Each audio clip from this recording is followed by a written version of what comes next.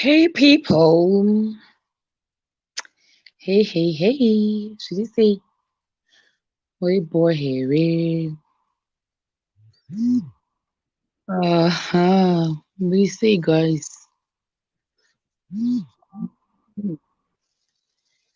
Mm, Muri boy here. Ndachitodudura musoro wangu ndikati kana ndotandara nevanhu vangu ndichidudura musoro wangu. Sinzi ndisina mududunuri ndinodudura nevanhu ndichipinzwa hangu nyaya. Nhai guys, why should I be lonely when I have Shemarians? I cannot dudunura myself ka vanhu varipo kudai. Ndatobonzwa hangu nyaya ndichidudura musoro wangu. Esther chikuruka zviri sei? Rufaro Esther.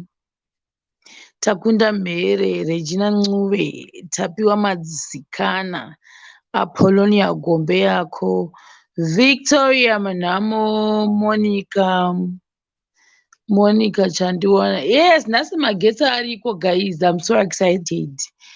Energy Matongo, Glayo Nyoni, Ausadia Musekiwa Katsa, Mafadzwa Fadzi, Muchaonyera, Glaye Nyoni, Johanna Kaisa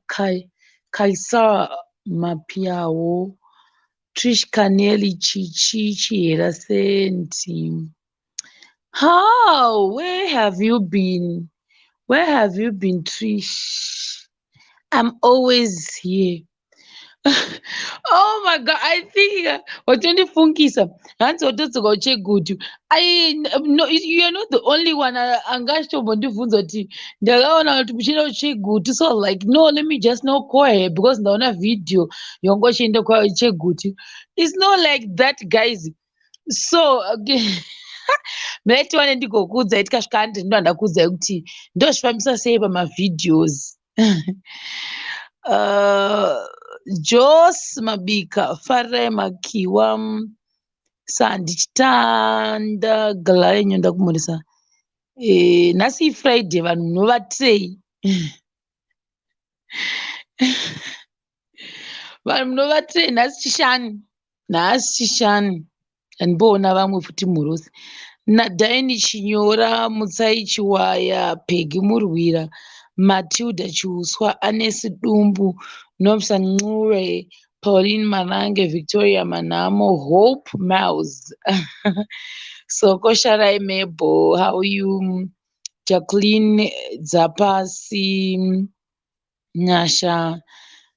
Ndinogara ndichibatika one. Imimi you guys ndimusiri kubatika. Ini ndinobatika every day.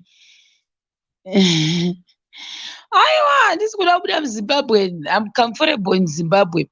Chiera Karomisi, Tawanda Makwarimba, Malvin Panganai, ndamuresa Caroline Nechibvute. Seti Wonder Selenia Mutare. Zviri sei? Joy Matate, Mary Mangezi, Geli Chingavo.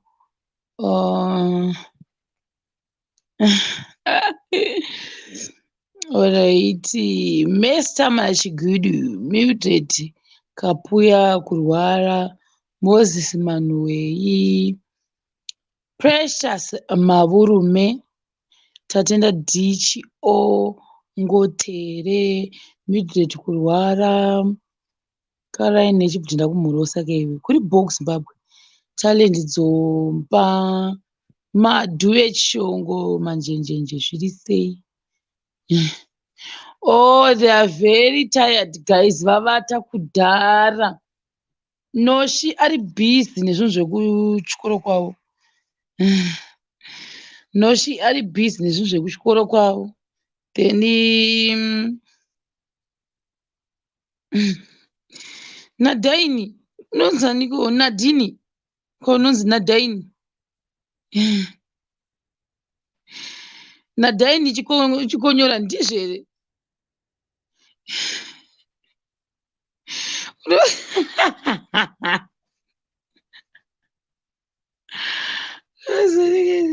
Nadaini yoda. Chris Mutiram Tambo. Oh, Tambo, how are you? Kuiseiku. Chindo. Right. Kandisha link. So I was saying, Kuti, those video, like that video. So I'm sure maybe next time, Pandisha kune a different seat. Zvet kandisha kuti, let's say for example, ndika post a video ema Mutoko. Most people will be thinking, Kuti, I'm still in Mutoko. It's not gonna be like that. Do you know gonna kutora? Not gonna just say kutora like maybe let's say 3 videos during the day, but then ndipo ndine time ndine energy, then ndodi ndo machengeta pandosvika kana kuti kumba pamwe tatodzoka muHarare, but nekuti ndakuda kutenderera sikazi maybe nenda to next city, ndo pandinozo uploada mavideos.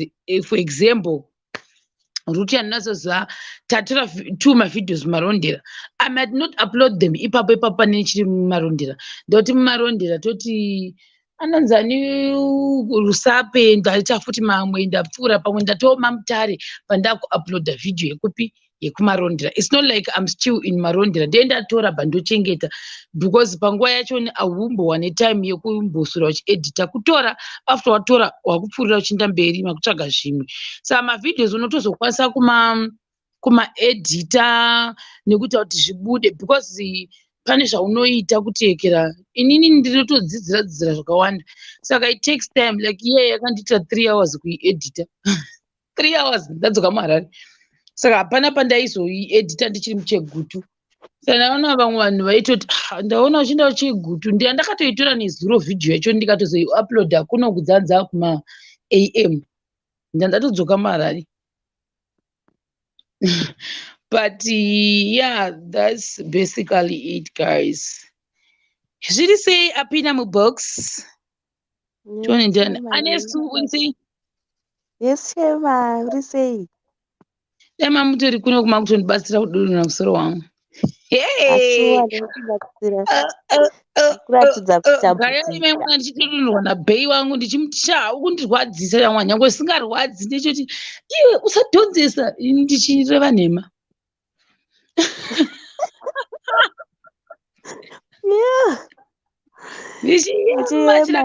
Mukati merelationship iyoyo senge ndinoenda kuda kuita marikavhari, ndechoti akangodaiwo so kungobata apa chitoti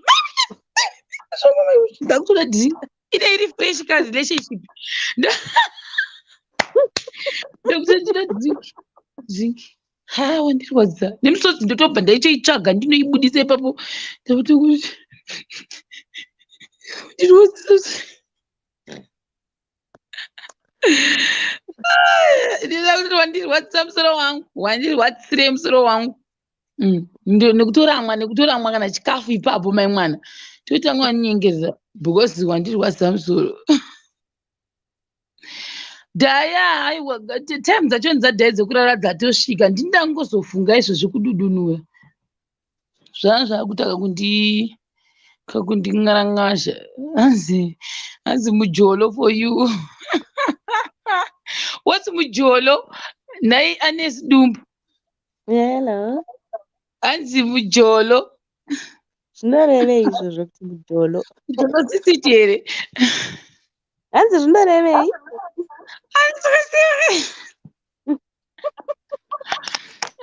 Sorry. Iwe uchachema mai mwana marikavhari. Tinei?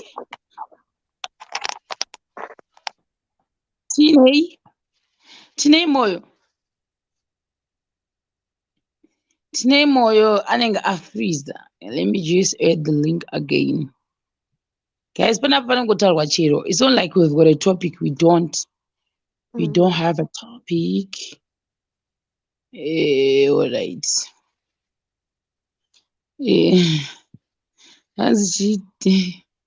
Oh, Jolo unozviti. Hanzi chiwa Tambu say. Oh, dating inonzi Jolo. Oh, I didn't know. guys angori dei uzobvunzira kuti ndakutora mafudhu ndakutoti ifuture ina namfesi ndakarambwa future wakarambirwei ndikarambirwa wakarambirwei zvakawanda naitemu I'm just joking it didn't work out zvangorambawo takunda kamera yako yakakrosa ndinoda kutoita sister Ashema, you're really putting on weight. Please don't. Thanks. Now I look like a pregnant woman. Guys, can you imagine? I look like a pregnant woman. Hi, Shema. Evelyn Craig. How are you? Ndikubasa. Kuri sei? Ndikuzviona kamuri kukoti kaimi. Shango shandira muri. All right. Ichachita kunge nesi like vari muchipatara. Uri sei? Ndiri kuri sei? Kana dai varipi? Dai wavata. Handiti? Otherwise muri sei? Tiri nine, zviri sei? Ndangotega ndingotraiwa asana mbopinda pachirongwa. Just to love you, continue what you're doing, continue be yourself, and I love you. Thank you. Mpamakanaka umu. Kubasa. Kwakanaka.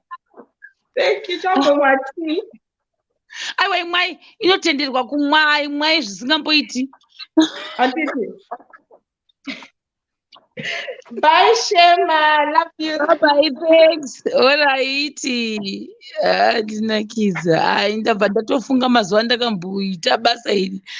Ndairya ini. Ndaizongokoniwa kusamupudu asi ndairya ini. Mazuva ethingi ndandakasimba zvandakaita izvi. Chikafu chacho chokengeti.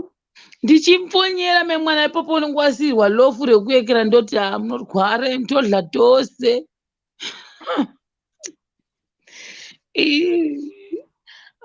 But ndembonakidzwa in life. Ndise Hazi rwari ndasarambomuona. Hazi uri sei? Ndei uri sei? Ndiri bhoku uri sei ikoko? Ndikuzviona kani uri musle watodudunirawo musoro. Ndarudunira masikati zvako masikati nandibatiki manje. shuwa here unenge uri bhizi kutsvaga mai mwana mazuva ano ukangogara unoita sei manje? Right, handina ma-earphones ungati tiri kupesana mani kuri mawedzi.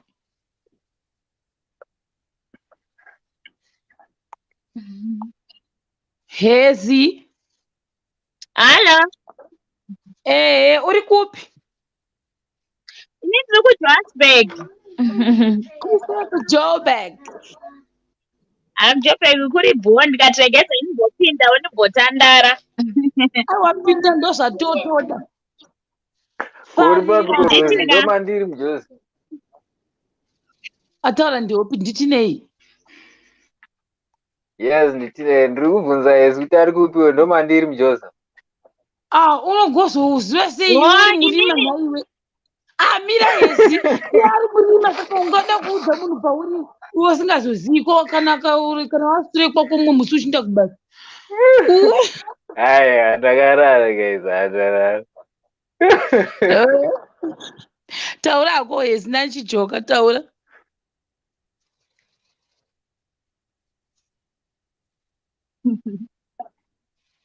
Tinei taura naYesi pamwe nasi kundinzwa. Angatohwa rako voice. No, it's fine. Yes. Handina my-earphones and handitomborina my-earphones.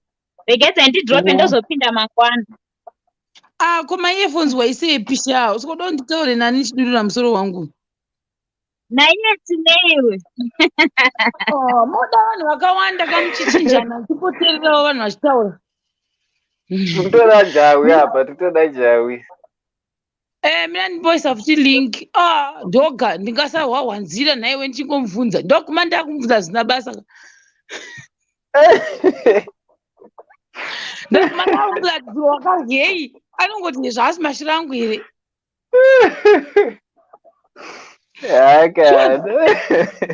Ndakwambofamba here kubvunza. Aiwa, mangwana regeta indikude ndozuka mangwana ndana maefoni. Alright, tiri bho. Ipo thanks. Ya, udibate kuseri guys.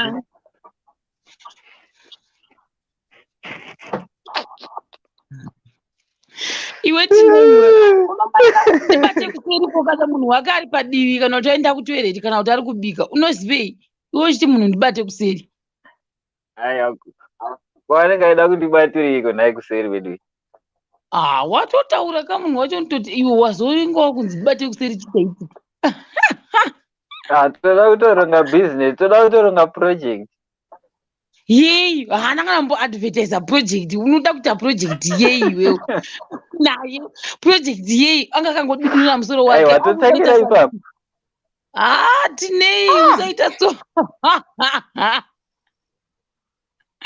Yei project yoda kuita mujobheki nangiriki wanga kangozvigarira hana mbotindotengesa. Dai wati ndoda kuita project naTaku ndaiwa because Taku ndo kuMagnum. Asati achakakuryira ice cream cup. Taku une evidence yekuti ndo business. Let's make money.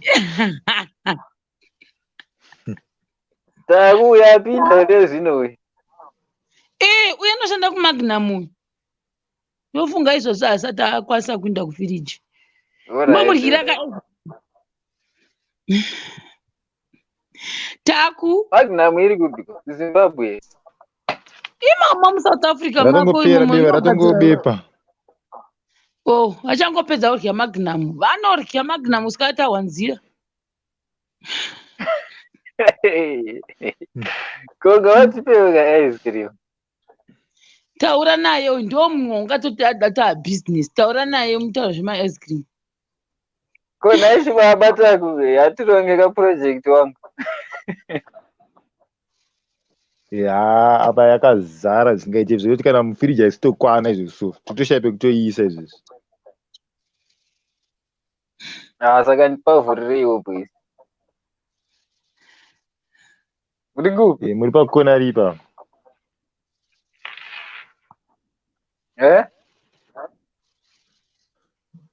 Indiri pa Clip Fontaine Joburg.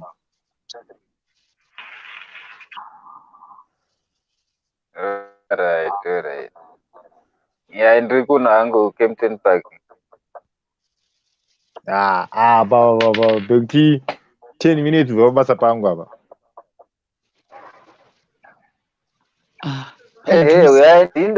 Ndinonyosa matiketi endege maflights muchienda kuZimbabwe. Saka iwo zotoita taxify izvozvi tosvika mabasa pangu izvozvi. Ice cream. Ndomubhadharira hangu taxify yacho. Tine unoenda ikoko. Imari, okay, request aone kuti imari. Today unoenda ikoko. Maybe you like 30 rand.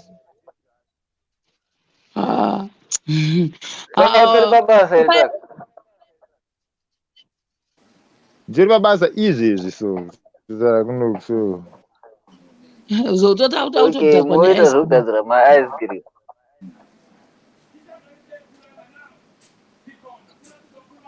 Ya, vanoita zvokugadzira ma-ice cream.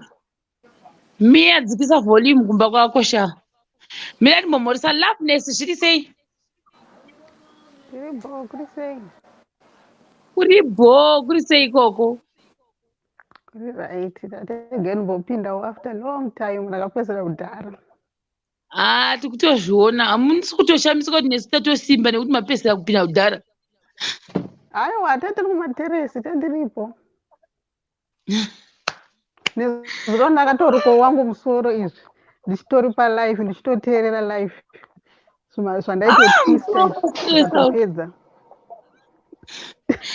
Hanzi Saka ranga riri lusi bvudzi rangu.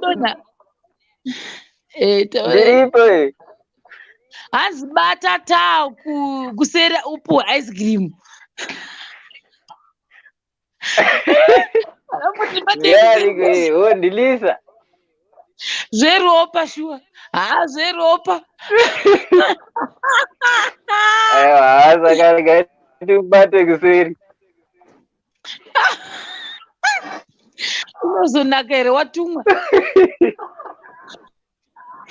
Aiwa ndagara vhele ndandotsvaka kamunhu. Alright. Tambu. Nhai Tambu mukadzi waFochu. Yes, kan mukadzi waFochu. Guys, undi best wangu.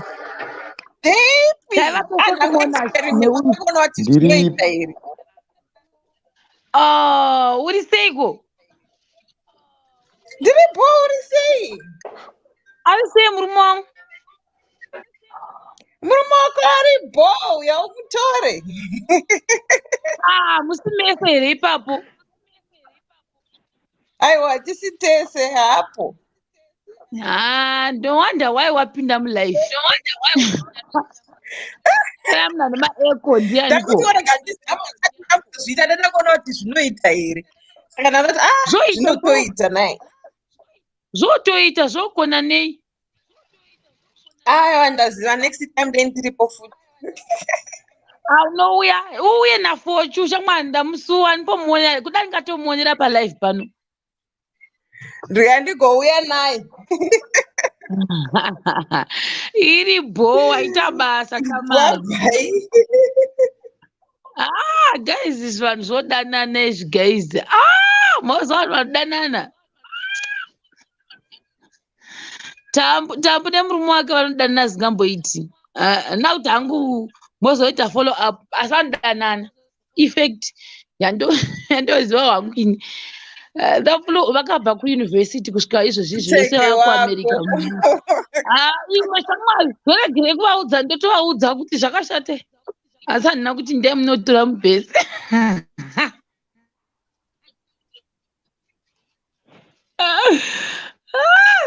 Ndingati kwarumbi anganditi zvoni naenda kuti rumbi tamba anganditi yezvo. Miss Pam kuti iwo uda kutomaketa mubhesi wangu. Right. Tisi buda iwewe hamene zvakaita device rako. Iflo zviri sei? Zviri sei? Ndiri bho kuri sei ikoko? Tongodaro. Asi ndinozama kuda kuona kuti feedback yemavoice iri kubvepi. Ndichazama kuda kutarisa mubox umu.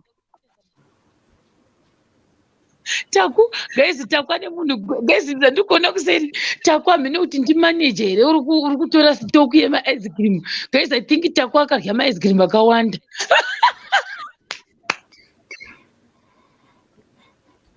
Ndayakudza kuti Taku anodoedza shopu Taku. Ndimobva achiri akagara pachema imwe aminotonga chipuhwa chii. Kuseri kundi izvozvo wakwira masteps izvozvo wakunda pakanzi ola chine red ekira. Taku ndikumuona kuseri uku. Guys kuseri ndoonderera. But it's really nice. Uyo uri kukwira masteps. Uko. Ofisi yayo yakarebesa. Building yacho yegainzi Magnum. Kwakakura zvako. Ndini ndatokuonaona asi hamuna kuona. Uyu wakuindepi gatione kuofisi kwanaikera. Uyu uri kufamba mukoridho unondokomuedha sei?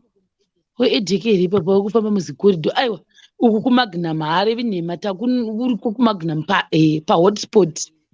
Gatione. Uyu wakundobaya ikira. Hamene zvimushini zvaari kubaya. Kuseri uku. Apa akabata bepa reice cream.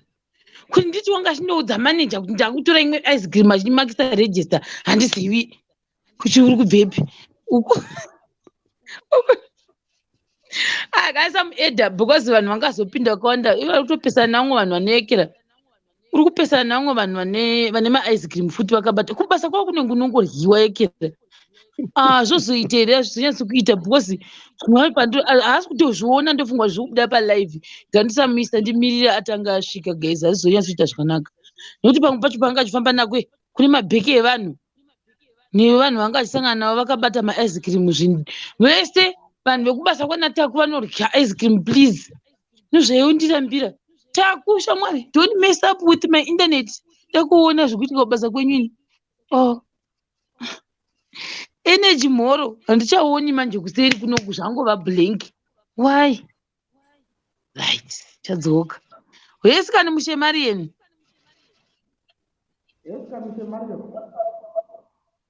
zviri sei zviripo zvekuti ndatodzoka zvekare nedzimwe nhau panapa kuri sei ikoko kuri bho zvekuti otherwise vaidoi ndiri bho kuri sei kwamuri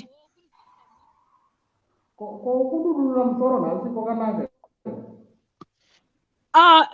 hani mangwana chinganiko chazivini kuti mangwana chingani mangwana mugovera chikarakadza mugovera zveshuwa otherwise muri kupi mimi ndiri pano paUS paTexas kuri sei kuTexas tisha chenyu yakanzi chii Shematv manje ukabva uverenga izvozvo unozotanga kutaurisa kuti ainoi hambotaurisini tone yedu timkolabo timkoloso chii ichocho tazozviziva wakura muzukuru wanga nditi zvii zvinorevei nhaimi tazozviziva wakura unozoti wabva palive unozoenda paindaneti asazviitika kama makapfeka zingaiti movipfekerei saka zvoita vanoti singaiti chatisingatoiti kuita zvisingaiti mirai ndione koloso yacho koloso chii chinonzi koloso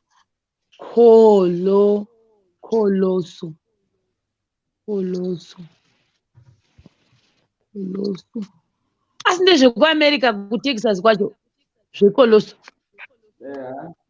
no bodo Italian word is systematic for you and volume up hands volume up inini zvoreva kuti volume up aiwa no shema urikuona pesi yangu iri kukurasa here ite mushandi mati urikuona kuti pesi yangu iri kukurasa here zvemari urikuona kuti pesi yangu iri kukurasa here iri kundirasa how do ndazvikangamwe yandirashapapi light ndo rakadhakwa amsho so takamboona unozonyora ndiri kuona kepi yakanzi chii uri kuona kepi yakanzi chii tikamboona nepi shema hatina kumboonana in person zvedu but general tinombomikisa mukupa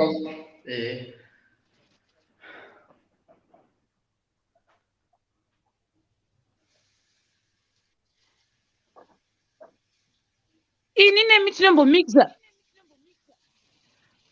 hatine patinombomikisa ini nangu ndagara ndiri silent timukolosi nyatsotaurei tinomixa kupi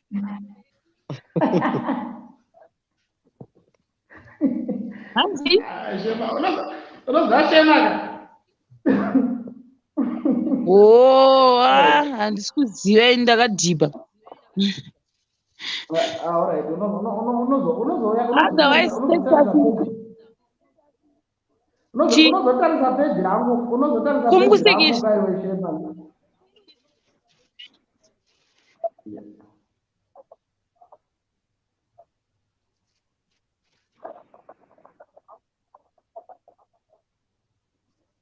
Tere page yenyu. Ya, unonyora kuti general firefall uchaona page rangu rakanzi general firefall. Nyasondintroduce zvakanaka because handikuzivika. Matontivhiringa pamatoti hanzi wandikangamwa. So I'm like, tozivana kupi? Mazuva ano vanobvirana paindaneti zvokushandirana zvazvichabuda here necovid. Moita nezvei? Ndoita poetry kashema.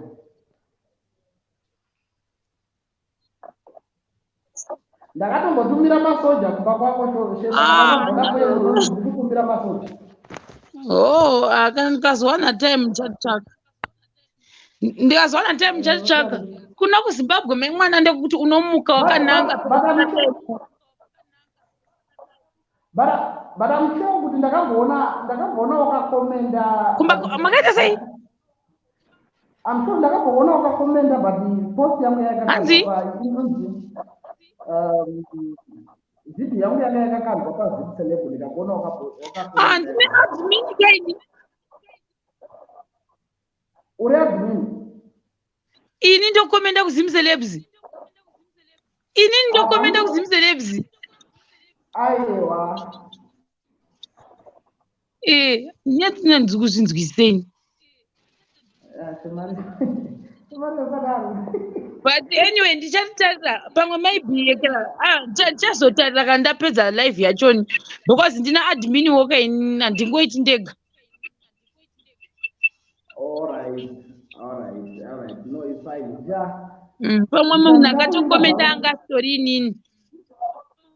Yeah, zvinogona kudaro. Munondivinga kuti chii? Kuti ndikutarire zvalive rautadza. Panapa vanhu vari panapa ameno vamwe vari kuona kuti vari kunyatsoona mutembe.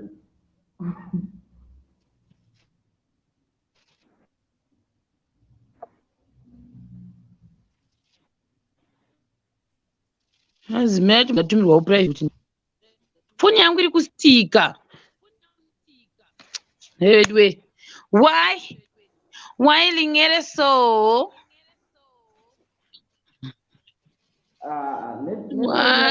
Nei foni yangu why? Yo Jesus zvatanga futi zvichikura changu. Ndinogara ndakanyudzwa ini network every day. Vatojaira vanitombosara vakabata chirongwa. Zvinowanika zvimira vanhu shamwari. Network akuri kuZimbabwe mazuva ano.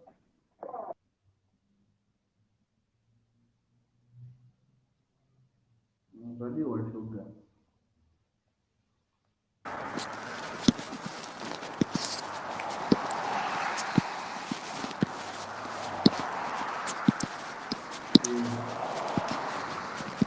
Ingatoa zvicho manje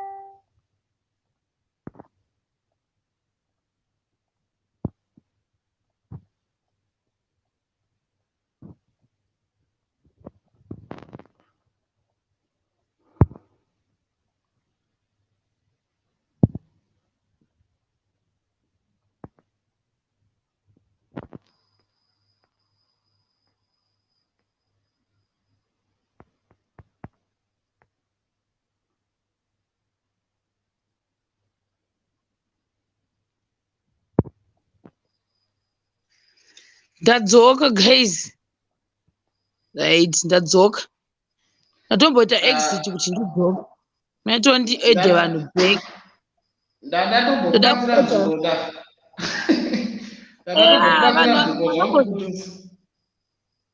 Mayatione ndi vanhu back vanenge vadonha ava. The flow adonha sei apa palive? Kuti Andizi flow ndadonha. mazodonha sei. Antomboziye. Just kuedhe here. Wangondiedha but I don't know ndadonha sei. Oh, mugozodonha sei. Ndandichotemba kuti munosara makeka. Thanks ekera nekusara ripo. Tinombodonha isu takutojaira iko zvinezvi nyangwe 30 minutes vanhu vanongosara vachitaura ndozongotipa inoita ndodzoka. Pane angatova Inombototime shiri ndiandidonhedza. shiri. Iwe, nhasi ukuita zvekumwa ice cream naiwe.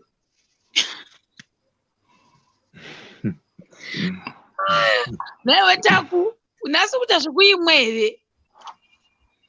Ya iyi manje apa ndaitaisa muchigubhu nasoona. Why?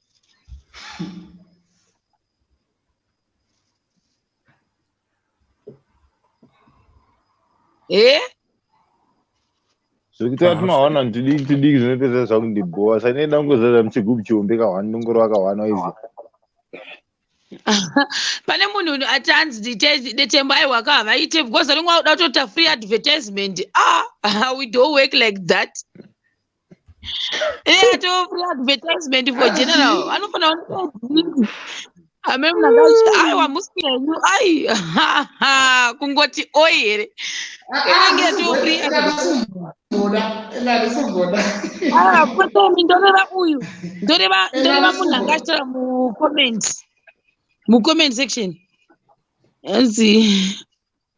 Alright, comment section. Nichatasa ku after life. Chibasa munoziva chibasa chokwadza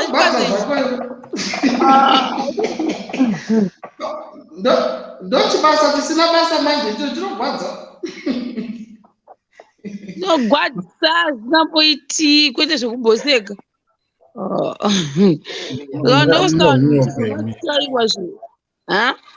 Mune unyope chinogwadza chimusati nyepera ngogara papisi chete.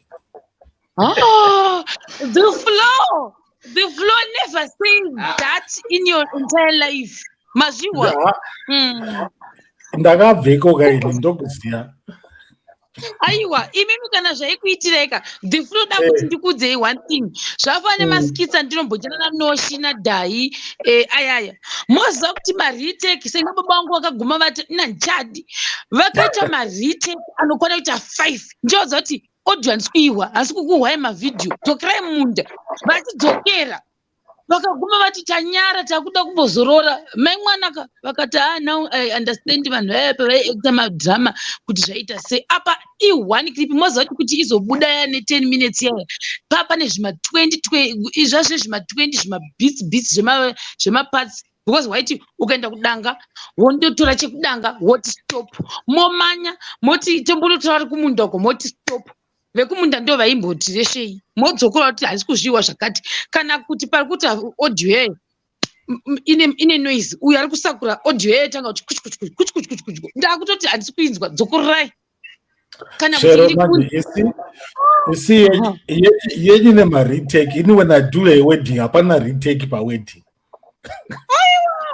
Meno zvachoka ndikunyepera guys kana waona kutanga kuti skitika inobuda pepe yakunzi ine kuti ukusaidi uku munotombotsamwisana ina ndimbodi unyebe ende but there is one thing I liked about my brother zvangu ndogona takamudhurirana ka but katikatanga kuti takushanga kushanda ka mood inopera inobva panguva yavanhu voshanda kana mwakukondinya nemood yako unokondinya but panguva yekushanda takutoshanda ndo zvatinotoita ivhini wanga wakatsamwira kuti nhindi wakaisa nhindi dzakawanda mupureti mako nezuro ugokera oninayo kamangwana uchiti wai kusinanisira nhindi dzakawanda panguva yatakutota kuti amana prepare takutanga kutoita video unotombosiya zvokutotsamwira izvozvo wotomboinda mai mwana nyange manga makamudhurana unototanga usekerera muvidhio.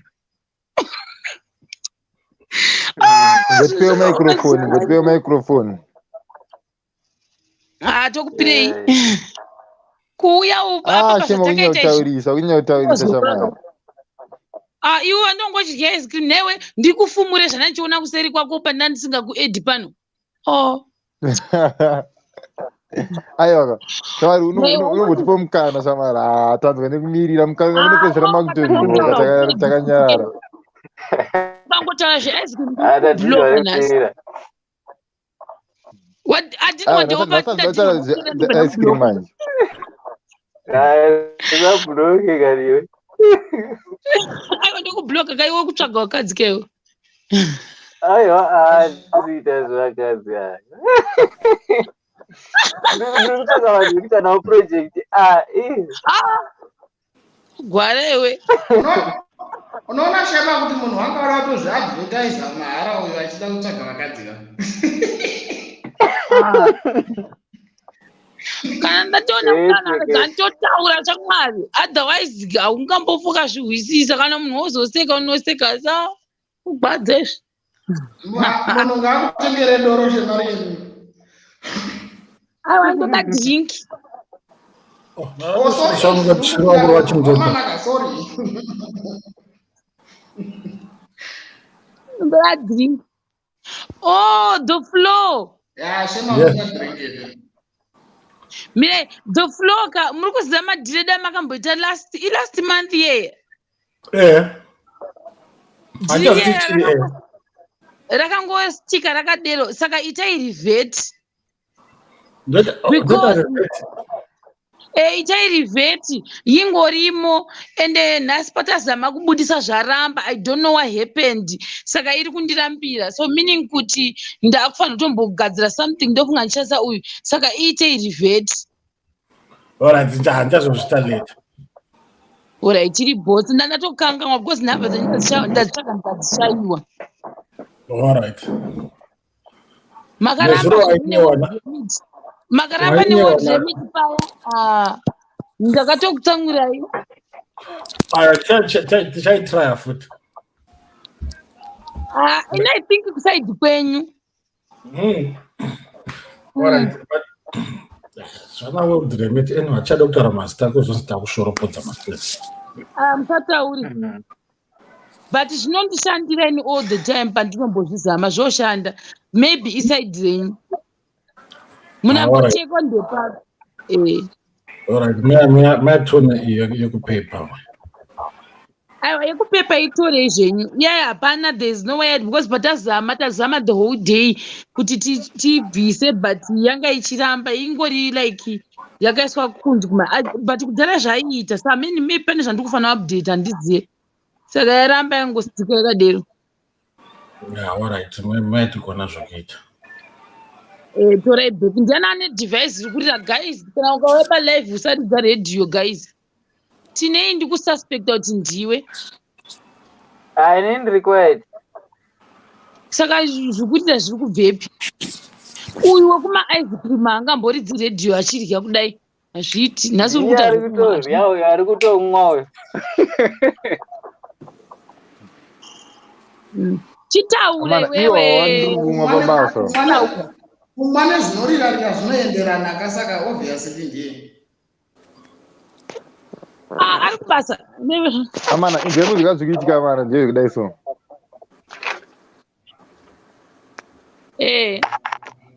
Amana mande ndazi ndikuenda kuheri ndakasvikirwa ndakarira pabasa kandikatorwa mupikicha mwana.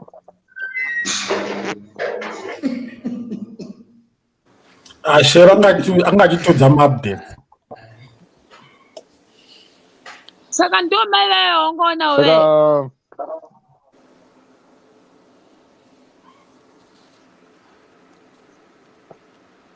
Iwe mira takuti boita zvemari. Mira taku ndozosympathize newe ndapedza zvemari. So we can't use PayPal anymore. Use World Remit. The inbox repa number is World Remit is more convenient now because I don't know what happened with my PayPal. So handisi kukwanisa kuibudisa zvaramba. Ende futi kuchibo iri kustika chii. No, Anna. Ndikuitsvaga panapa ndemunani kuningiri transaction. Okay, ndaiwana. Mire ndikutarisire ose. Ndaiwana, but how do I cancel that? handizivi munoita sei because remember pane uyu wacho iwewo try because komeko yakatobuda try kusenda back ndasenda back ine isingachasviki yakakwana. don't worry about that. Mirai tizviite panapo. Me, I was what I say. Ndeyipfiwo zviri sei sei? Mirai ndiidzose. Hapana zviri sei. Hanzi Ah, TKE no, mazise shema you send it. I don't know how to use it. Because handisi ndinoishandisa munhu anenge achinditumira ndiye anonditumira nesendi to. Handisizvo here? Zvechi? Zvesendi to uyo ari kutanzi use sendi to kuti like I'm not the one kanoshandisa vanhu vanonditumira ndiye anenge achishandisa sendi to.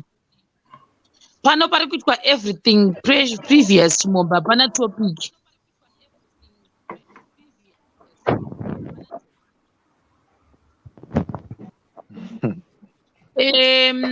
Takuchitaura nyaya yako taura nditi kunzwa nda kuti harivheti mari yakatumirwa kwandiri last month. Takutaura tinzwe saka hanzi chii? Ndakutaura manje. Hanzi mande ndinofanira kuya kuhearing. Because ndakasvika ndichitozvipodora nengono dzakatorekodwa pafoni waiziya.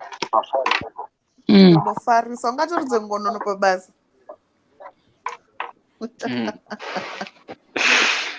Ndotoraka zvitokanganwa nhamo chaiko.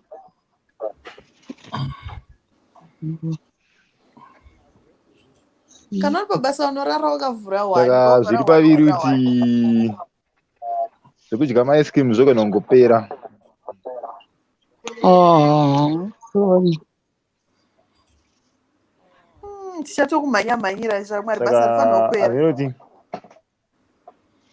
Ya mhanya kadaro mbomba ungoisa namba yako inosendwa mari pa-e-wallet inoda rekusendera mari. Totongotamba yese neke kwese hatichina kuti ndinomira nezvizvi takutongoita zvese zvibatane ikoko maforces acho abatane ikoko ashandi. Ya tongoda chero because ukasaita chero unozotangirwa nevamwe vakuita chero yacho. Chatiri kuda pakusevha basa. Saka mana itai plan munhu wese anenge anditira plan ndomutumira lunch box ndomutumira cooler box yemaice cream kwese kwaariko handi. Anosvika here kuno kuchina. Indiri kuchina. Anosvika zvakanakisa indi cooler box ine USB yekuti zvinongoramba zvakangofreeza zvingondobayirira neUSB mundege imomo inosvika. Alright. Aiwa tichamhanya-mhanya basa rifanira kupera. Kokechara hakuna kana chiwani chinangirikiri here chekungodhuzhawo kuti zvinhu zvingofamba so. Kuchi? Ku-HR. Hakuna anawanatambira naye.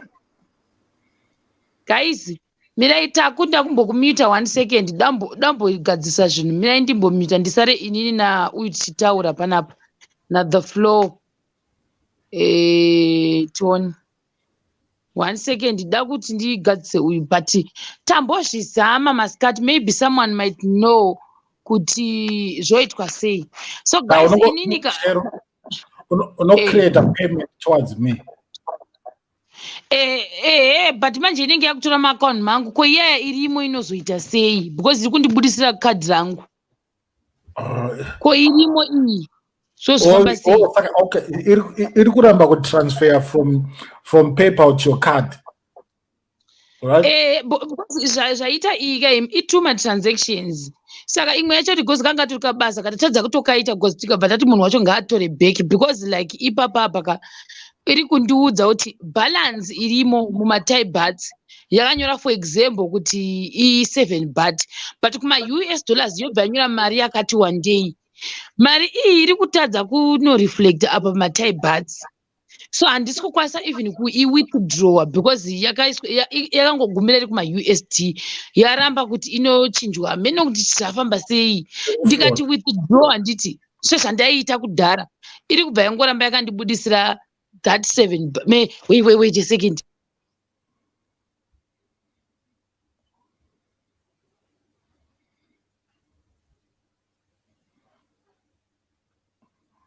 Unenge wafreeze.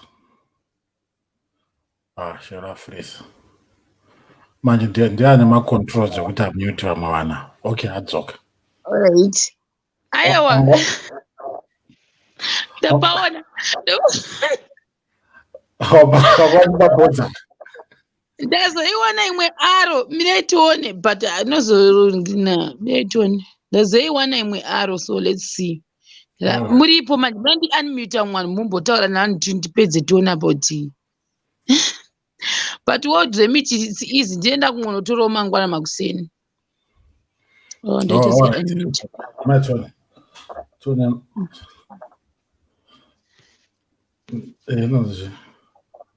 The last transaction and I this one. Whereabouts are you? Kwendi kutumiriwa nechishe. Nemukuru. Ya nemukuru ndotumira ndakatogara pana maindosvika izvi. Tumira kani ndiri pano. Mira ntsvage peni tona. Isa. Yo, ndatoona kekafiwo mangwana.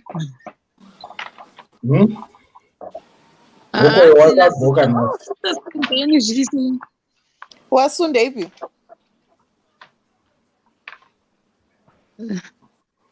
Penhamba tu. Yes, Shema. Namba dzangu zviri sei? Taurai mimi ndinoda kumboita nyaya dzeuyu dzema-transaction panapo. Wasumuri wadira.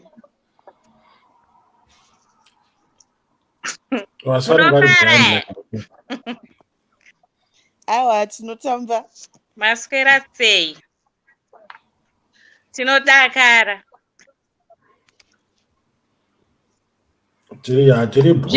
Shema waswera sei? Flo waswera sei? Ameno vema ice cream maswera sei? Tinofara isso. Uma ice cream ari pataita ari kufamba kuenda kuinquire. Sorry, Akosha. I am so sorry, Sha. I hope it will work out for you. Kuzondzinge because kudepartment kwangu hakuna replacement. Oh. Ndokupi hankaoni njeti. Focha usione device uta noise here.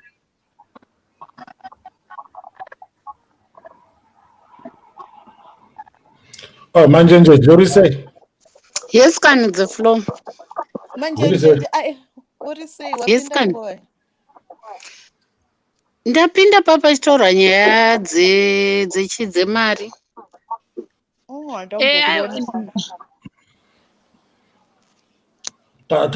Ndiri boka njani the flow taku wasu maya tine moyo masera sei Shema zviri sei ndiri boka njani taswera isu kuri sei kumativi mana enyika kwamuri mese vashamarari nevateereri. Kumativi mana indiri kune rechipiri racho.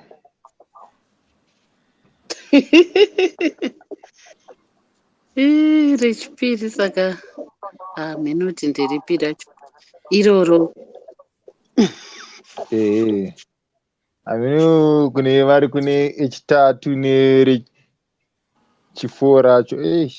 Shona inotinetsei sometimes.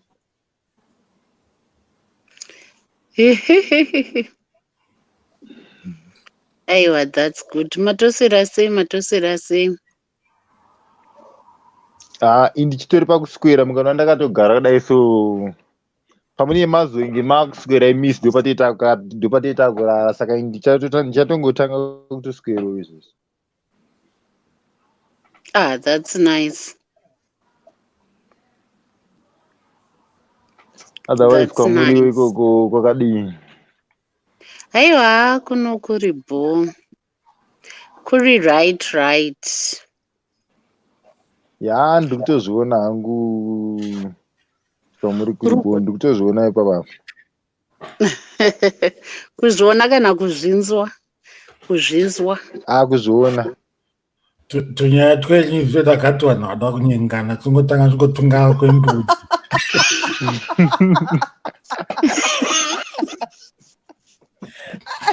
The vlogger. Rame makanyarira the flow. Uchataka uchabvunza kuti mbudzi dzekumba kwechi dzine makumbo mangani. Rame makanyarira munhu kwazviri kuenda munhu. Rame makanyarira munhu kwazviri kuenda.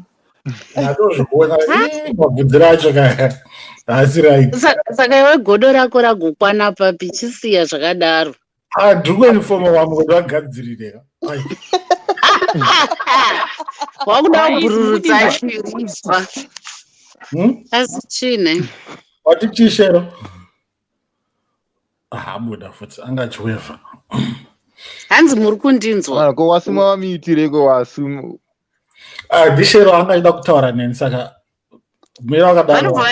wasivabvaita kunge munhu ari kutorwa chitupa inonzi chipicture yechitupa. Kuda serious yechitupa ri vanhu vanga vari yekuchitupa kwamudzvika vanga ri rafu kavanhu vakaita ngati vanotokera vanhu vanonzi vemadhodha bin vanhu vemadhodha bin vanga vari very rough. Vaigona kusiya varasamarara mamwe hafu ebhini pageti penyu vokuturira hafu muchiuyu chavo. Those guys navanhu vanga vari vachara matoilet mapublic toilets vaya same WhatsApp group. Vakomana mabhini vaisasiya vakanda bhini renyu vaigona kungotakura tobaya naro ka. Mukutaura dzei? Itunge mutungi. The floor. Yes. The floor. Ndazogona chiregerako ndazogona zvazoita. You see encouragement. Good together. Ndazogona tokanga. 2 months drink kanga. 2 months wakagarira marishero. Autonyari. 2 months ndakagarira kadrinki kangu kekuti nditewo live ndichiseka guys. Can you imagine? The floor. Shema ko unmute wasuka. Yes, unmute wena wasuka ungatanga adzikisa volume kumba kwake zvinhu zvake zvezviplayer guys. Ndindorohwa nemacopyrights. Wadzikisa volume watati mirai ndidzikisa.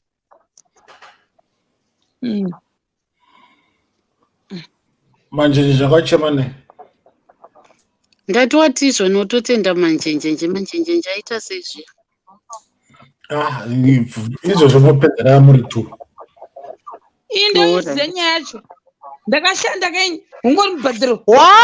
Zviya ndozoziva. Ndakaita I liaised. Zviya ina hana kundipa naye aite. Ndimefana kubhadhira. Rudoma. Sister Rudoma Rwadza, I missed you. But yenyeka yakaita kakuclose camera. I don't know what happened. Yes. Michifoni ichigeizika. This is a sign. Manjenje yakonda kupa nhasi. Mapanana. How? Wafumurwa manjenjenje. Mapanana. You get each other. The floor. Wafumurwa. Arunyepo. Ko tinei moyo ngambotaura tinzwe. Tinei moyo ngataura timbomudzwa toni. Ko zvazvo kubhadharisana futi.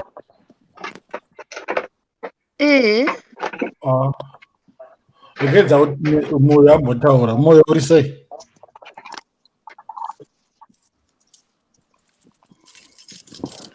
Moya manje Tine- zvikuita mama. Which one Hello? of the moyos are Akotsvira. moyo as well? Orise Hello, moyo. tadzoka. Mushe Wakaenda musei? Ndabuda man. unoira moyo. Yes, Yes. wachaiyo. Yanzvadzi yangu Mfunge. Musangotora nzvadzana neasisi vake apa. Yesu rudo marwadzo. Yes, Isabella marwadzo sei. Uri sei? Did right muri sei? Long time. Long time chaiyo zveshuwa. Mm. Rudo. Yes, muri sei? So zvedu hamenowe. Rudo marwadzo ndo hanzvadzi yangu here. Ndiye. Yes, ndidehwavo ndimamoyo Okay. ava. Manje Rudo, naiwe Rudo. Yes, Rudo. Yes.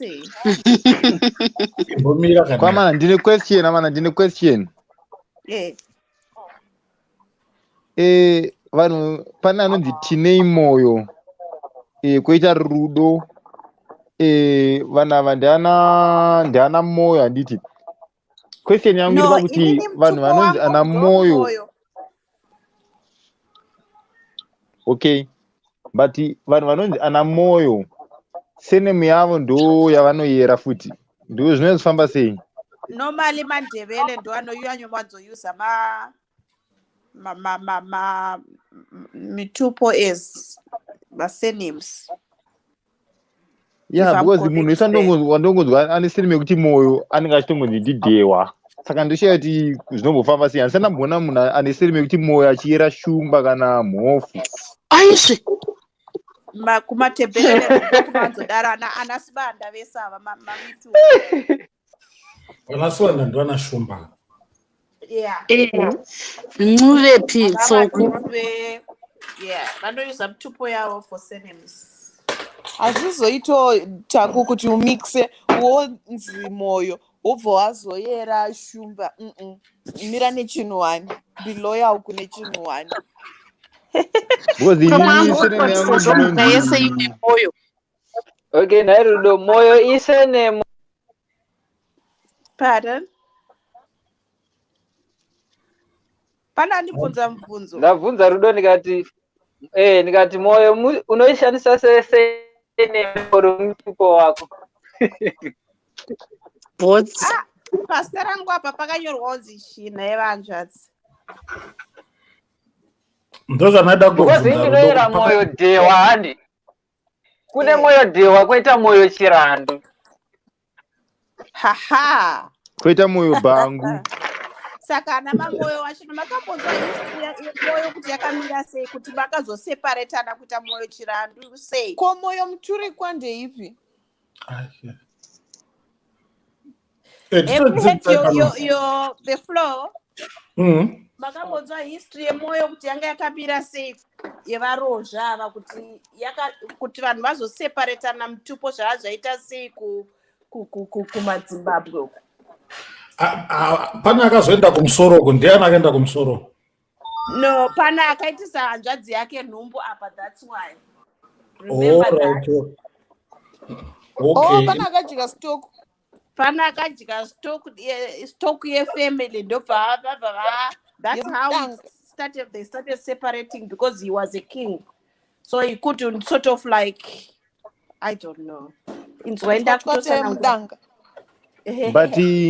Rudo stara kutori nemoyo mukati ke. Zita rako Rudo rine moyo mukati because ukataza kuti Rudo runobva pamoyo. Exactly. Ruchizorwadza futi. Naiwe Rudo ndada kufarira but kumberi kuna marwadzo. Ini chiri mwana mudika ndapinda kumaruri saka nzive kuti rinorwadza ikata rurwadze. Ndiana anga andifarira. Ndita flow. Mama ndifarira. Ndana kufarira but nazoda marwadzo kumberi kuna Ndifarira zvenyu sezvo muri hanzvadzi yangu kudai ndokufarirai futi. Ngatifariranei. Lovely. asi iwewe tako hauisi bo ndachida kunyatsonzwa nyaya yekuti chaperera kupi watovhiringidza ipapapa nyaya iyi ndabva ndatoita confusion ndogara ndiri confused kana ndatoita confusion avhiringisa chipande zvangu atoaibata alright manjenjeje manjenjenje kachikosoraka kuiudza pfurongabva waziva sei kuti ndini ndakosora ndiwe wega kuna mumwe munhu anodenha iyeyo aivo hapana kudenha kuobserva chii chacho ndozvandiri like seriously manjenjenje imhuka ipiyo Duve. ava tako havakwanisi vanokika kwambona mazebra achiita fight vanokika nekuruma ndo department ravo zebra haana chimama mabhandi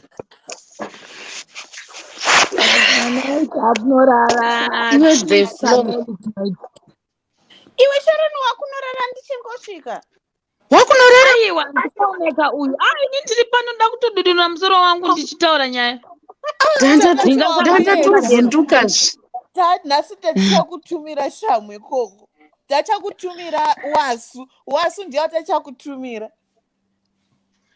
kuti unondiita sei ndakutorudunurawe ndiye representative inonogudunura sei une hearing ko lincoln aripi nhasi lincoln muda kumubvunza babharazi tariro baya linki unopinda nelingi tari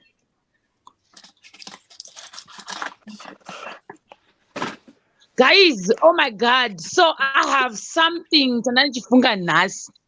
I was like, you know what, handipese vanida kuti ane zvebirthday rangu munondikata, you guys hamusi fair. hatiripo mapresents saka tikukata aiwa totozviziva kuti akati anoda wallet but ndandakati ndinoiitira instead of kuita inini rangu ndinogona kuitira chi brother yangu, but then now ndichizotaurira nawashiwo wati he was like ichiitire gochi wowati ndo zvangati ada zvekubhuraya ada zvekugocha nyama. So I'm like, okay, hazvizoite fair, saka ndakungomirira radhai wacho ndozomuitira rake. But inini mva ndatanga kufunga kuti musi wa29 inenge iri Monday. There is no way out I will celebrate my birthday on Monday. Ndakurimuvha kumashure manje ndorisa musi wa27. Ndoricelebrate musi wa27.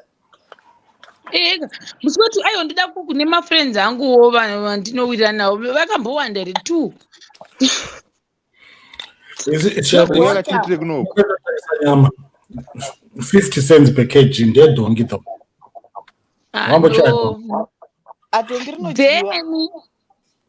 then that trip yangu yandogara taura kuti Bulawayo ka maybe by musi wa29 I should be in Bulawayo. Ndo zvandiri kumbofunga. So Shero, are we also bragging where we are for your birthday or what? Togocha. Tite birthday ramajenjeje takanotenga rangu keki imi takatodakiwa fungi. I think that would be awesome. Maybe ndikaenda Bulawayo ka ndoba ndakagadzira live stream yedu ndichitocelebrate. Vandofanira kutsvaga pekuti ndipandonyasosvikira pari pari comfortable vasingazondinetse kuti no hatisi kuda kuti uite izvozvo what. So I'll do my research. But ndo zvandiri kumbofunga kuti by musi wa29 I should be in Bulawayo ndakapfeka regalia yekubulawayo. Oh my goodness. Saka totogochawo musi wa29 totogocha saka 29 mabiko guys mazvinzwa ka musazoti atina kokwa maybe yes tatoita live stream ngatitoita zve27 zvekugocha because 29 imande zvei ndomusi webirthday rangu manje ndinondoita sei? Ndinoda 30 Magnum for your birthday. Normally people are not up a weekend where everyone can attend.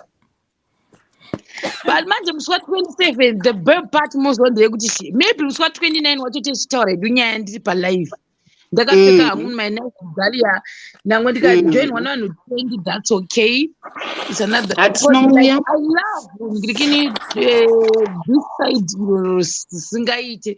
So I was thinking I think that would be the best way yekuti ndi end up ndakobulawayo. Saka kugocha ngatigochei Saturday tosanovesa moto. Naimi pananimbozo Sister Eunice vari sei here. Ndasuwa Sister Eunice, Dr. Hamdani, baba namai manje njenje ndinogara uripo nagogo not gogo vatsvuku, the other gogo veku South Africa I think.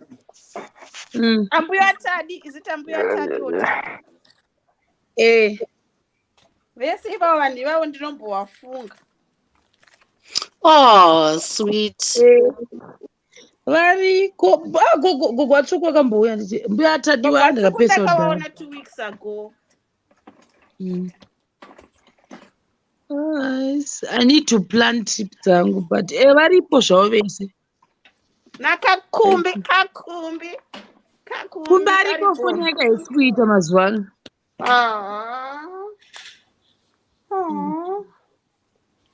Variti maybe ndinda kuitawo malive late because this is 29 past. Oh my god, Lady Gwagwa is here. Lady Gwagwa vatotendita MC. I know.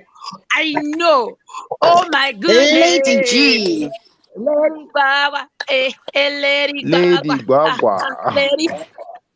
Lady Gwagwa. Hello. Hi. Ndibwa birthday tikati ndinosarira ndiri kubackground. Ndadzati kana iri Saturday guys theme ndoita chi. Oh that would be nice. Ndoita na brothers angu togadzira uko nyatsofunga theme iri bho. Apa tanguva yebirthday tabva tatobva kumateresi. Guys, mukaziva kuti ndiri kuiteka munopererwa so. Mukuitei? Muri kubika? Ndine client iri kutena 50 tomorrow. So ameno kana muchiona. Ndoda kuti munyatsoona. So I am like, look at that. Wow, that's really nice. Inga, address please. So yeah, Lady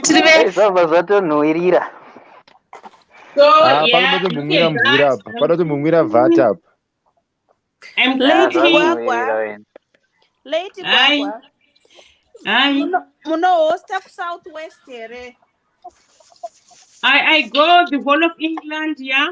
Pane Shematv ane kitchen party, ada kuita kitchen party yake. Saka tikutsvaga MC. Tinenge tapedza ningi lockdown yemaregion here. Yes, that's after the 12th of April.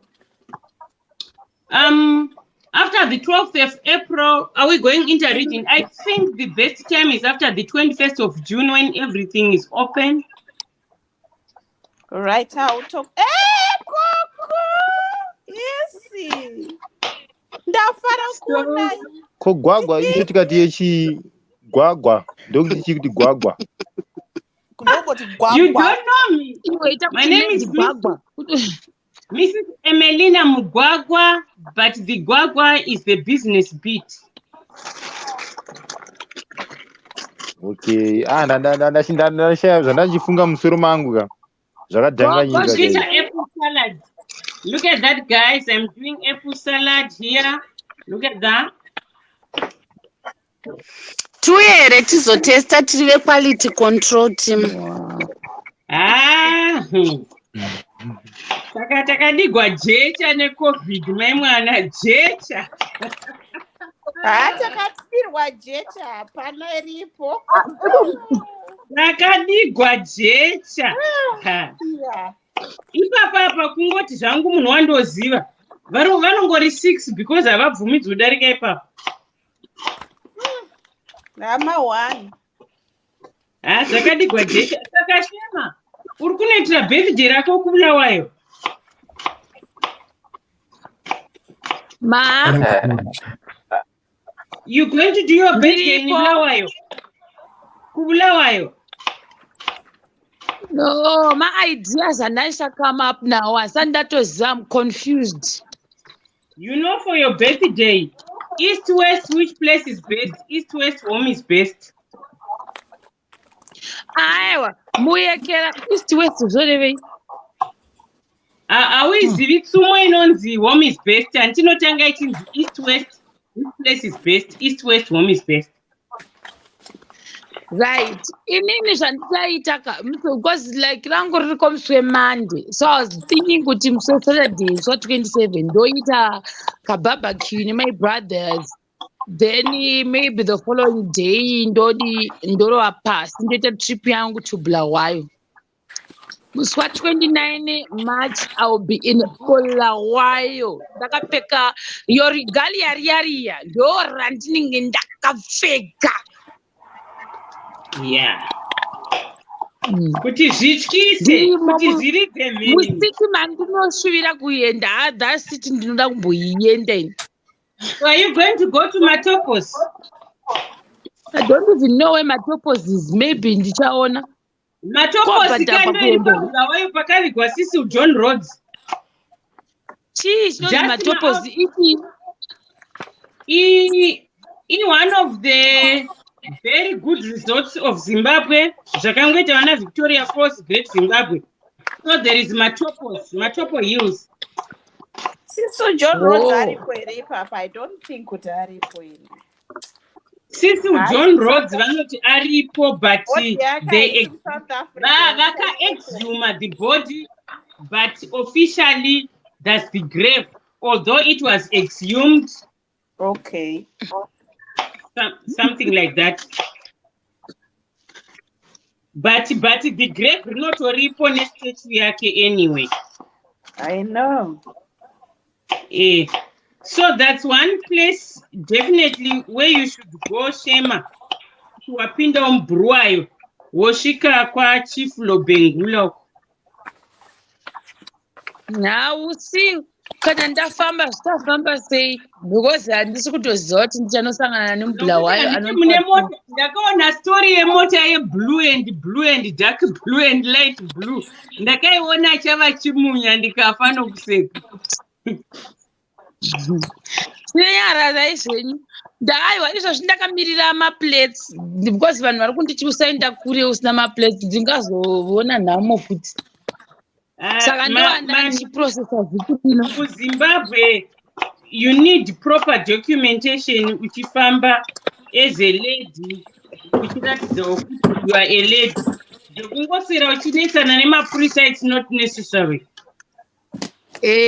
Saka ndo zvandandichiprocessa this week but kusivhira hakusi kupindika zvekudere, saka ndichatomukira, ndofunga ndichatomuka na5 AM next week, so that ndoita number 1.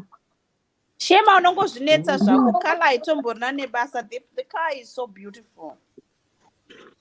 Ndisina basa nazvo ini iko zvino namarwadzo ndosa zvakandichiita izvozvi because ndangaenda isina handipaipa ndakambobakwa nemapurisa ndikanzi haina kurejesta wati ndikandobhadhara.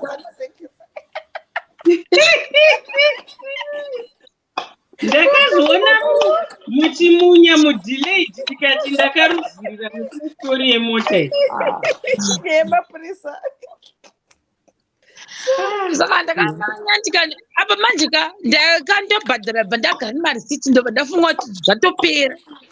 Then ramanje zongovhunza vamwe kuti aiwe after stage rinofanira kuita sei bo ndingova nemarisita kanzi unoenda kusivhara. Guys, I didn't even know kuti sivhara ndo pairi pacho. Mataurira ningaita vanhu it's like it's out of Harare.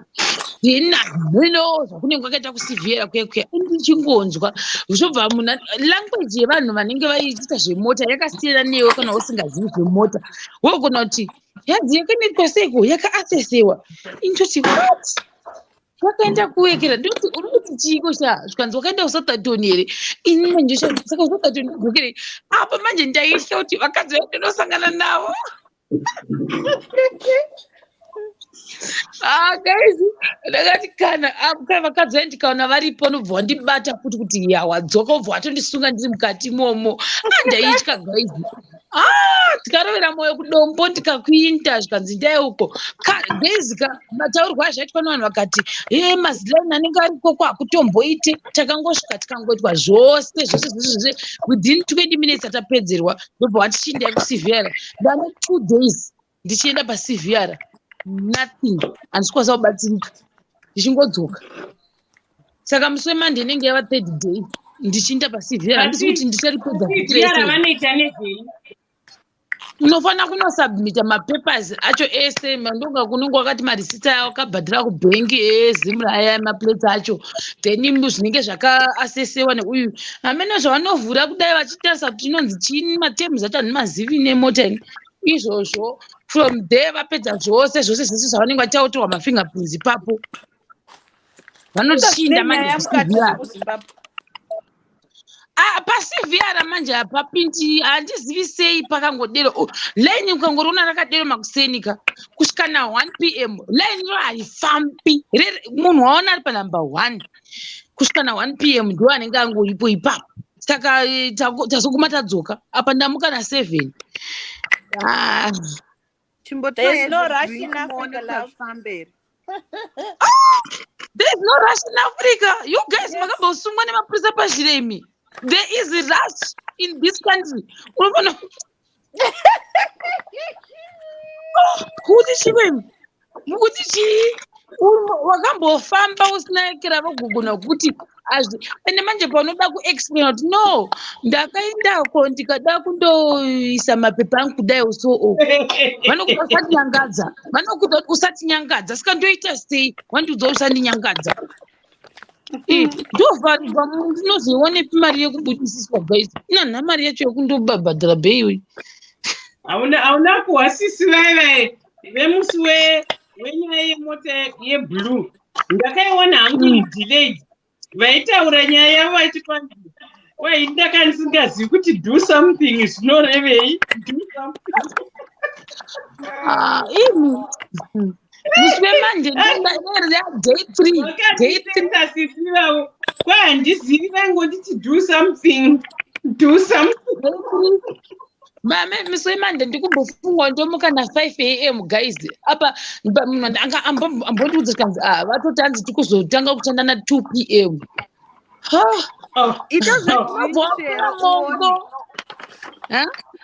ita zvedrink on magic inoitika abrakadabra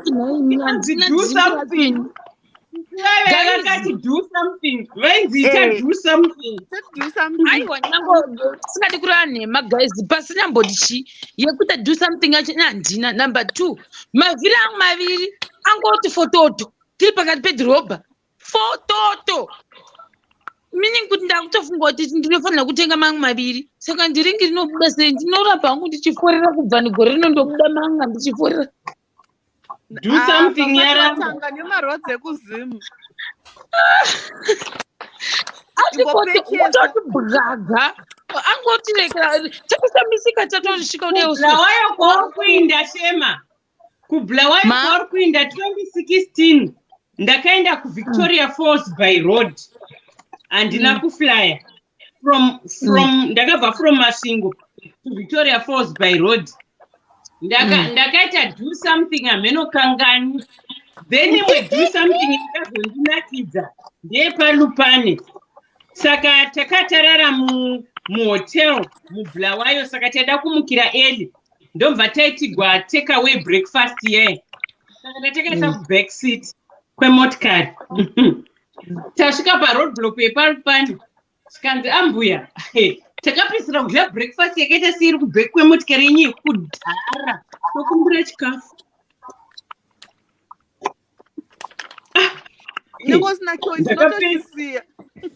ndakapererwa vanhu vandandinavo vakati just give them ndomva nangoti that's okay Have a lovely day.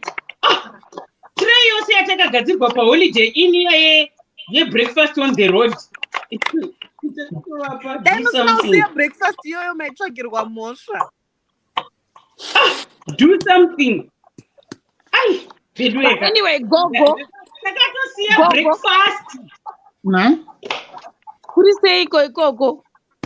Kupana gogo. Tiriko. Handina maglass. Gogo varikuluka soya. Ngamavhaira Lady Gwagwa. Vabva vaita yellow gogo maita yellow muri kuzorei. Ichando here chakufangurai kukutsvukisai kudei. Daita sei? Regai kupfeke magirazi ndione shawira wangu. Yes, go. Go.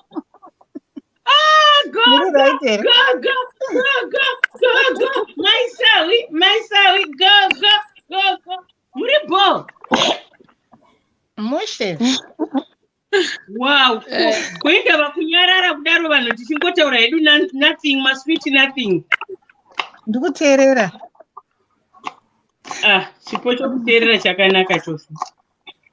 Ndatongopinda hangu panzina rudo ndasuwa gogo. Ndiri kududunura vhudzi. Saka ndanyingoteerera ndiri kuteresi. Ndikati zvangu zvanhasi zvandisina kana mboita podi kana mawigi. Sezvo ndiri paindanda so. Pandangu wakautaugwa zvebirthday ndikati ndakutopinda. And ini ndatopindira hangu rudo ataura kuti handisuwo.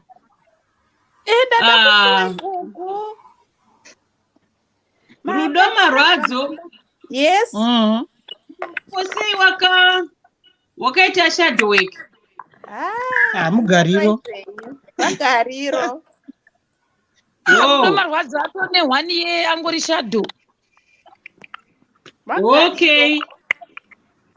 Mamukanga Iwe ndofunga ngatomukanganwa. Lady Gwagwa ndichazokuti ndini rudo marwadzo. Makambohosta birthday rasekuru vangu ndakazofara zvekuti kuBirmingham. Ndichazokumhoresai one day ndoti ndini rudo marwadzo. Wow. When was that? You when know was me that? Though.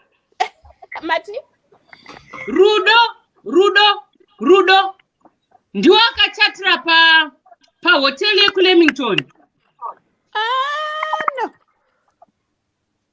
Wanavumwa ndiwerudo wandakamboitira event pa Best Western Union hotel yeku-Leamington ainzi Rudo. No.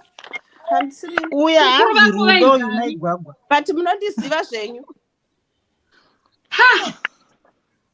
I know you, isn't it? Yes.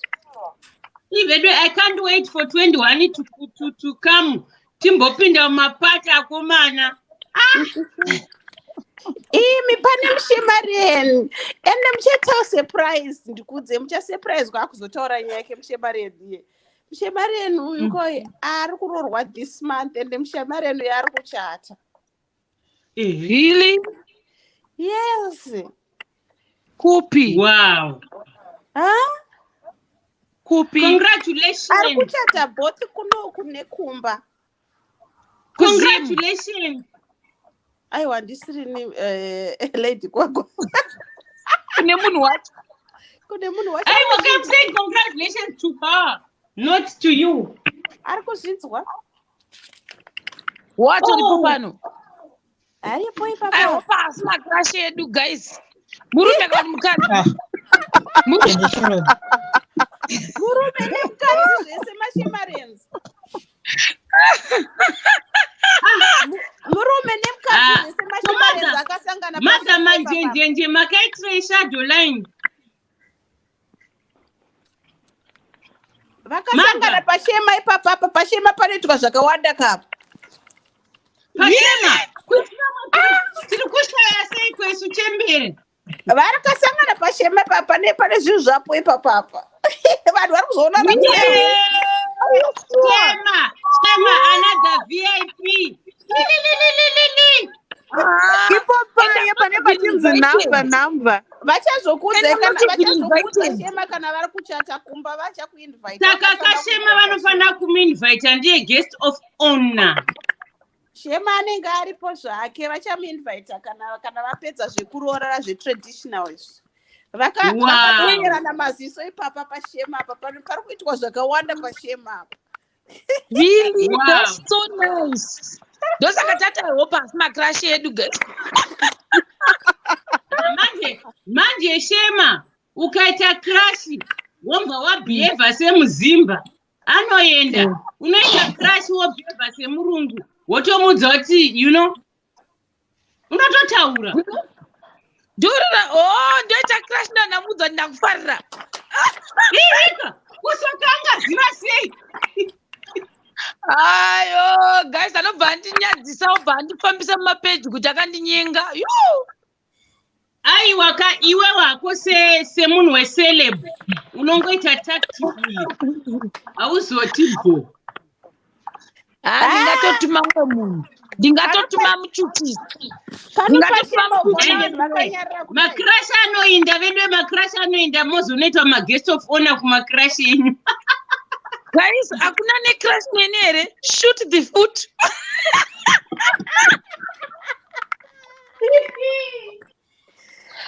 Guys, oh my God. Vakasangana paShema apa paShema pari kuitwa zvakawanda pachinyararire. Wow, that's really nice, yo. I'm so excited for them. Asvaisapinda mubox havo. Vanopindamo. Kapa kupinda mubox mama zvinzi namba ipapo. Asi ndiona admire kani guys. Admire ndiye ndina gopi. Leave admire alone munhu wachada kuinvite admire.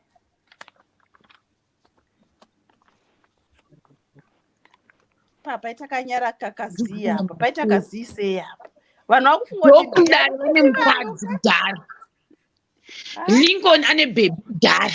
So I'm thinking, which guy is this one now? Saka vese vanopinda mubox unovapedza ukavaziva here? Ukavazive. Unovaziva kuti ninge anopinda mubox. Lockdown yakaunza love, lockdown second lockdown yeEngland yakaunza love paShema.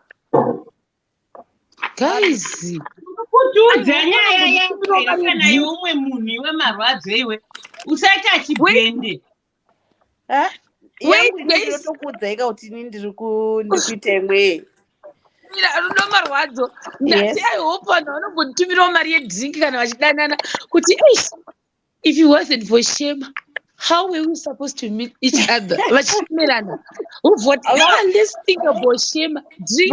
Varikutokuinvita kuwedding yavo vanhu ava vari kutoroorana this month. Wow, seriously? Yes, traditionally vari kuroorana this month. Kurutenda mombe uko.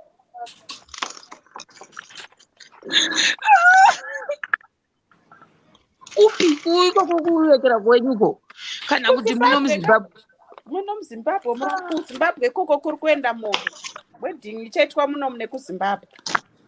Wow, that's really nice. I'm so touched. Yes. Amutikokewo zvekuitacho kuno vedu tine madress atoora panapa. Ndosaka ndichikubvunza ikavada kuti pane munhu ada kuita kitchen party uyu ndiye ada kuti amuhoste kitchen party.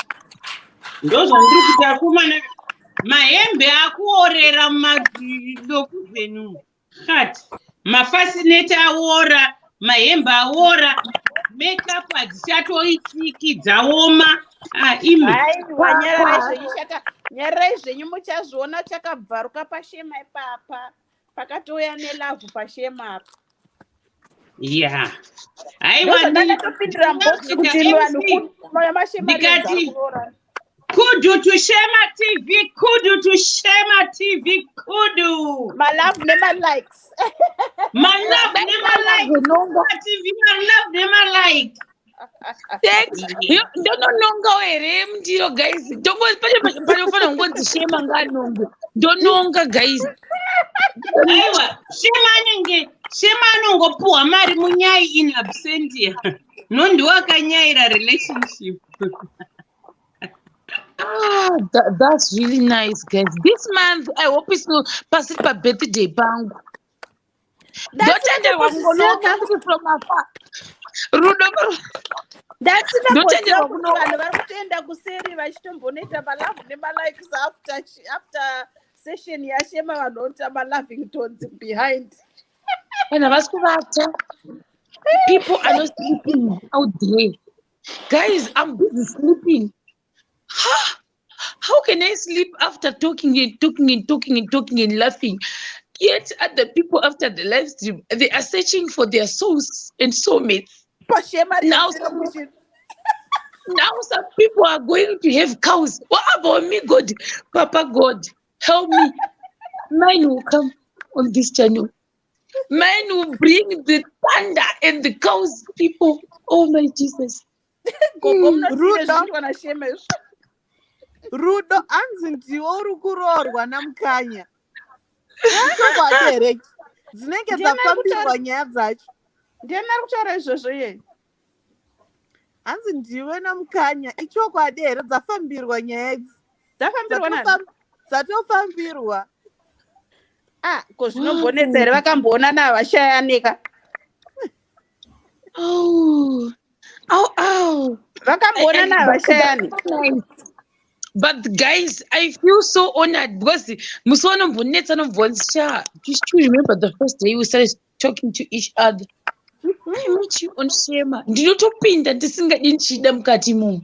Ndiripo, I'm amongst them. Ndiripo. Yes, I'm there for them. You are there in pakati longena. Ndiripo pakati patondoregerei. Even by Ngena pakati the inside. Aiwa, by fire, by thunder, I'm there. By fire, by thunder. Iripo. Aiwa. Didn't you see? Oh my God. Chinomaje mchacho chekuno Zimbabwe. Gogo va freezer.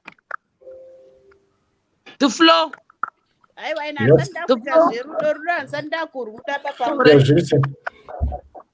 Taurai.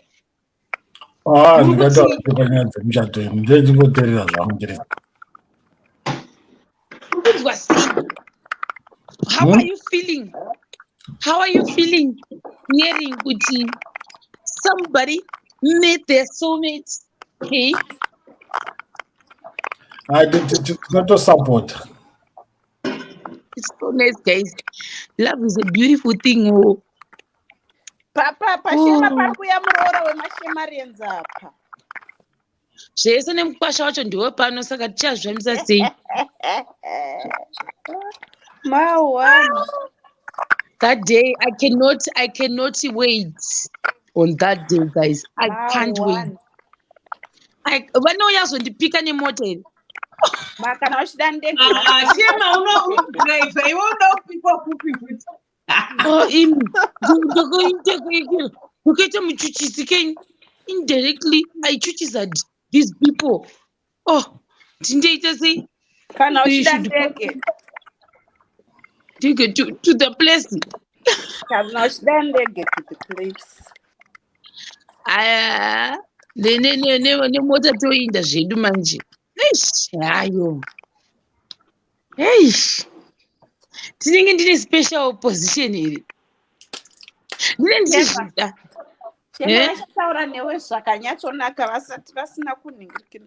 Vasina kuita ndangoita makuwa kaini. Ini makuwa ndiri kuita. Vanhu vakatanda kutaura newe vega. They should, please. I'm waiting for them. No, it's no longer. They should talk to me. I'm waiting for them. Actually, I'll do a follow-up. As soon after life, I'm going to do a follow-up. I'm going to do a follow-up. But yo, so how was it? Like, how did the conversation started? Like, did you say hi? Or did you say, Linjani? How, like, seriously speaking? So that I will professionalize and take notes. Copy and paste.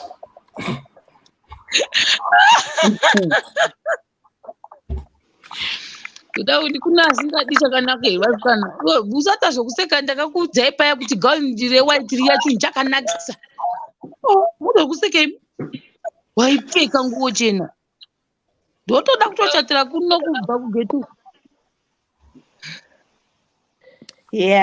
ma1 mukuti ma1 love gogo muri kuti nenyaya iyi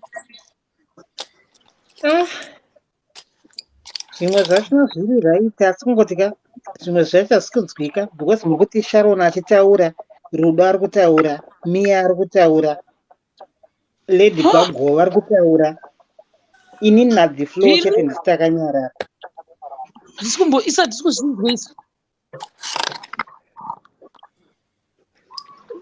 aiwa tiri kutaura pane munhu ane background iri kutaura tono kuti ndeuya ndiani tiri kutopanana chance ndakumbonyarara gogo ndakumbonyarara no aiwa handina kumboti nyarara zvangu taura hayo isu kuteerera muchatota toumirira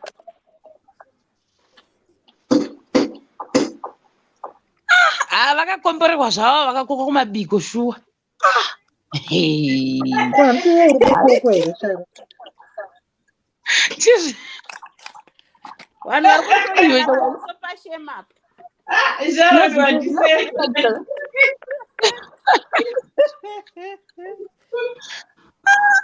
musacho munondifila and then she make a short because ndine ndisingamboiti anything ndine ndisingamboshanganira zvandine ndakaita izvi ndinenge ndakachena ndichizvinda ndine ndakaiswa ndinoti wivhi inonzi chii manails nyange ndakamamaka musi iwoyoka au improvise ndinomaiswa manails ndotsvaga gogo nyange ndisingaide musi iwo au wear that gogo for them ndoyesa kuiswa zvakanaka nemwana ndine chiti vakanditi picture ndinoyasomeka short ndaenda pakati pavo vari vaviri kuti aiwazve kuruboshwe kune uyuyu kurudyi kune uyuyu ini ndine center cbd apo saka let me between I cannot wait nozvakwakavharwa kuno zvichafamba sei ndosaka vasati vakuudza kavada kutanga vaita make sure kuti lockdown yakamira sei vasati vakuudza madates ndakutorwadziwa manje autoona manje kuti hanzi ndiri kunzwa kuda kurova munhu taidekamakuwa aiwa kanga asarova munhu chamwari ininiwo ndakutoimagina ende imagination yangu manje haisi kuzomira kusvika zvaitika because mumwe musi ndinomboimagina ndakapfeka dhirezi rered mumwe musi ndichaimagina ndakapfeka dhirezi rehameuti rewaiti here mumwe musi repink mumwe musi regreen ende ndatomboimagina ndakapfeka nezvimaekirasheshe zvinonzi zvino zvamunoita ikoko kuengland izvo zvokudaiwo mumu kune muri muna juni ine iri juni saka kune uchitonhora ndinenge ndakanyatsa kupfeka nice dress rakati waya ndake ndakachena ndakaiswa wivhi yakareba brazilian hamino kuti ndinotosezeresa ndoitwa ichi chenyuti chiya chakadai chekuengland ichi musi handirekodhi kana vhidhiyo yesamari dzemakuwa emastriti handiti ndaubm ndakanganisa handiti I think ndinonge ndichimeka short muri kuzvionera emails then ndichindikadaiwo ndogaragara ndodaiwo so aufabate kufesi ukabate kufesi makeup inobva yenda then ndakadaiwo ma nyaya yemanails kuno izvozvi ndikabuda muno 2 seconds ndikaenda mubedroom ndodzoka ndaanani manails serious kuno arichipisa kuti kugadzira wega akachipa zvokuti kana une dress regreen unonamira egreen mangwana une repink unamira epink kune shop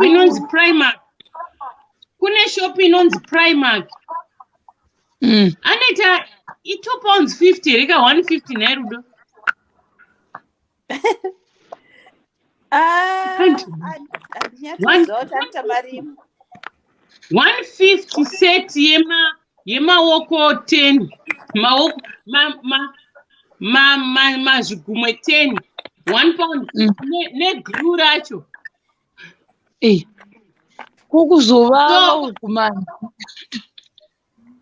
inovaviwa. Aiwa, unongoti uchingopedza function unonyika muomo utazotobva. Aiwa, musi wacho ndoshingirira ndokwenya zvangu. Inini kubasa kwangu nenyaya yecatering I cannot put acrylic ayaya, saka ndo zvandinongoita ndinoisa matemporary because kucatering hakubvumidzwe nzara. Saka turiko tumanews ndomunga kuZimbabwe zviri kwenyu. Handambozvitsvaka ini because I'm not into my nails, but musi wemuchato ndikuzvipikicha ndirimo paevent. Aiwa, usare Shema, usare ipapo. Zvotozvipikicha ndombetu zvokuseka. Ndinoenda kuita sei? Kochi ichi chiklasi chiya ndinoenda kuita chekuita sei? Ndomeka shot pandogara ndombobhara 4.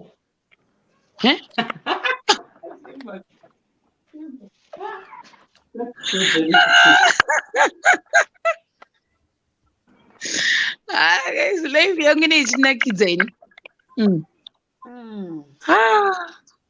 But I cannot wait. I hope zvinombopera izvi veduwe. Sure. Vochitaura manje kuno kushema kune big trouble. Chero kuZimbabwe mukazarurirwa. Isusu kuno I can come to Zimbabwe, but kana ndodzoka Zimbabwe yakalistiwa se red travel zone. Wotozvibhadharira. Kana wakudzoka unofanira kugara muhotera 10 days.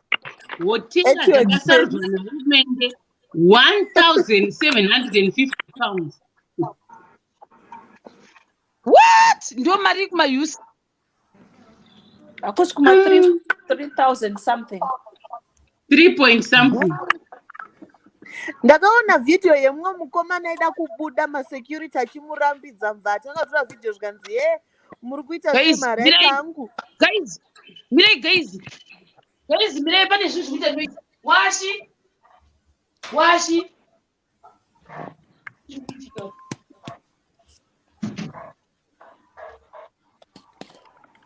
Kuna kutiudza kuti pamba pasvikamba bva Shema tiite stress tiri pano pamafaro. Manje dzine dzauya wrong time because tiri pano chikwata chiripo. Tototanga kunamata kuti by fire by thunder the devil is a liar. The devil is a liar.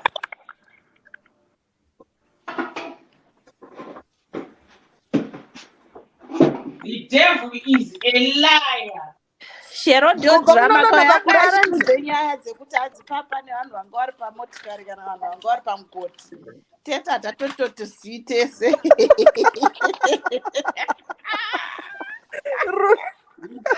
We pray for divine protection. Divine protection in the name of Jesus. She's all right. Yeah, and those are that we pray, we release favor, we release the blood of Jesus. The flowers zonyarara manje. Ngadzipindira papi nyaya dzechikadzidzi. Hanzvadzi yangu murume chaeka hangodairira dayatunyatwe mhanga.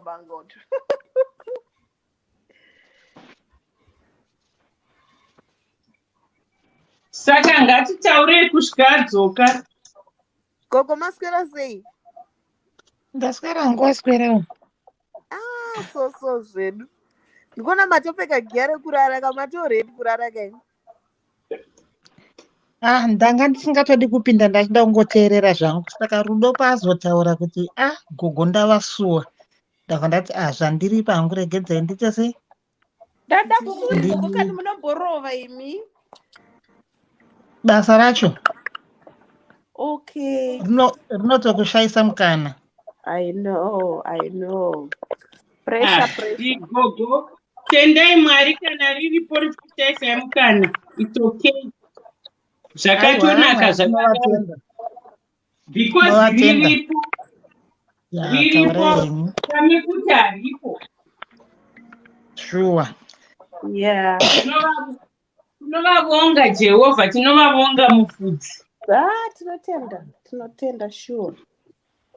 Tinovavonga ishavu. Tinovatenda nekuti some of us we got rich during COVID.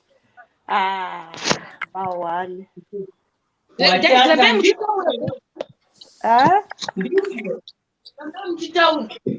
Aiwa, tiri kutaura timborengedza ba tinotengeredzerezve ndi kutaura. Toda kutaura keni. Shema, wadzoka here? Mirai 1 second ndanditaura pane munhu anga asvika angada kuba. Atatonamata kare, Jevhu watofaya. Ende munhu yaanotopinga zvimwe. Nditarise pazvapo. Nekuita nguva. Pamanyiweni. Rambe muchitaura ndikuuya. Vanhu vari kuZimbabwe havanyari nhai. Vanyatsoziva mwana uyu. Akaitaura imba yaakagadzirisa nemota. Vakumutageta. That's not nice. Aiwa, vasirivo. Totovaziva vanhu vacho. Tovaziva isusu. Vanhu vanozviita. Dandoti that's not nice. The thing is, kuZimbabwe vanhu havana mabasa akavanhu vane nzara. That's not nice. Unofanira kutoita ma-lifetime dzinoidzi everyday chero. Worarama woda kuti simba remwana womwe munhu wongoritora like that pausiku mumupapa. Why? That's not nice. Imi ndakambozvirwa wigi mumusoro ndiri pamikuzi paye.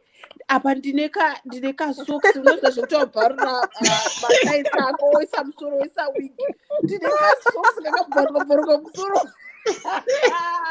Pamwe kanenge katorike brown. Zviri kumbokakarike brown ke-coffee like brown.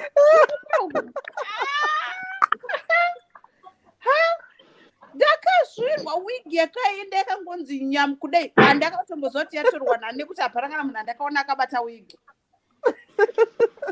Ndakazotora vanenge vatopasirana. Ndakazotora kasikafu kana ndinako ndobva nayatsosunga kadhuku mushe ndakazofamba taundi yese ndakasikana musamboseka hedu zviri kumbaoko.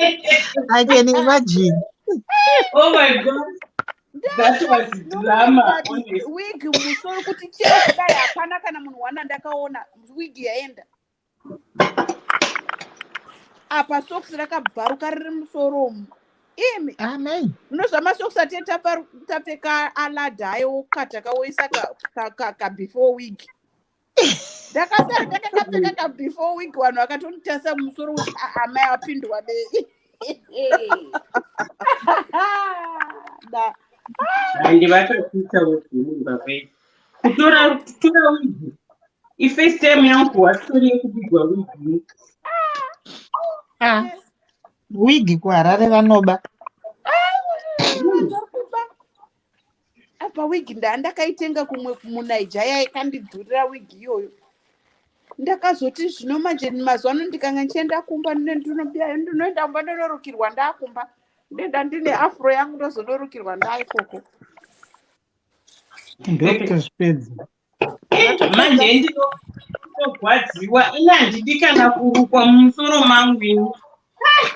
Ndinohwa kuketa scalp yangu zvinaiti.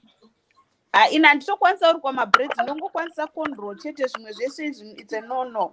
Mabraids ndandidunirirwa nani. Mabraids ari easy kududunura manje. Nditoti zvangu zvokugara pasi zvacho chete kungogara ndichadudunura it's another thing.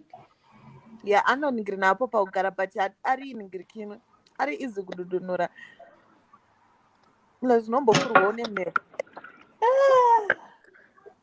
Kumba kwakaoma. Inzara vanhu vane nzara mhani kuZimbabwe kwe kune nzara bedwe. So iyoyo yauri kutaura ningirikini rudo yewigi ka kuSA vanotoba even ma-earrings vanoba, kana ari ma-dreadlocks vanokucheka.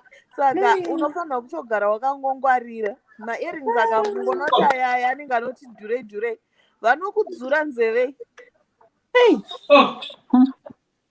Manje ini ndakahwapurirwa chain. Ndakanyatsoona kuti ava vakomana ava vanenge matsotsi, ndabva ndabatisisa bhegi. Hamuna kudzipwa Ndadzoka.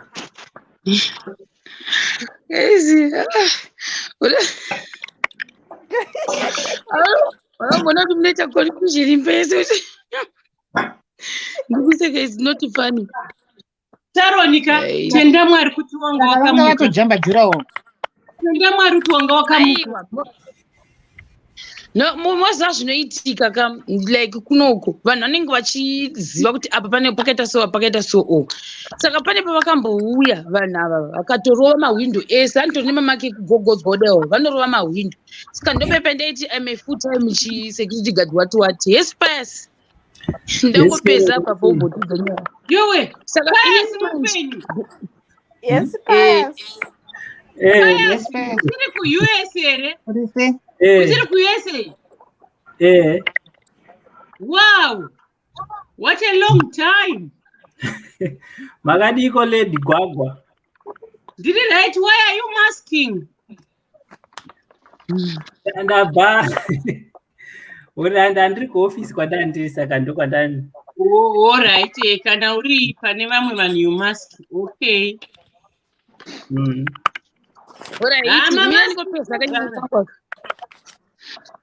So ndo patakabva taita sei takasila mahwindo ese like pandakabva kuuyuka pandakanzwa kuti pane vanhu vakambosvika ndakava nemakamera but ndo zvatiri kufanira kugadzira izvezvo then pandakasila kudero isusu tinotozviziva ende vanhu vazhinji vemumuraini vanga vakutoziva kuti nhingi ndianoita vanhu vese vakagogodzerwa mahwindo but kuti manje uchiti zvakati zvonetsa ende because vanhu vese vaitwa same style ndo zvaiitika yapera iyo patasila mahwindo ese tikaona mari tozoisa ma-AC maybe 1 uko kumain uko ne1 kunoku tikaona mari pane kuti zvedu tirikuvate tichigugudzirwa everyday saka vanhu vanenge vakuzviziva kuti ndo zvekuita sei ndo zvekuita vanhu plus vanhu vakuisa makey futi pamahwindo I never knew kuti vanhu vachiisa makey pamahwindo ndo zvavanoita saka hauvhuri then chimwe futi chii chandakanotisa pane vamwe vandakanzwa kuti hanziva kuita zvekucheka saka manje tinotononoka kuvata because of that dzimwe nguva ndosaka ndichizouya pamalive late because vanhu hanzi vari kuchekerwa tocheka mabhagula bha kudai so ndo zvavari kuita vanhu kutomaisa pasaidi votokutorera zvinhu zvese makipa uyu handakunyatsonzwisisa wachikuisa ndiani ini munosvikira moisa makipa windo here kana kuti chii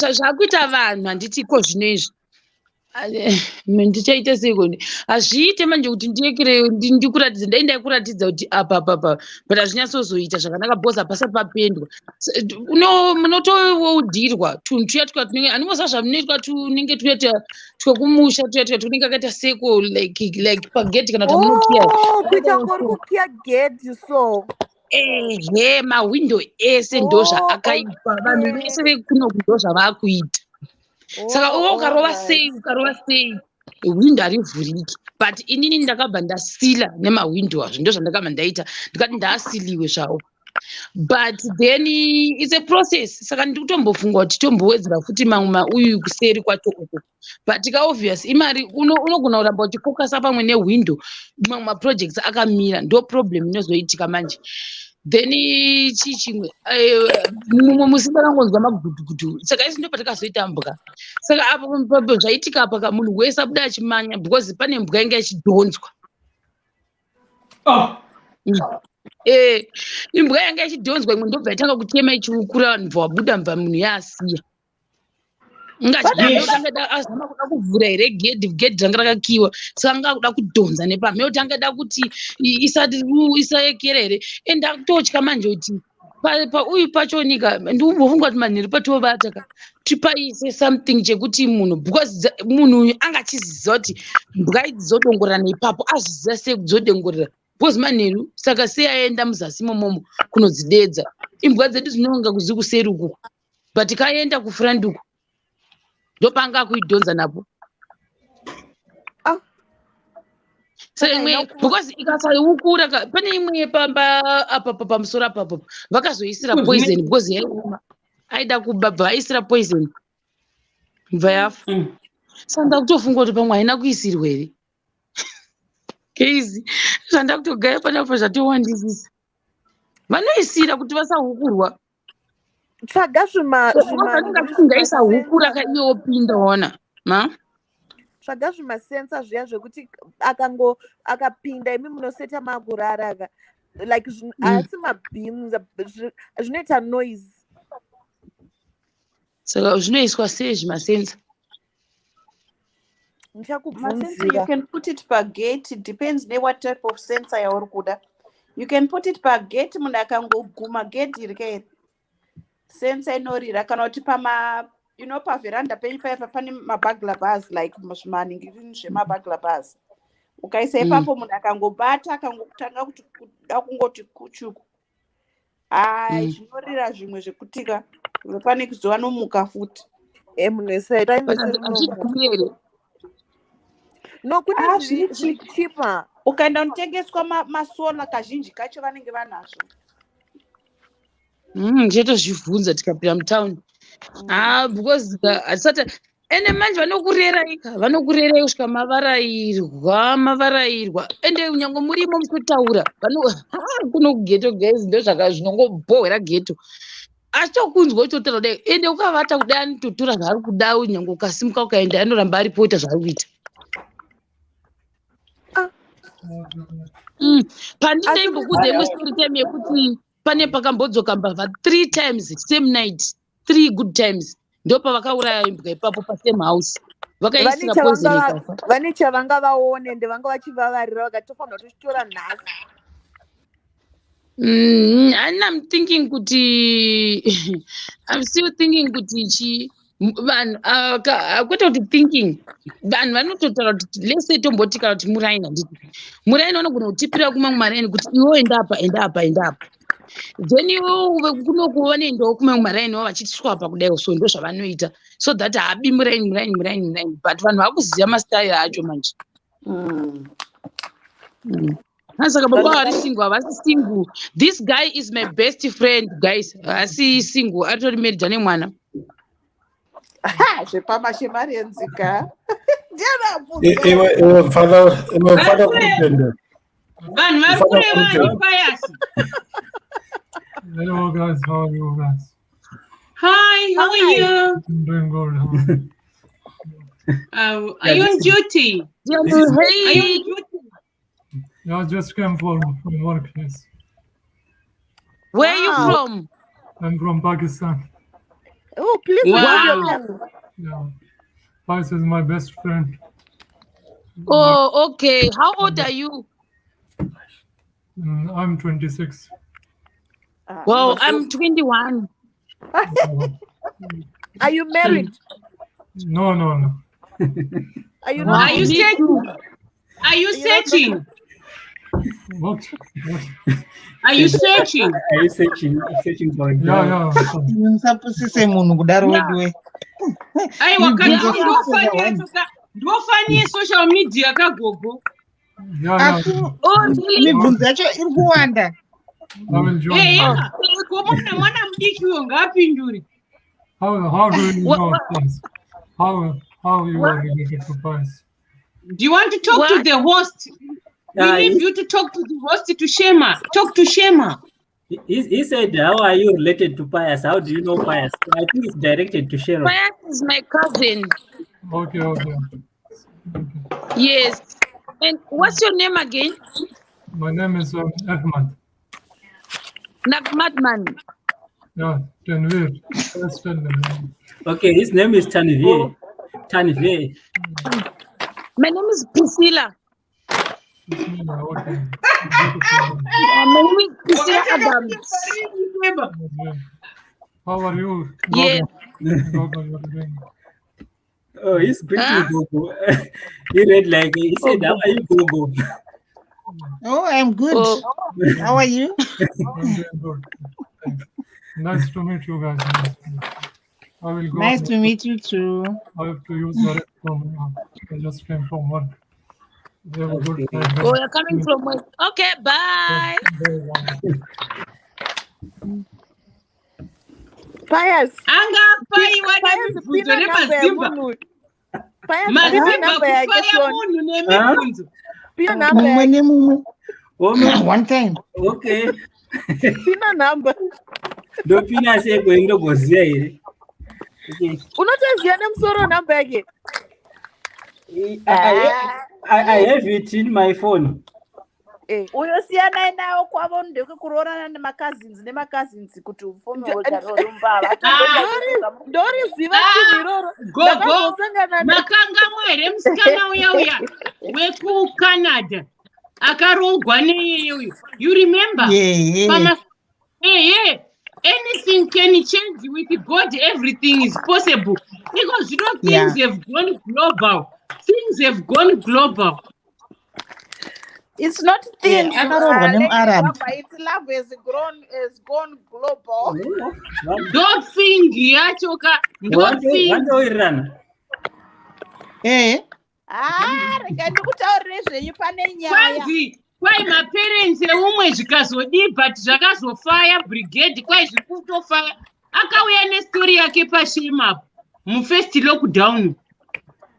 Ndozviziva zvamune cousin yangu akaroorwa ikoko. Cousin yangu akaroorwa. Aiwa yakataura aiva kuCanada musikana uya uyu. Neva Canada anditi? Canada. Cousin yangu akaroorwa ikokoko neanhu veikokoko. Do you know kuti chakazoitika after 7 years chii? Baba vacho vakati vada kuenda naye kumusha benanga afa ikoko. Akadzoka nemwe mukadzi akanzi uyu ndiye wekumusha wa traditional wedu. Uyu ndiye wako. Chai! Ende havabvumidzwe kuramba. Munyika muno unotova muchapter yekuti haugoni kundiita fire brigade. Chai. Usarambe saka atonda akati. Saka atova nebarika. Antori nebarika anogara kwake ende anogona kuwachengeta zvavo vese but ari pamwoyo pehama dzake ndiyo kumusha. Anongodanana kane hama ndichidanana newangu. Zvine basa reizvo.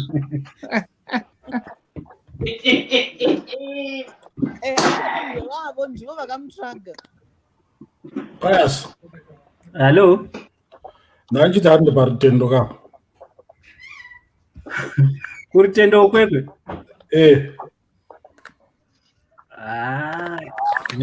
Kuti ndinongouya zvezvi. Ndakazokutaura ndokubarani kwako. Makakurira murutendo. Hapana zvaronzete kuzvorutendo. Ndakadzidza kurutendo parutendo secondary ndikadzidza paDrake paya. Wakadzidza rutendo secondary when? 2005. Ndiana kutora zvekukwekwe. Ndiana kutora zvekukwekwe. 2005 ndo pandakadzidza na flow. Na the flow. Then 2006 to 2007 ndo pandaidzidza pakaita A level kuDrake kuzisa. Kudrake rega ndikuudze story yekudrake. Ndakaita form 1 and 2 St Patrick's kwachiundura kugweru.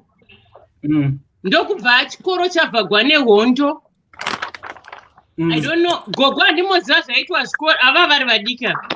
Gogo handimoziva kuti zvikoro zvakabvagwa nehondo. So examination ZJC exam. So ndakanopedzisira kunyora paDrake. Ndobva ndashayiwa nzvimbo yeform 3 paDrake. That was 79. Ndobva ndaenda kuAmaveni.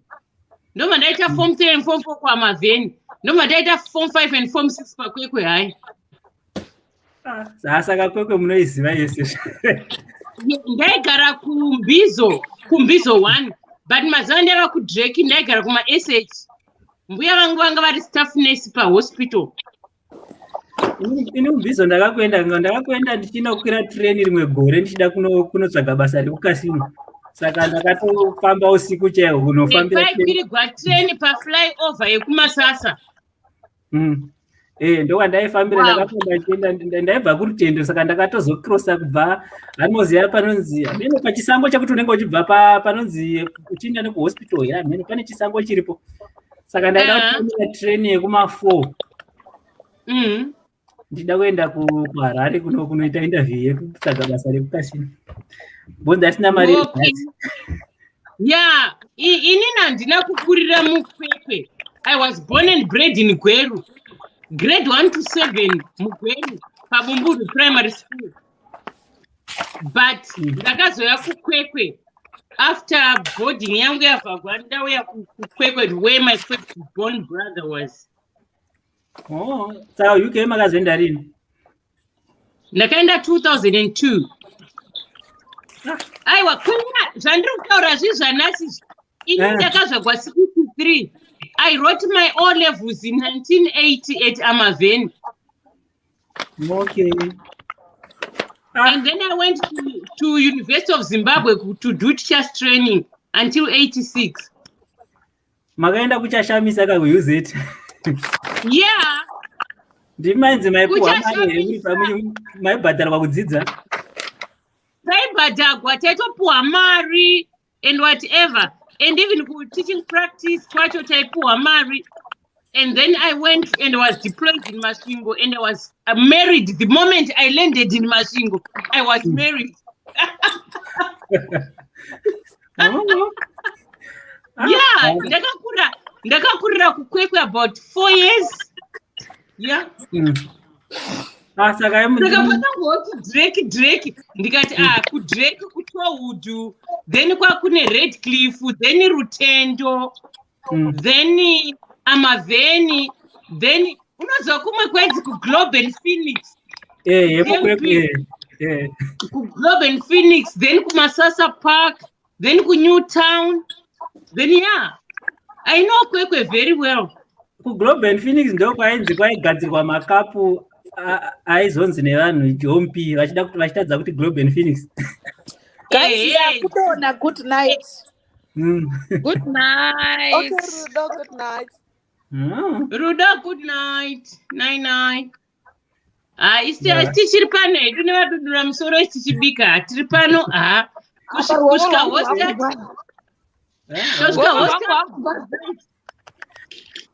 Saka munomboya kuZimbabwe zvekumhanya. I was supposed to be in Zimbabwe the whole of February, but because of the lockdown. But ku-US ndinouya kaini. Munouya muchisvika kustate kupi? KuKansas City kuMissouri, Kansas City, then kuSeattle. Oh, Seattle tinogara iverenga nezvayo. I think ine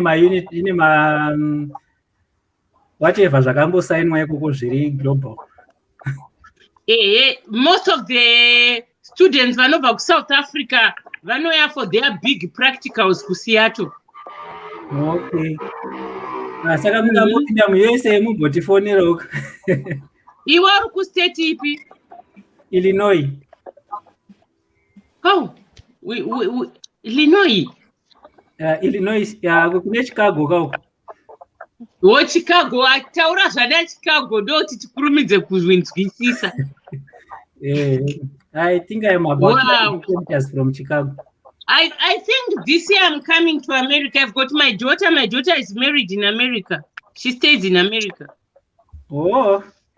Mukauya mambotifonerawo tombokuradzai. Aiwa, tokufonera. Chete kuAmerica hakushanyiranwi. Mastates acho they are so far away from each other. Just hangu kuti Seattle, how far is it from Illinois? Mainly ndinenge ndiri Kansas City. kuSeattle kune shamwari yangu. She was working here, then she moved on to Seattle. But I started in Seattle. Ndombonomona, but ndozogara longer kuMissouri, kuKansas City. Okay. Aiwa, tinouya uko. Panouya musikana anosona hembe. Uyu fashionist. Aitombotogara muKansas City, ndakahwa story yake. Chatotarisa kuti Kansas City yacho iri kure zvakadini nekwandinogara, because ndine imwe shamwari yangu inenge inogara kupennsylvania here, but if I'm not mistaken, but anenge akati anogara Pennsylvania is adjacent neKansas City, is the other side. Pennsylvania ndokune Boston here, handichazivi. Ini mastate ekunyika kwenyu akawandisa anotondikonfusa ini. Achiri kukonfuzana nhasi because ndinongoziva But zvandinoita kandichiya kuAmerica, I treat myself. Handiti maflights enyu anombotanga kulenda kumwe, onolenda kumwe, ozoenda kumwe. Saka each time ndinototi ndotora flight inolenda kuanother town yandisina kumbosvika. First ndozoenda kuSeattle. Okay. Yeah. Saka ndichiona zva. Saka sei mwana wenyu akaroorwa kuAmerica yemuchigara kuUK? She went to America, then she got married. Okay. I think the way I've said it, she went to America and then she got married there. She lives there because she's got family there. She's got a husband and a child there. Ndofunga ndindaresha kutaura. Ini ndakangoya kuUK, then ndakawana mapepa angu vana vangu vadarika age yereunion. So ndo mastori anonakidza. So I had to work very hard. The girl went to America, the other boy is in Dubai, the other one is in Germany. Okay, so they are all over. Saka munogona kushanyaka kwese uko? Kwese. Ndaifunga kuti pane one ari kana kuAustralia, ndikati Australia nyika yandoda kumbozodzokera futi. Ndakambokusvika hangu. Australia I've got only my cousins, but I don't have my own child, you know. All right. As apparently Tessa hatisi muZimbabwe. Saka pamunoenda kuZimbabwe muchindepi manje ukanzvadzi? I've got 2 sisters and a brother, and then a lot of cousins. Okay. And then at our house as well, Kumba. Okay. I love Zimbabwe. I love Zimbabwe. As long uri wekuZimbabwe hauzoshaya hama, haumboshaya kwekuenda. Aiwa, ini kuZimbabwe ndinotofamba ende ndinonakigwa, ndinoenda kwese, unoona Victoria Falls Kariba kwese.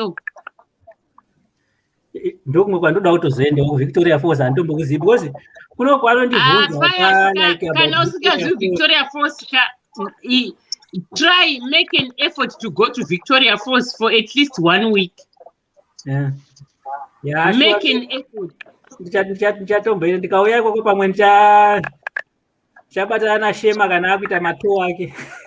Kuti hatimboite usati wauya. Usati wauya. Ndakangomiswa nenyaya yezvitambi neuyu chete. Pasina izvozvo kamwari. Izvo zvidenda tokudzonza nedenda vepi. Shema is on a mission. This girl is on fire. She's on expedition.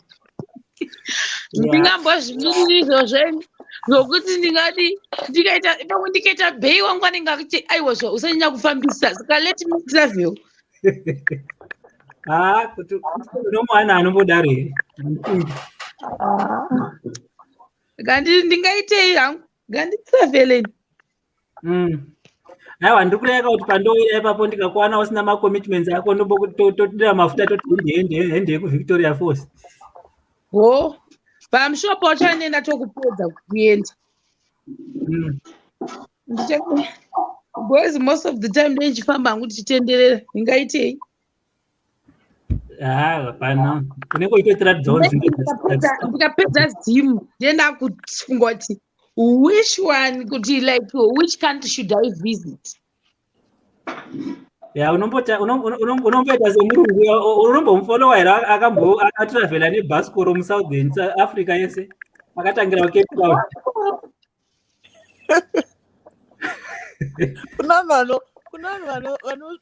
Akatangira kuCape Town kuSouth Africa, then ndobva apinda nekuBeitbridge muZimbabwe uko.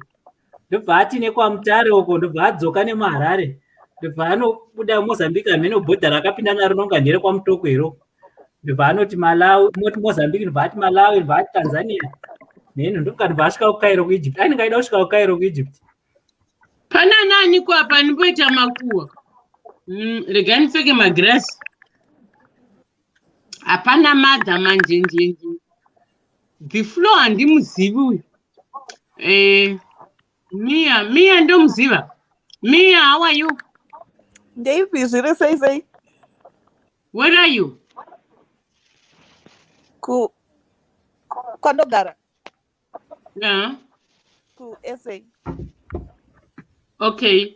Who is the floor? Where are you?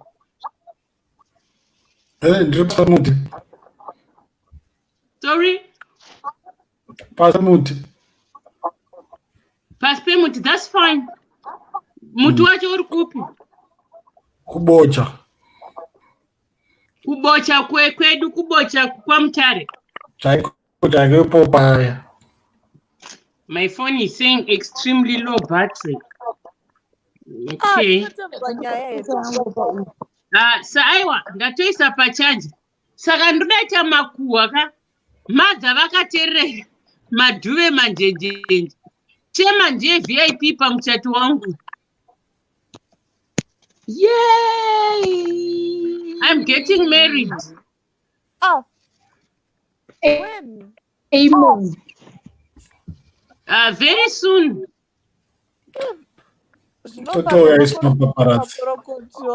Guest of honor and Shematv. Amina ari kupinyeya apa kuti kwanzi chiri mucomment section handisi kuona zviri kunyogwamo. Kwanzi maski yaremadza vanhu ari ega mumba akapfeka maski. Hamene ndiani ari kunye pamwe vasi kuziva kuti grafted. Aiwa uri kubasa. Yes, Lady Gwagwa. Mama. Hi Lady G, hey mwanangu. Hi mama, manjenjenje. Ari pano. Aiwa makorokoto kumuchato kukaku ndewedu teseka uyu muchato. Aiwa usiwe vanhu vese uri very private. Very private.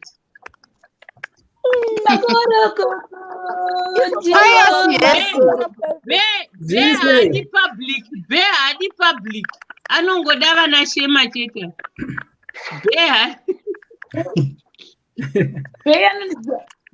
Be hasi public figure. Be hasi public figure. Be ari piko be wacho timbomuona. Be aiwa hasi panapa. Be hasi public hasi panapa agari panapa. Oh, anenge achungotiona ari kuseri. Be hasi social media. Zvachose hapindi musocial. Esi tinei. Akada kufanana nemunhu wandinoziva Bey influence. foto yake apa tione. Magali Lady Gwagwa. Ndiri bot. Payasutise yako. Lady Gwagwa. Ndiri bo. Hapana vari kuita thesis here apa kumana. Ini anditambudza. Payas wakadini ako. Nechikoro Payas takaona sokuti iweweka unozvigona. Famba nayo thesis yako tione. Aiwa ndakanyora introduction musi unonoyi ndanzinyora introduction yacho utipe. Ndonga ndakatongonyarwa kunziri right. Thesis towards PhD. Zacho. Uri kuita PhD? Aiwa masters. Home yemasters. Ndichachikoro futi ndikangopedza ndikabuda. Maybe chinja faculty. Ndikangobuda apa handidzokeriko. Handidzokeri chikoro futi handitiko. Chinja faculty. But iwo makore ako asati akwana here kuti usaramba uri muchikoro. Zvemapost grad hazvina makore kachaiwo ekutoti makore. Okay, handiziva hangu system yekuamerica. To tell the truth, I don't know system yekuamerica. Handizivi. vari pamwe vatinodzana vatoo kuma-50. Yeah, but I'm surprised she's saying that. Kunonga kuna limit of what you can do. There's no limit. Wow. Chikoro. Kana iwe uchiti chikoro chiri kuneka nenjere mupengo yako iyo kokuzoti. Hapamborina njere mupengo apa. Kaya you are blessed, wakaropafadzwa. Indakateerera mastori ako ese kaini. Ose mastori ako ose awakataura mulockdown yokutanga. I followed them all. Oh, really? Yeah, kubva muri kuuniversity yenyu yekusouth Africa iyo. Uchizonoisigwa makozho here, mapete here. Muda kuzwadza Shemani haazopedzi kudurira musoro.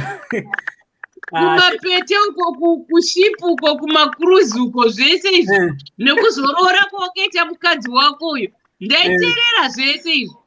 Vakazvifolowa shuwa. First knockdown Shema akatigonera, hatidi kunyepa. Shema wakatigonera. Ndofunga zvakatoinspire umwe munhu kuti don't give up. Zvakainspire but Shema akaita kuti tisaita mastroke. Akagona.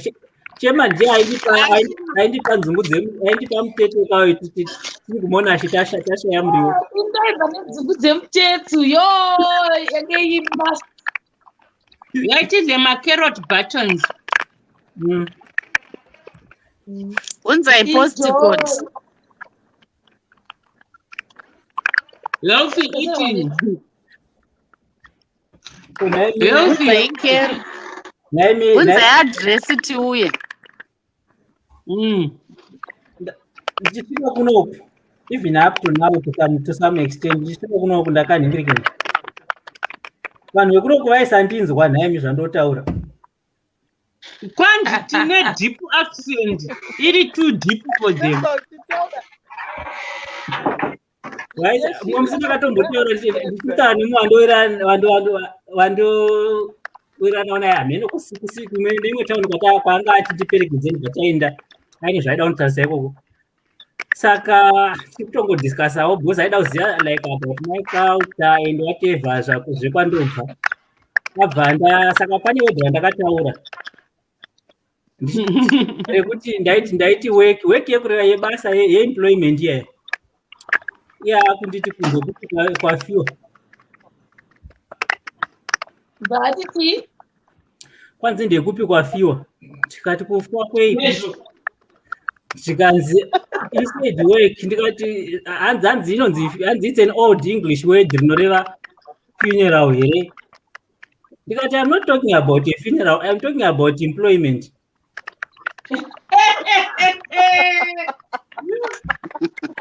Aya. Really basa.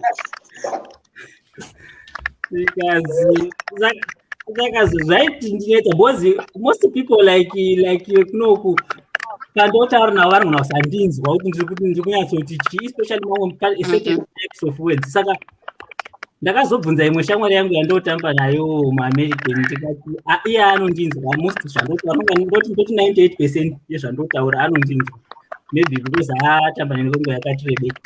Ndikati nhaiwe zvinondoita sei because vanhu havandinzwi. Saka apa munhu ari kunditi weki ndaida kuti work employment yangu nditi inoreva funeral, ndoti chii? Ndikanzi no, the trick iripo ndeyekuti unofanira kuti kana uchitaura word risina ara pakati or whatever, your tongue should remain pointed to the whatever.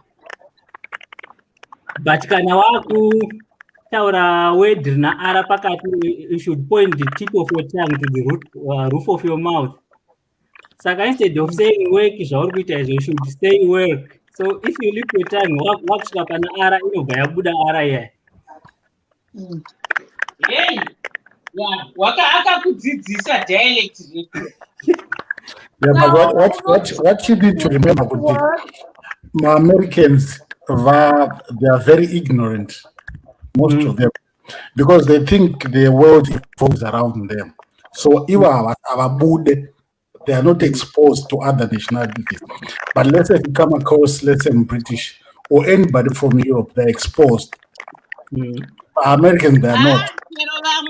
chero vamwe vekuno isi togara kucovent havazivi bullying yemubirmingham inozikamwa neinternational bullying. No, we're not talking of places. We are talking of being exposed to other nations. My American. Alright. Munomu mune exposure yakanaka. Munomu is multi-cultural society. Muno. Yeah, it's true. Very multicultural. Very. Even akuna city sina accent yayo. Every city even muno UK ina accent yayo. Inini ndikatoenda Scotland. Because unenge wajara lingo ye place yauri. Every city in accent ine lingo yayo. But the only thing we don't realize that we are in a different accent. That means it's new. That's it. You know, the only trick probably you have to. The trickiest thing, you know, than that. Unotanga slow. Yeah, ipapo ya ndakatozoitawo izvozvo zvekuti kana kuti moziva kuti ndakazoita imwe triki yekudii ndisandaudzwa triki iyo nemukomana uyo wandogamba nayo. Ndakazoita triki imwe yekutsvaga masynonyms esame word iroro.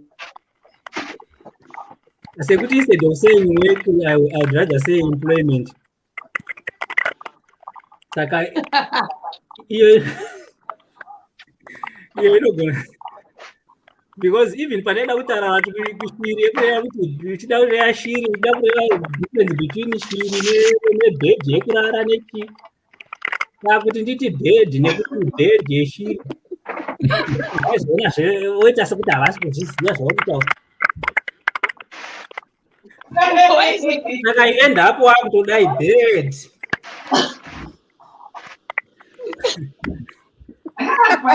Wakuburutsa maoko.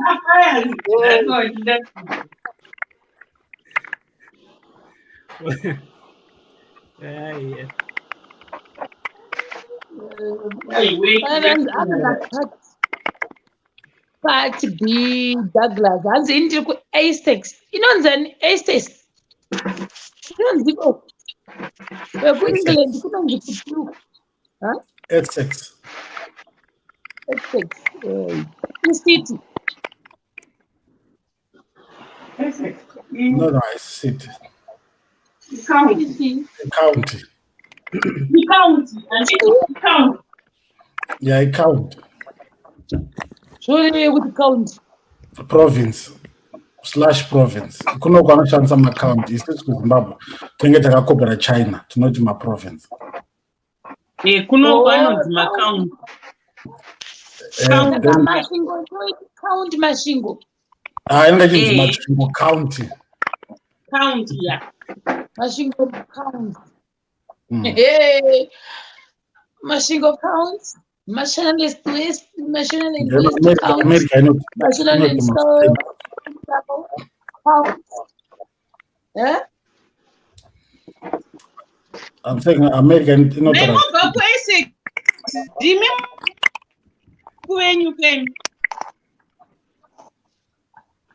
Anditi Essex.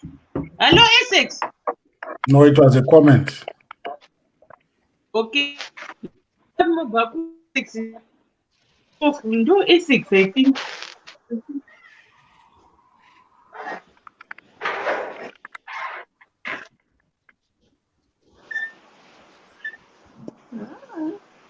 And as a person, I want to be much information, but not that tambula.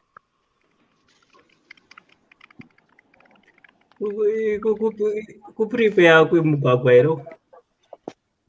Aiwa, ndiri kunyadzanda pedza one TV apa. Ndikafambanisa mapuresi ngauneta mubodi. All right. That's one thing in it too must say this Right. number. Why gara which street? Hello? Kurutendo why gara which street? Takatanga chigara kune inonzi Garikai kuti sene kuZayoja uko. Ndokwandakasvikira nditanga kupinda murupekwe ndokwandakagara kuti wangu. Then ndikazobva ndikanogara kumusoro kudhuze rinonzi kuBaghdad here wakuda kusvika kumashops anonzi ekwaDhora. Handichazivi That's all right. Then ndikazombonogara kuRed Cliff muna Price. Muna Price. Kuva right kwako kwese. Oh. Takatomboseenza Cisco. Oh, ichafaya. Yeah, I don't. Those were actually the dying days. All right. Because I remember Pandai Form 5. I think that was 2006. 3 Form 5. Yanga yakuenda ikoko but yanga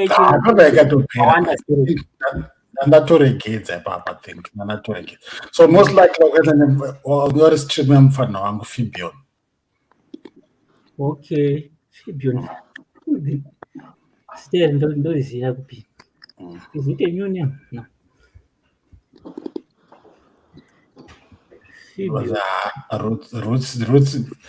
Roots I was there before even Baghdad avepo. Kudhara. Before Baghdad zvava nokuti Simbi Park ndakabva kusati kwane dzimba but kwangoserviswa amastands. Zvino kwanzi kwatozara kaita kazombobva kwati vakwe zvako but kwakusati kwane magesi nechi. Roots watoedza inside out zvotanga todzakara vanotondikangala pane nchokudzati apa ndopaketa.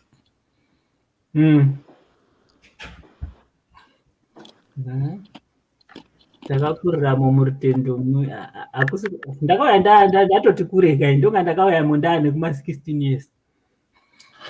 Boys kurati kweZayoja ndekwe-boys vana vekwazulu ka. Exactly ende munowaziya. Zulu nana James Kavinyu kana achimuziva. But I just know kuti kwaZulu kwaive nemumwe mukomana nemumwe ainzi Charles. Handichazivi. Charles, yes. Charles, you're right. I think he passed on. Is it? Long ago, I think he was, I said that was ZBC or something, but I think like Charles, I said Charles achisenza ku council. Most of them were in council because mdalacho I'm from council. Yeah, I think 2007, I think it was 2008. 8? Somewhere there. Oh, that's another tones one ekuchembera kuno.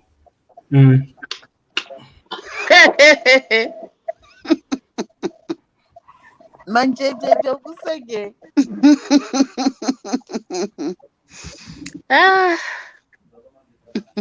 Ruseka chimajenje. What tauris? Ndirikuseka iwe. Ngasikona ndine bvudzi rawaiti. Tony. Iyo taritsa pa picture pangu papa. Iri kupi? Iya pa.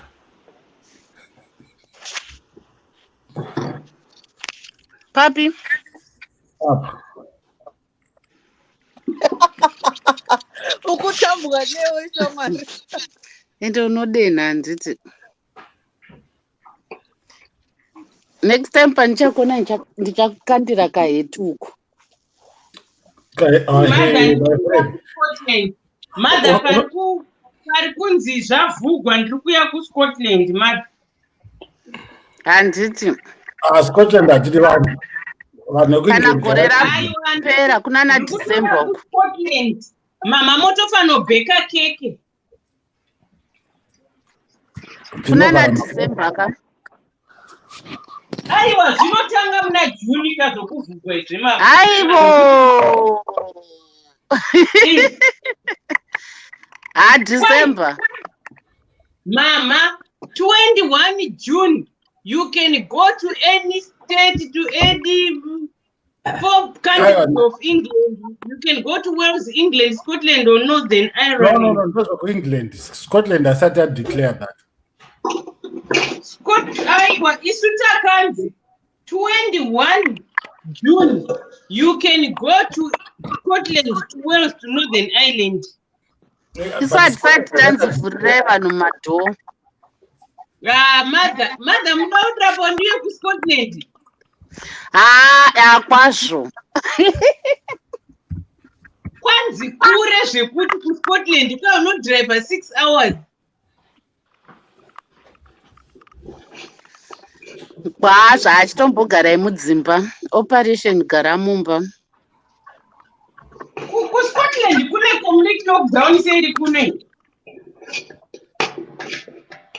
What if June wacho pamunosvika? The flow pindurai handitozivi musiyano because ndagarisa kubva March last year handichatozivi kuti ripinde piti chindepi. Nongozondogara. Aiwa, isusu kuno kuEngland vakatipa plani yakanyogwa pasi kuti muswani kunoitikei muswani, but chanongoza ndechekuti 21 June, hooray, everything open. Isu 21 June teti chikiya madhoo. Saka muri kungotifarira paShematv. In reality hamutidi udzimba dzenyu.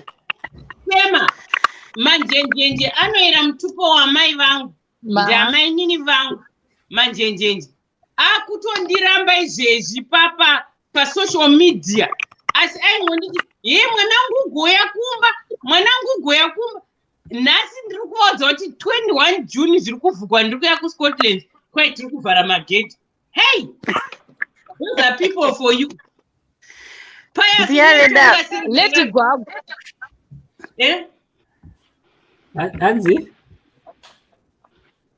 Ndati unoitonga sei nyaya iyi manjenjenje uyo ndimai vangu vandakaona pano paShema. She's very nice behind there. Saka ndiri kuvati nhasi apa mama pane vanhu pajekerere katiri toga uko ndomwa mukaka ndikaneta namai nini vangu apa ndakuvati nhasi pajekerere after 21 June ndiri kuya kuScotland zvikanzi tiri kuvhara mahwindo. Hameno uyo anonzi the flow uyo wavari kuningirikirana naye kuda vari muimba imwe handichazivi, kuda vanhu ava vari muimba 1 ava hatichazivi. Izvozvo Lady Gwagwa handizvirambe.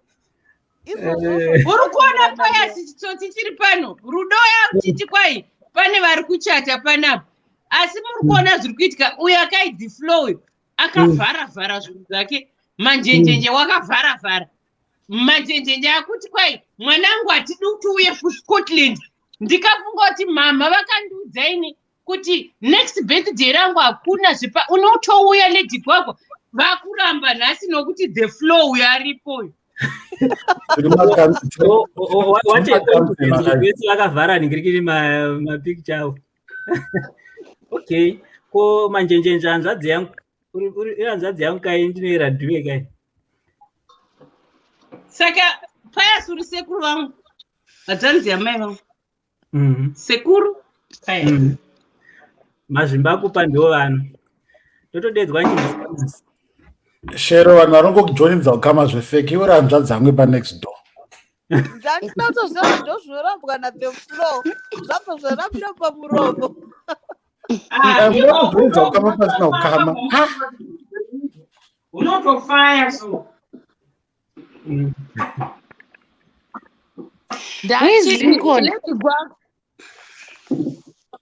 Manjenjenje pana ruda postcode yako.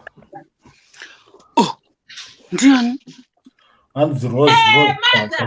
Madongoregwa naBoas na1 AM. Ndigogo Rose Kazuru. Okay. Ndandoti mai vangu vadongoregwa pasocial media. Vanogara muno here muScotland? Vari kuUK ikoko apa handizivi kuti vari Scotland kana iyo yacho yamunotaura handizivi.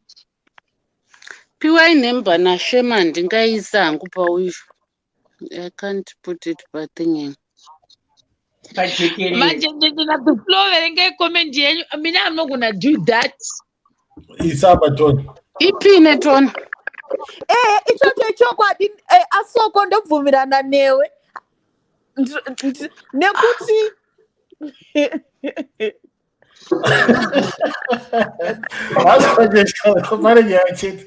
Ngativerenge. Manjenjenje naDha Flow. Pane nyaya chete zvichabuda. Yelele. Nokuti inini ndashamisika.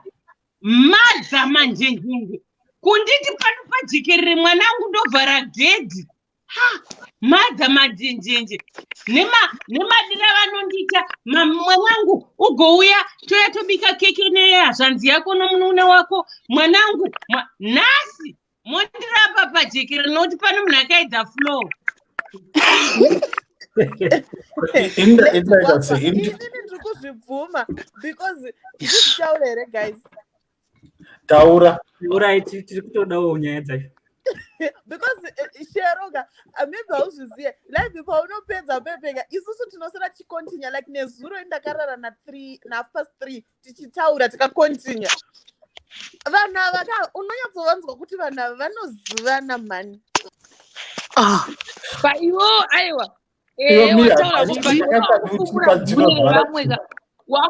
Wakufumura gure revamwe kuti kuseri vanenge vachizotaura. Aiwa ndati tinenge tichitaura palive ipapapa. Vakataura vari tuka hatizozvizive isu. Tinenge senge iyeyo yataura kuti pane wati ndingati ndiri kubvumirana nazvo. Lady Gogona yati ndiri kubvumirana nazvo. Sewe wananga inini Shero. Munguva yehondo ndimi mairohwa vana Maya. No. Mutengesi. Watikusirika munozosara muchitaura ka. Ndati wakufumura gure kuti unozosara muchitaura. Senge ina handigoni zvokuchengeta masikwe. Alright ndanyarara. Maya. Ndichinje nyaya. Ini ndatozoona kuti ndichangoenda malive emambakwedzaya ndo anobudisa zvese zvinonakidza. So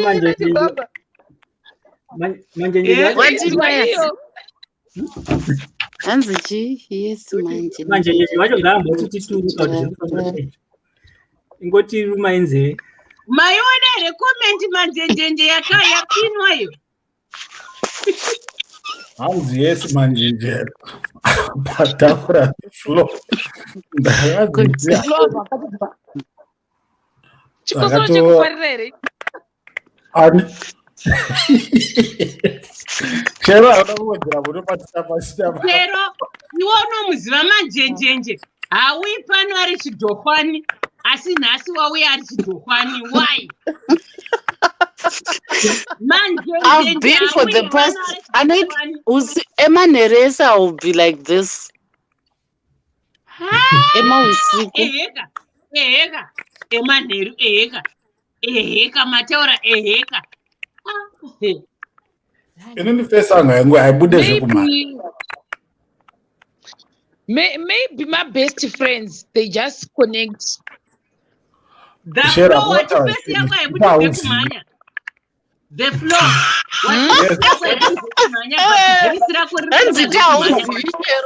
Ishero itauzi. Voice rangu Zakashati kuti my best friends like they just good friends. Wapedza here Sharo kududurira musoro? Wapedza? Ndautoda kumbonzwa nyaya dzaFlow namanjenjenje. Ayeshe. Tinongogara musame city chete. Nozati shimi andikuzedza Flow namanjenjenje zvenyu. Why maybe vanhu kufunga udero like conversation painetwa between manjenjenje and the Flow is different from inini nani na the Flow, from me achitaura na the Flow, from Lady Gwagwata. There is a difference, you know, there's that difference. Like you guys, you connect. Good connection. Shero saka network the flow chimbomira kweyo network yako nhasi uri kutaura zvisina musoro haiendi sei? No, like I'm supporting guys. Like it's so nice. Like zuro yaitaura zvine musoro network yako ikabhaiza, nhasi uri kutaura zvisina musoro no, I network mean kana like magetsi you know asike. when you're talking, you guys is like manjenjenje no, but the flow. What Finish.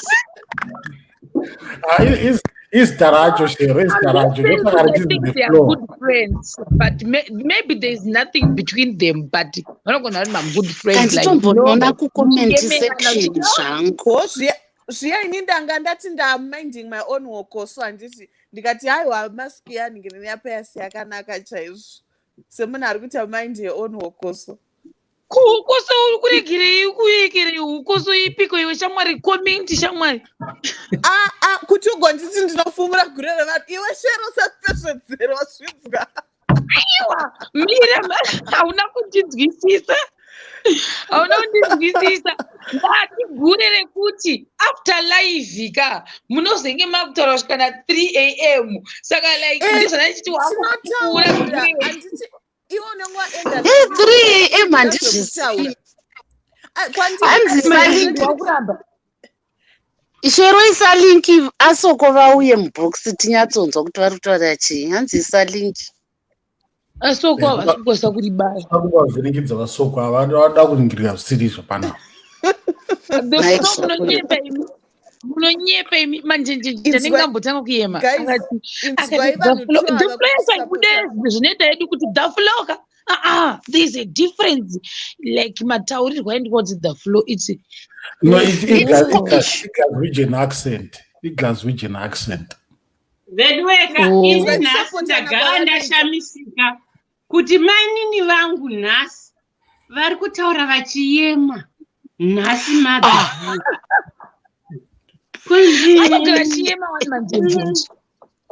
aiwa nhasi zviri pamberi nhasi zvine rubhabhatidzo zvine rukwavhiso nhasi zvine rukwavhiso the flow unombomira uchimbodefenda wambati zi kudai uye zvadini vari kutaura vese havasi kutipa chansi kuti nyatsotaura. aiwa yei kuti dokuanalyza kauzopedza kumberi like it's not a bad thing like yeah like it's so cute. Like it's nice, it's fabulous. Unoziva kuti Shero vanhu ava ndofunga ndo vanga vachitaurwa vemuchato munaningirikini ava namaya kana warambei uri kuti ndiri kuwapa payasa waspaamanjenjenje adonha sei hade kwamutegunotorwa one where's manjenjenje kana muri mugwacha unga motoita adonha manjenjenje tsoka please izvo kuda kudzidza kutama nemutumba like she has to define herself vanhu vakatanga kuita offside but you know I think they are best friends. Because unoziva mulazi kune vamwe like kune vamwe kuti harinotora taura chokwadi chokwadi chekuti nei the flow nei kuti I think they are best friends. Why would I like to I think they are best friends. Lady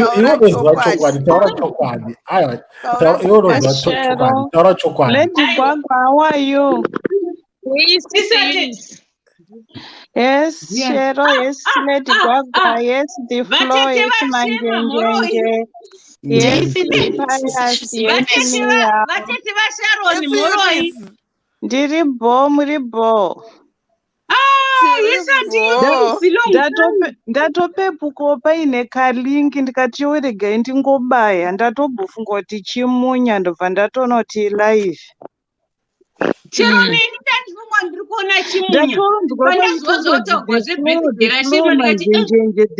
the floor manjenjenje aiwa I think pane kakupenyerana kakaitika Wayne.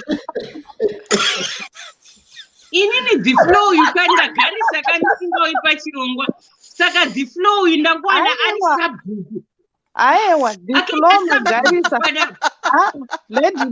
lady gwagwa shamwari yangu magarisa zvenyapa the floor kungoti bhururu wangu arara dai atopindawo mubox andisaidhira takasozviona kare the floor iwowo majejeje inotochinja lady gwagwa ndaprofita kaini nhasi zvakashamisika mainini vangu ndovaita kuti isusu takatozvitaura loud asi hatina hedu kuuya kunhingiri kucomment anoyema anoita kudhadhamuka kana achitaura nadhiflo tatiri kumateresika diflo yakangosiyana kazvaachitaurwa nasharon ichangoti diflo saka moda kuti titi the flow. Okay, the flow. mukanzwa achiti the flow ndaumbomirira kuudzwa ba wega unoti 1+1=2 ari kuseka diflo ari kuziya makatorasika heavy. I think inzwa kudairana kutipetana wena kutipetana kunyepa munhu akufadza shero taro chokwadi aiwa hatisimbofadza shero hatisimbofadza shero ushamwari hwacho kana huri hubest the flow inzwa ushamwari hwacho kana huri the best ka best hwacho huri beyond the best aiwa ngezashero ataure iwo handikataurei mirei manjenjenjedzoka kani chokwadi chabuda kanodzoka kuti chokwadi chari pachena hapana kwaachadzoka uyu mautomona mangwana Bazoya Eunice wauya kuita open and close the door ndatopepuka kaini ende ndatopepuka zvenyu lady gwagwa ka tikamboti asi chimunye zvekuti unongopepuka unoziva kana uri panaiti ka unombokodzera uchimbobiridzi uchimuka ndikati asi chimunya ndikati kana nyaya iri mudariro itakasoitaura about 6 weeks ago pana the flow ndo pana manjenjenje apa papinde 1 mubox kunyepa ende vane vachiyeme fanike iwe wangu munin'ina manjenjenje uyu anobva adhadhamuka kuita ndandi chaiyo kurwadziwa nekuti the flow imi manjenjenje munhu ari soft zvake iwe nyarara iwe uziya rega tinomuziya manjenjenje naledi taure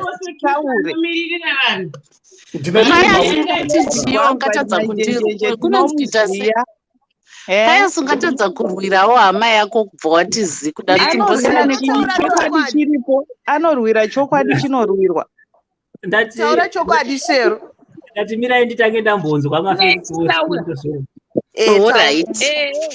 inini ndimbotsananguro like kuzanga kuti ava vakasangana sei kana zvekuzoti after that I don't know the floor andazvokutora mapikicha ipo pamapikicha ipapo kukomendi uko kwanyorwa kunzi kumapikicha ndokwakatangira ndokwavakapenyerana kumapikicha iko ndokune nyaya yese verengai makomendi asoko nyaya dzese soko ndiane yese kani musatambe namwene wazvemi soko ane yese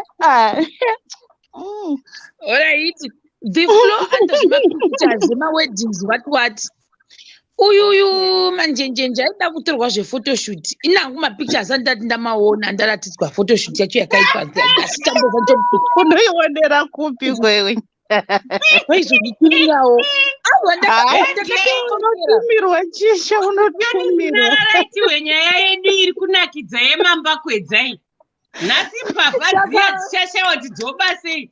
Sisi Eunice mwana anga abigwa mota muvete Shemo. Izvo nguva izvi vakati hamena munhu angada kupinda saka anga akudhonza mbwa panze pegedhi apo ndofunga anga chihukura saka angada kuinyararidza anga achida anyway kuidzipa pamwe anga achida kutotanga auraya kuti imbwa mbange Chemo. munetuka saka tabuda tazvinzwa. But anyway, continuation nenyaya yangu guys.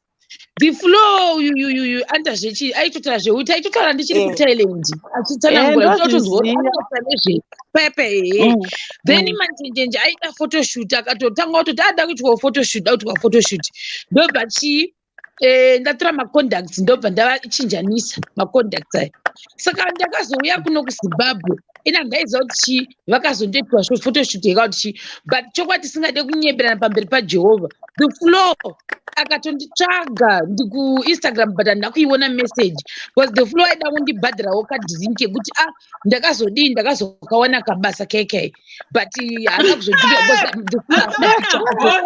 kuzodivangwa muri kweroko ayonazonzwisisa that's how they met these people. Izvozvo zvinozivikanwa kakudhadhamuka aka kakangosiyana kakudhadhamuka havasi kuda kuzwa guys dufulo alonidhadhaura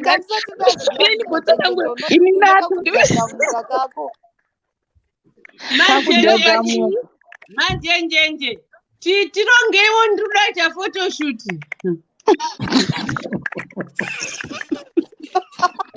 diflow yachiti zvino asi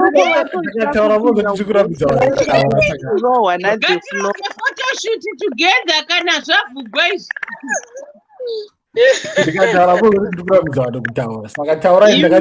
imatonzi musauye kumba Lady Gwagwa kupi kwamunoda kusangana mavharirwa kare kare ndagwadziwa vanhu mashemariyeni ndati nditaure kugwadzwa kwandaitwa nhasi namai vangu Eunice matigwa ndaitwa namanjenjenje mai vangu vandakaona pano paShematv munin'ina wamai vangu anogara kuScotland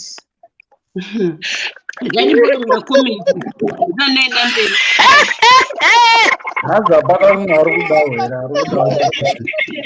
okay saka mainini ava vanzi mwanangu kana lockdown yapera uye ndikati mama ndinoda keke asi musaisa shuga zikanzi hadzanzi yako nomunin'ina ndakaimbigwa guyo 3 weeks ago nevana ava ukapostiwa rudo gutipisa asi nhasi ndarambwa pajekerere namai amai vandiramba pajekerere kwai tinoisa makii apa lockdown paine yatopera pari kunzi isusu tine takutoisa makii ingosiyana nazvo Lady Gwagwa because rega vambogadzirisa inini ndangazoti ndina mai vangu relationship yake majoka moita ukatodza vanhu vari kuZimbabwe ndakatowana amai kunoku aiwa Lady Gwagwa relationship apa maita amai nemwana dai maita mukoma nemunin'ina waienda zvino maita amai nemwana hazvisi zvekumhanyirira kaizvo amai nemwana ipapa ndichatodza tatenda kuti gogo manjenjenje vaive vandiramba nhasi paShematv kwai usaruta kumba mada alright hakuna shero mia chitaura watinzo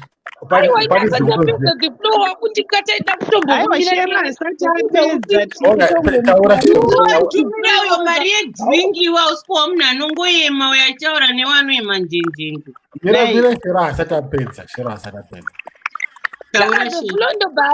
that was like I think I used 2 months here newe ago ndikakona ndatozoibudisa izvozvi patatu palive apa ndokanga chiri kadhiringi kacho kakairamba kubuda kanga kashota saka kairamba kubuda because pane nyaya yambonetse yedhiringi ndikashawa kuti diflo uyu ndiyoyo yanesa nyaya iyi zosharona ari kutendiwa coordination yakaitisa vanhu ekaka mukurasika papi konai ekaka Zviri takuitwa pachena mabharanzi panapa. zviri pachena izvi Iyoyo manjengezi. kusvika yaprovoka PayPal, yaprovoka world remit, yanetsa nyaya iyoyo panapa makavata yedrinks. Zvikaenda zvebata ndazvoziva papane chimwe chandanisida kubata tambomisiwa pano mashemarien taistop pane nyaya yatiri kugadzirisa stop. Ane muri kuona nyaya yako yazobuda manje.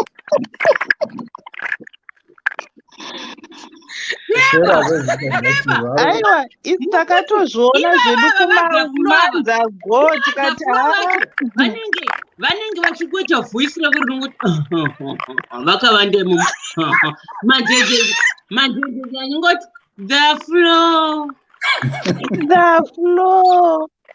iwe the flow. Musuna hameno chainzi taura ka the flow, hameno chaitaurwa apa zvikanzi taura ka the flow. Iniwe ikadaitori nyaya yemari yanga yakakona kupinda yePayPal ichiinda kuna Sharo yabva kuna the flow yanetsa patanga live. Takashanda aiwa wakashanda chero unotoimidza. You need more. You deserve it. You deserve it. You really deserve it. Tautaura zita rako. Handiti taudhonzi muchako vanhu vari kuita traditional marriage ndivavavo. Aiwa havasi ava Lady Gwagwa havasi vari murodhi. Ava havana chekumirira vati vamuhani rufu kava hamusi kuona kuti havana mapicture.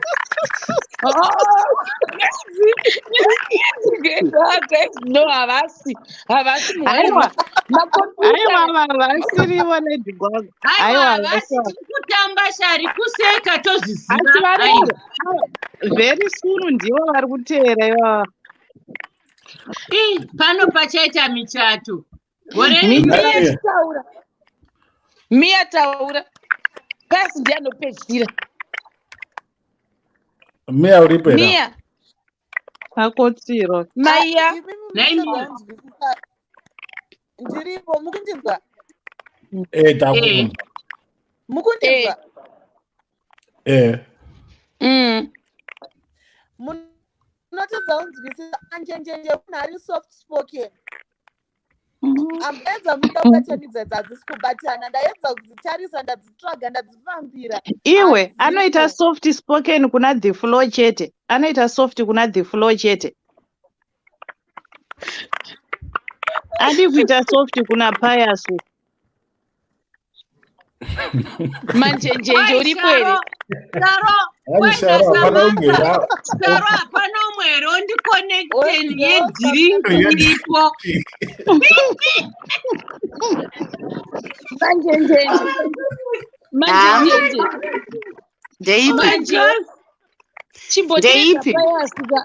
Chimboita zvine zvimwe ichimbodedza payasika imbova prove them wrong. Tichazongoti umwe musi takavarairwa uzongodedza umwe munhu ndoti Shero wazvinzwa here. Nhasi hazvichaita because akuziya kuti chingodedza payasika mwana womunhu mutema wapererwa kamanjenjenje. Ndaita mwana womurungu ndaingoti lafu zvino ndotoseka because ndaita womutema. Madhama ndiramba pajekerere kwai ndotoisa makii. Mudownlock munonovhizita haivo. Downlock ipi? Ndati after 21 June yakataurwa kuno kuti overflow yavhura. Isu kwedu hatisati taudzwa kudaro. Aiwa kwenyu munotokudzira isusuka imi muchambogwa kana wenyu vana vanga vari musemurikini tichizwa maep. Handiti wenyu yada kudzingwa basa uyu akwera achigochwa nenyika yose. Payasi chitaura timbonzwawo saidhi rako.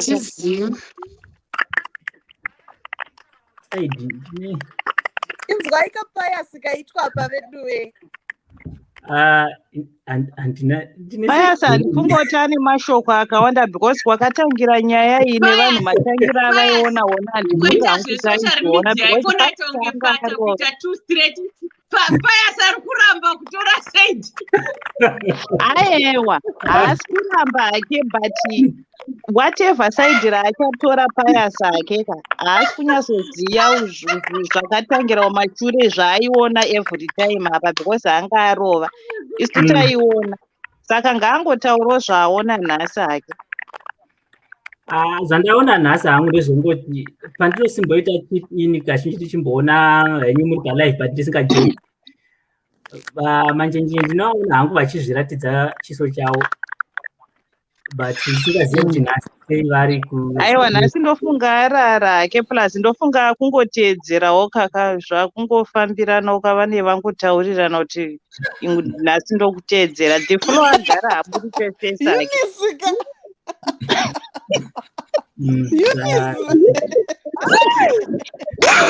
vanhadzi vangu taarara sezvo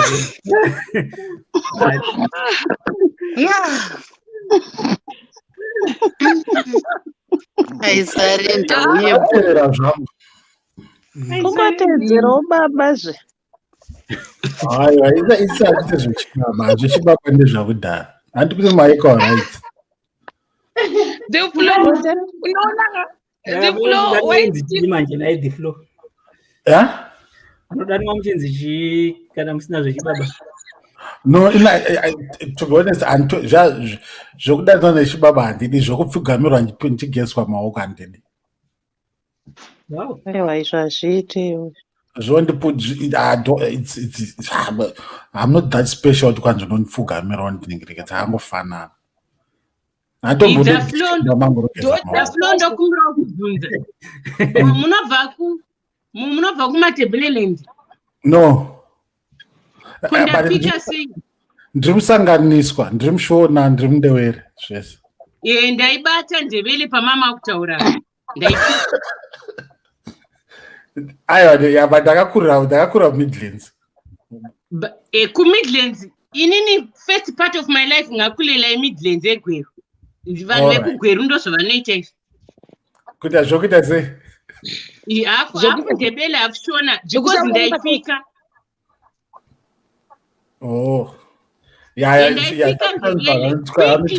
Ndebele accent. Sometimes vanotwa ndinekaruremi saka I don't know. Shero wakapinda bhizi chemu. Wapiwa basa wazviona chero. Kuti chizviya. Unofanira kundiradzawo fesi yako handiiziveni. Shero wakaenda kuFacebook kwangu wani ukaona paipai. Makomo here green. Pasina fesi yako the flow musuya uya pawakati papangori nemakomo machii papasina manjenjenje ndiyanoziya fesi yako. Mwana wamai vangu. The flow mwana wamai vangu ungatadzoradza fesi yako unge uri mushurugwi. Uri mushushu here. Choisa photo the flow. Uri mushurugwi here. Hausi mushurugwi wewe. Photo handisi. Tongotenda ukaramba Facebook unenge uri mushurugwi iwe. Aiwa kuFacebook ndiriko ziriti. Kwanzi une makomo. Ndo hobi yangu ka. Iwewe ka uchenjereta mushurugwi. Aiwa kazi ndakamuona fesi saka ndakutoti atozondidescribe yawo takaita sei. Vakatoudzana kuti usafa wakataridza mashemariendi face ndinotoregwa haki malagi. Keep your face the floor. Keep it. Vanokubvutira majejeje unotoregwa the floor ramba wakavanda iwe. Face yangu iyi. Haibuda zvokuva. Ndikatozviona.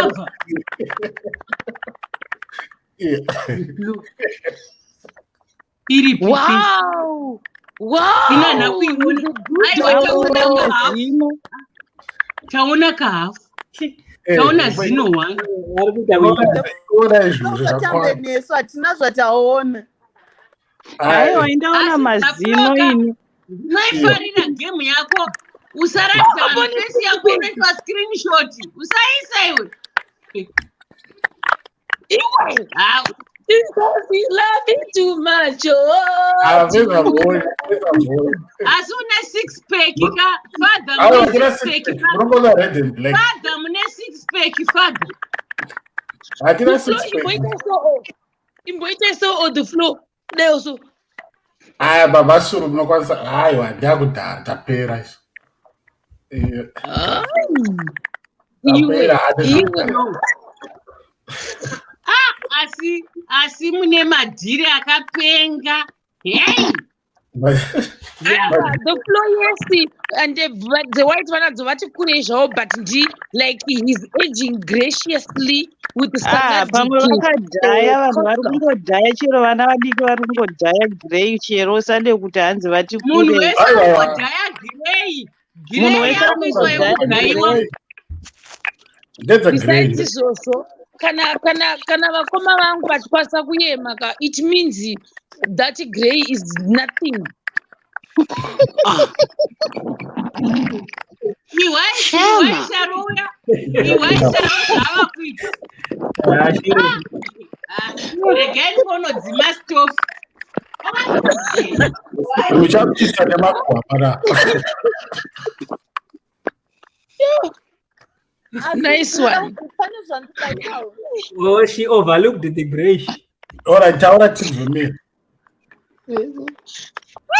But there's no jima. Aiwa ndozvakudhara chero anozoti atekiteki neni zvangu regedza aiwa taura miya taura hako hamboita tekiteki neyo taura handimboite iwe ndachijoka paye handimboite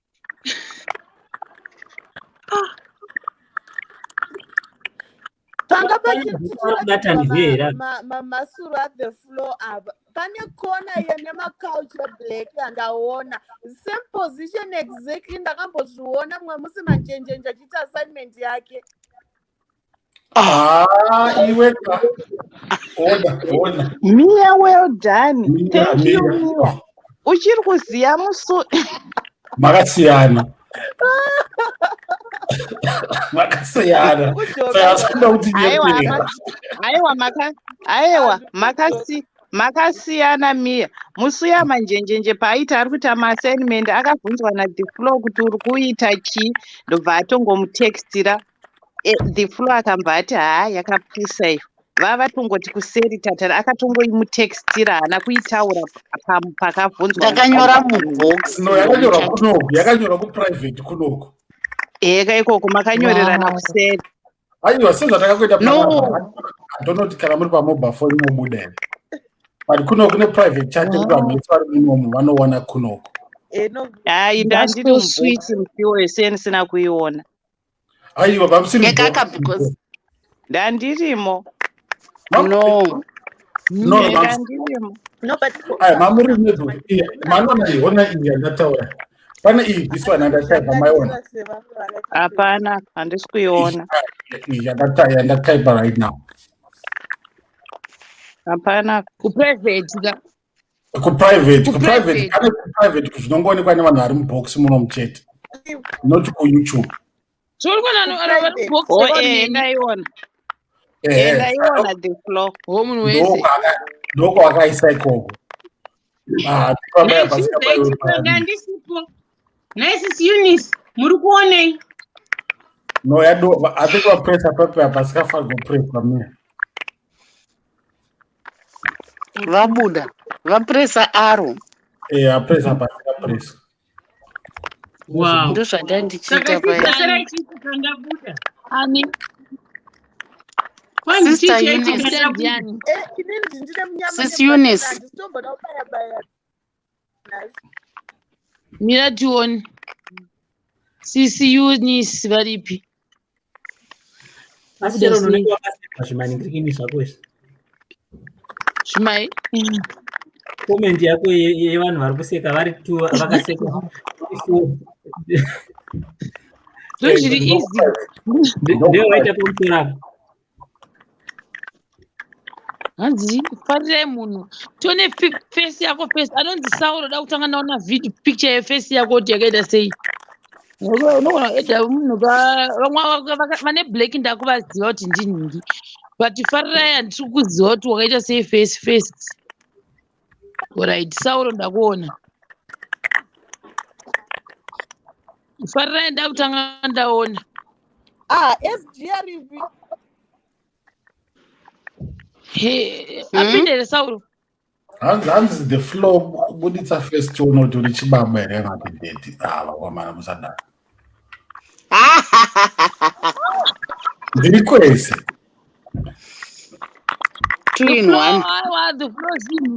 The floor imimi kumba kwenye muno clean mega. Yes. You're very smart. Takazvarwa tiri smart. Zvino manje patoshanda tinozokwanisa kugara pasi. Wati? Sister ini ndiri kuvazosa. Ngati patinozoshanya tinokwanisa kugara pasi here kana mima tiri kuunyanidza. Shere masofa kunokuka adise machanzi chimama chimacovers ningogara baba ningogara. Kuno kwanongoiswa makusheni chete, nothing else. And I don't know. Oh, the floor. And I don't know. I need to talk a private chat. Yeah. You quit my echoes. Kudaro then. The floor ne picture and they could pick each other. Visas wataona nasika ende ku pictures zilizo. Ndiregereo please. There's a sort of do together. I mean, like, I don't know, they could picture is but it's totally different from the own. Now I understand why my sister changed her tone. Like, I don't know if I can say her tone or, you know, it's understandable, very understandable. Sweet charmer, person. But vakafutari switch chama kuchama chaiko muchama kuti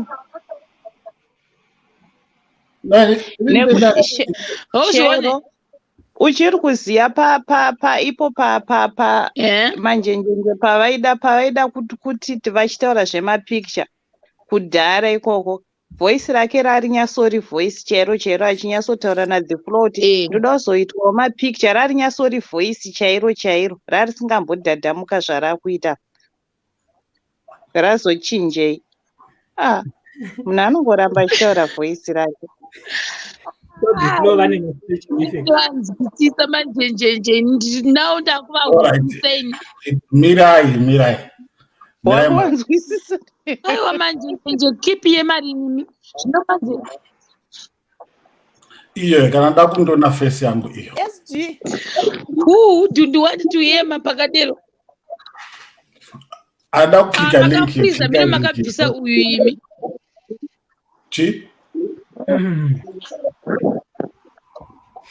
Yes, SJ.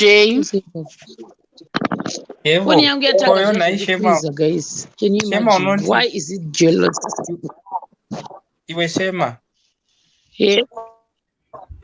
Kunonti titione face yangu haundizivi kuti kana ndauya Sauro ndiani. We. Sauro ndiye SG wakangamwa.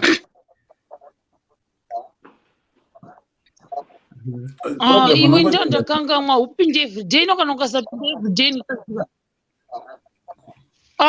wachinja wakati Sauro ndozoziva sei wadai wati SG watokobvunzwa apa kuti SG uripi vanga vatondionazve vatoti SG kunhasi wabvisa face ndakauya wani kakawanda ndichingobvisa wani afurirwa naThe Flow wafurirwa naThe Flow vote chisikrini changu hamene zvachaita Sauro. Hello. SG. Hello. Nanti SG. Ndiri kunzwa hangu. Uri kutini nhau yati kuti ane zvayo. Uri kutiko nenhau yati kuti ane zvayo. Inoti kudii? Ndikati uri kutini nhau yati kuti ane zvayo. Handizivi inoti chii nhau yacho. Muda kutikatisa hakuna tiripo pano. Aiwa meno changa chaitika. ISG nhau iri mudariro ndeyamanjenjenje naThe Floor. Kuti manjenjenje kana achitaura naThe Floor anodhadhamuka, anoyema.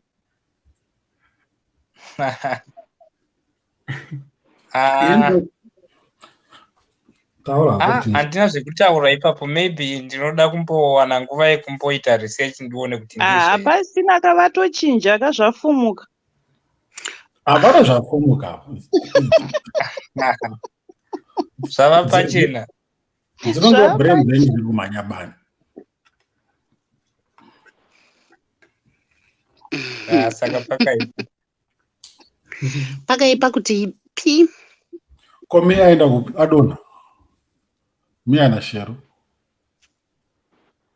Ini zvangu Wati Saul. Nditotsvaka macustomer panaroda photoshoot. Iwe takakuita kudhara uda imwe. Hazvina kuipa. Chakupa madetails.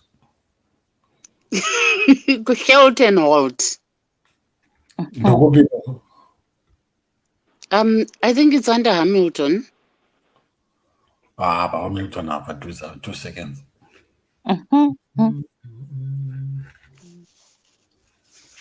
Aindepi manjenjenje aindepi? Aripo. Aikas. Aripo. Kuri sei manjenjenje? Kuri boka njani? Tiriko. Leti Gwagwa shamwari ndakurara manjenjenje ndakurara The Floor ndakurara Pius ndakurara SG ndakurara.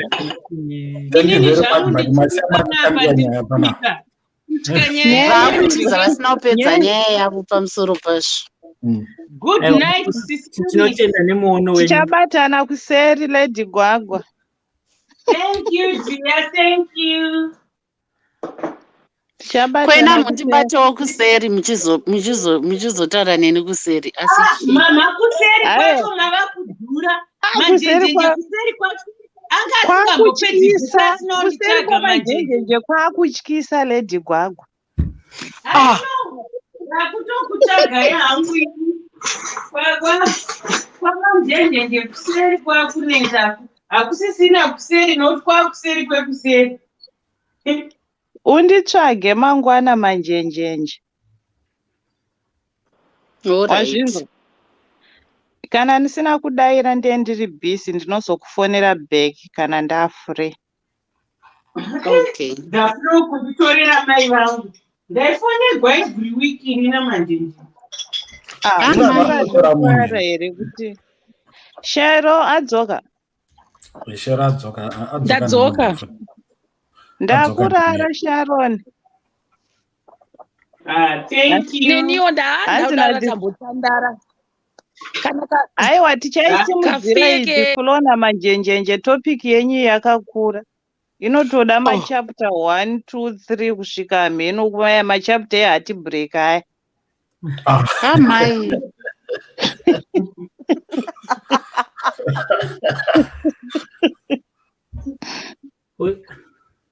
Lady Gwagwa vaendepi? Vari mumba mavo ini baba iyi. Hanzina. Asokwa ava vari kupi nhai Shero unovaziyawo? Nekuti asoko vane nyaya vane .com rese. Hauvaziyi here nhai Shero asokwa ava nhai? Hauvaziyi? Shero hapo.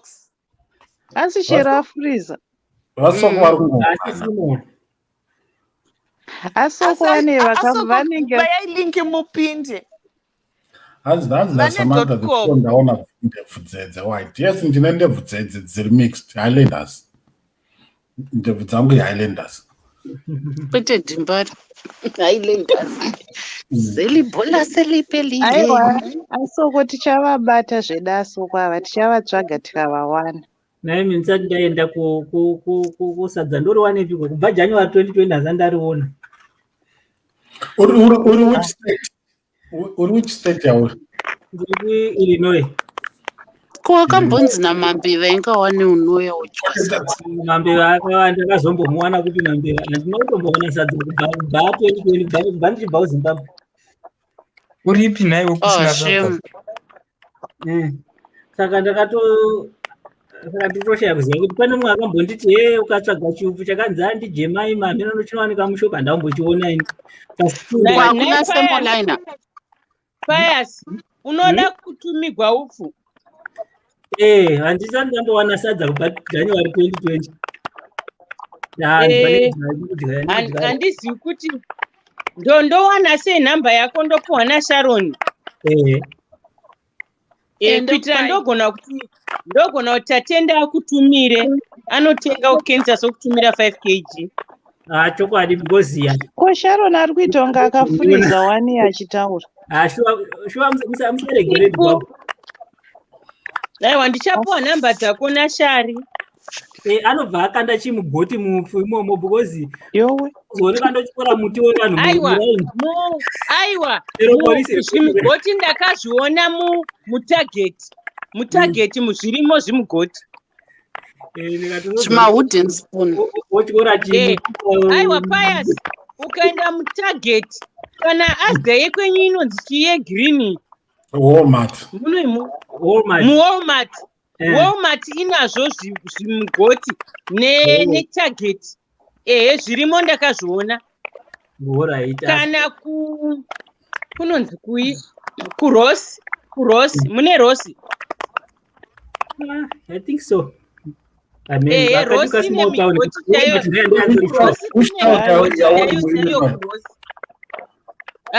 aiwa ndicharonga aidha mama moyo ndovanokutumira kana kuti tatenda, but tatenda is the easiest. Ndakutofanira kuronga muriwo wacho ndoridya nei. Kune maMexican kwenyu? Kune maMexican? Ukaenda kumashopu emaMexican unowana beef iri on the bone inenge maribs. Saka ndicharishandira kwazvinonga musacho ndicharifamba. Aiwa anokutumira huku. Yatomoda neye kasamboriona and you know how difficult it is for Zimbabwe. No, that's not right. It's not right. Welcome to diaspora. That's not right. Vedwe ini ndakuvata bye. Okay, Lady Gwagwa. All right. Ndobuda sei? Handichazivi. Ndobuda sei? Mandikubudisei. Ndiri network yangu yakuchema. Ndibudise dear. Thank you. Ndibudise. Chiripo. Unai? Ndiripo. Mina ndizame kubudisa foni yangu iri kufreeza vedwe. Spirit of freezing out. Zamai kuita exit Lady Gwagwa. Foni yangu iri kufreeza. Zvinoitwa seiko? Ndichaziva here nhai Mwari. All right apa. Donai. Mapaona. Pakai remove from stream. Edit name. Edit audio. Ndoisa papi. Remove from stream. Studio. Yeah. Naimi Adolf Gasela ari kunditi zvemugoti kwakutokarawo ubika nechimuti. Ndochandiri chimuti chacho kaona chichikora pai muri yadhime vanhu. Wakunyora ripoti yekuti wanga uchikora chimuti oti stick for sadza. Iwe mina imbomhorosa ado. Mina guys munhu wokumusha kwangu uyu. Kumusha cheko kwedu. Murozvenhai wadho. Iwe wakazongoinda sei iwe kuzongoti nya kuzongoti bhuru kutoinda mwena. Kuri seiko kumiri kwemakungwa Gasela. Ndo kwaGasela. Ndio pikicha yako zvawakura zvenhaiwe. Vanhu vanongokura sefani. Izvi waidza pasirivhera ini.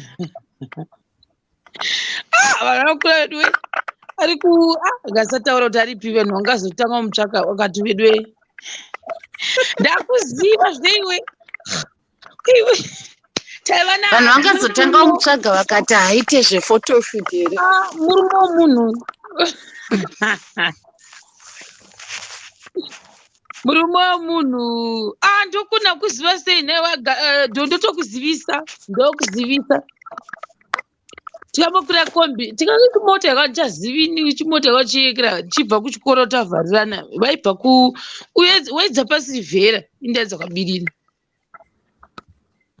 but ndihadhiwa indiudza ini kuti wakazoenda kumhiri kwemakungwa congratulations kuri sei kumhiri kwemakungwa muzopota muchitirangarirawo kana maenda kumhiri kwemakungwa tiri uno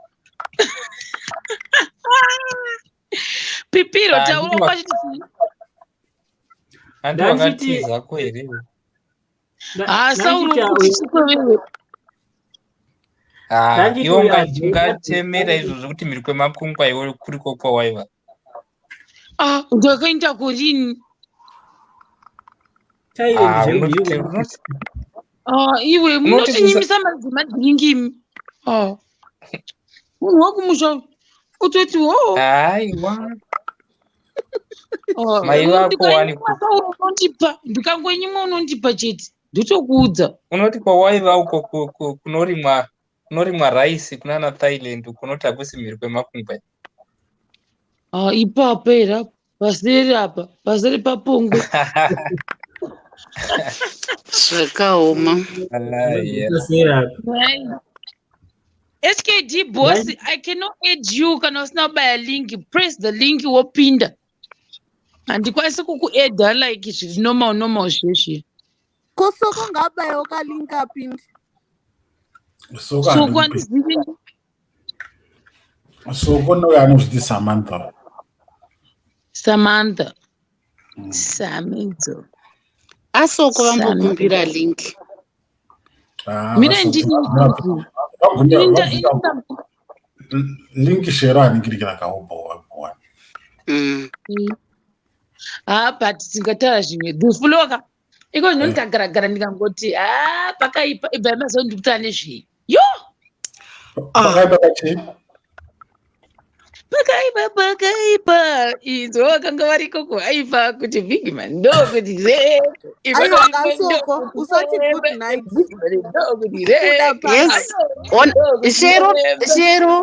shero pina yaiswa naasoko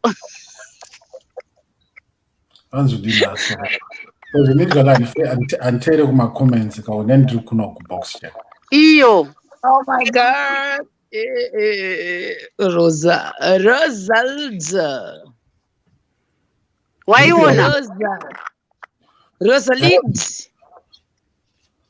Roro yakapiniwa iyo the floor sorry Rosalind nakuedher Douglas Muganiri yes guys Rose apinda kadonhere Rose ada kutaura asoko munofanirwa kudzoka mangwana kana panodzoka shiro tobva nyaya yokuti imimi matitsira nyaya pana ngabataurishero nguva tichibva taziva kuti tisazobvunze zvafamba sei tizvinzwire kana tine mubvunzo tatabvunza munhu atangisa nyaya ndiwe nimiya ndiwatangisa nyaya ndakandinasara uku nyaya yangu yatanga nemwana wake manjenjenje nenyaya yekuvharirana mawindo nditanga vetuwega handisiri mawindo vakavharirana mawindo aiwa pamawindo ndopatangira nyaya lady gwagwa ati mwanangu mai ndida kuuya musati 21 June zvikanzi namanjenjenje tiri kuvhara mawindo hatisi kuda ndopatangira nyaya naasoko bva vakanda comment handisirini ndiwe kamutengesi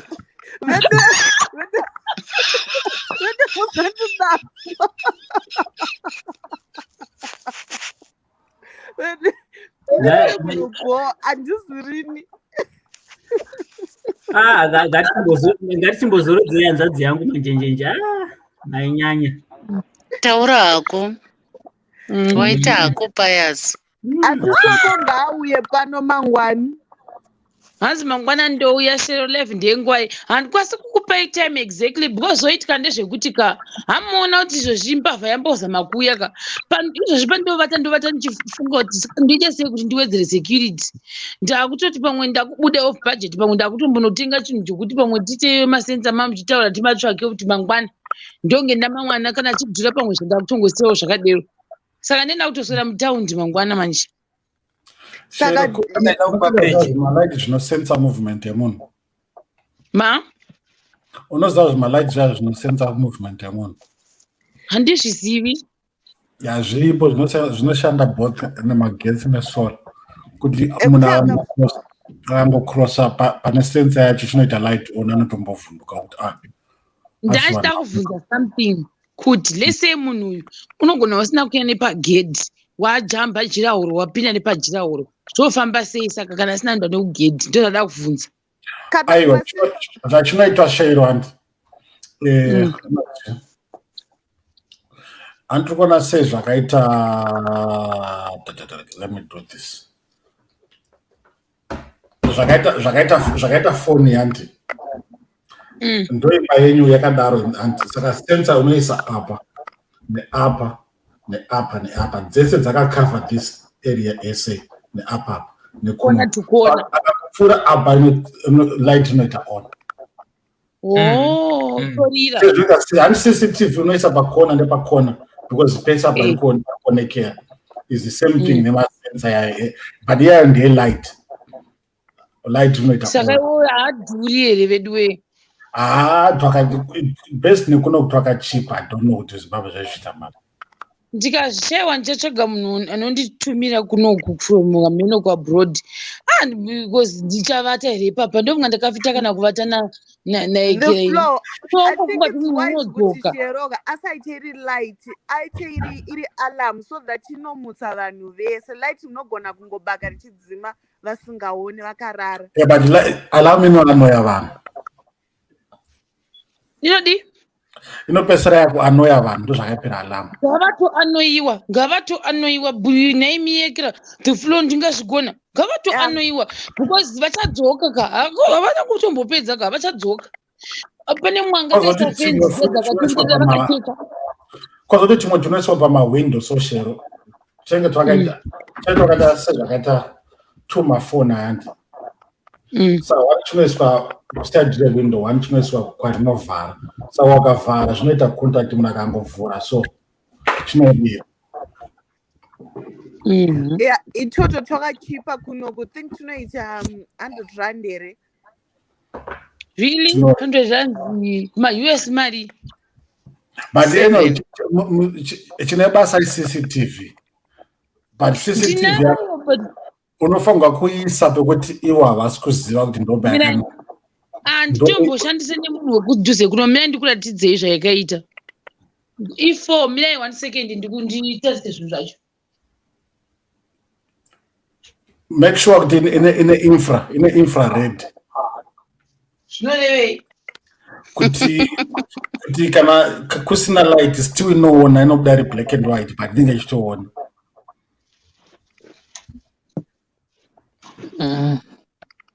apa kuda ndichatotsvaga maybe munhu wacho niwa ndichatotsvaga kana kuti kampani yacho ka kuda vachatonditi zvonitenga zvimwe zvisiri ndakabva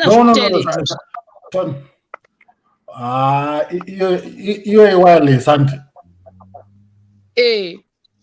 It's okay, but in a disadvantage to a certain point is too, because it's it as well, but it's for a start. It's okay. I thought it in a cable, judge. But it's also with that, even Chorema cables, you don't even need people who are professional. You go driller, could the cable put a bands, and then I think your brothers can do that. It's really very, very simple. It's like a see. Auntie yako haina final record.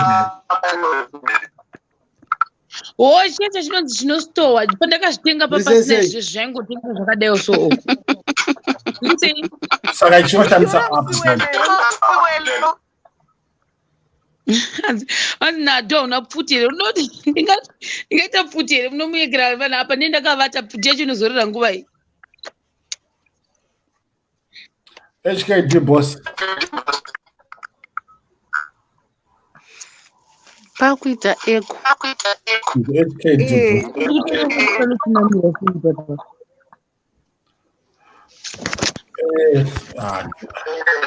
boss. no ndikuona panenge panodaswa kakebho apa pamashure apa ndekei manje taridza pakamera soredza padigital.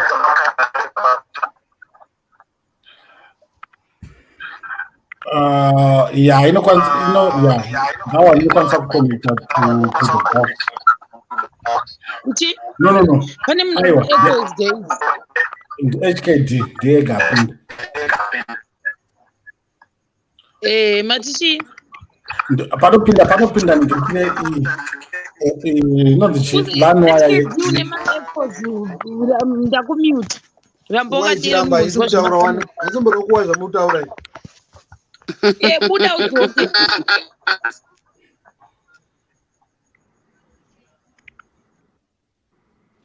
budai isi apo shero ndepekubayira ngerekere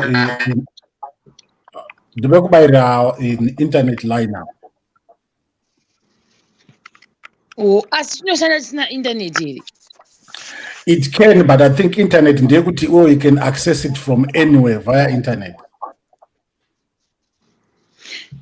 Saka ndikangochibayirira izvozvo ndichawisisi manje disadvantage maybe wangausikazivi disadvantage yekuti pamwe hachina storage machinostore ningirikini footage. sanenda kutotangidza I can't say yes or no, but the way it is, yeah, it seems like the church we have to connect it through internet, of which storage actually get shoma. Of which kuno kwacho saka alright hapana inoiswa here isina internet sezvo kuno kwacho kusina wifi. Aripo anoconnecta ku hard drive kuchistorage yacho. Chinonzi chichi D what? No, CCTV. Oh, okay. I think ndo next step yatatoita inotikaita sei kana atotanga kudai havachazorori havazorori ende havasitombuzoni ndichaita samangwana mutauni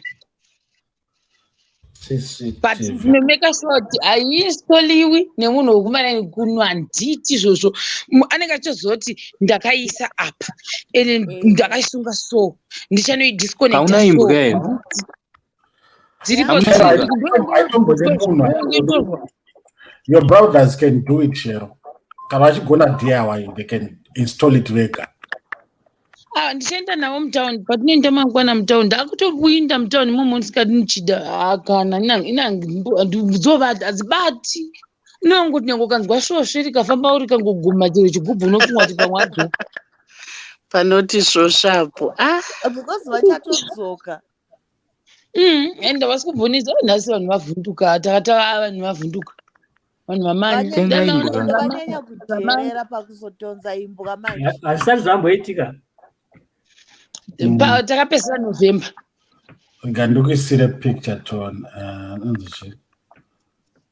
November ndokamahuu dziripo ndo havanga vachida kutora vachioda kuinyararidza here kana kuti vangada kuita sei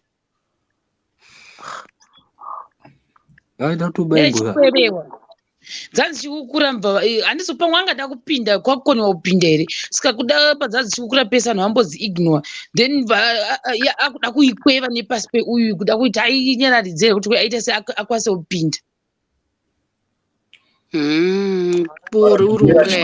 ero handiona picture iri paningiriki pandiriyo kari kuonekera unenge uchida something like that handiona aya makamera ari pamusoro aya mawires aya yekuti anoconnecta kuchibox ichi box ndo chinostore. That's what you need, something like this.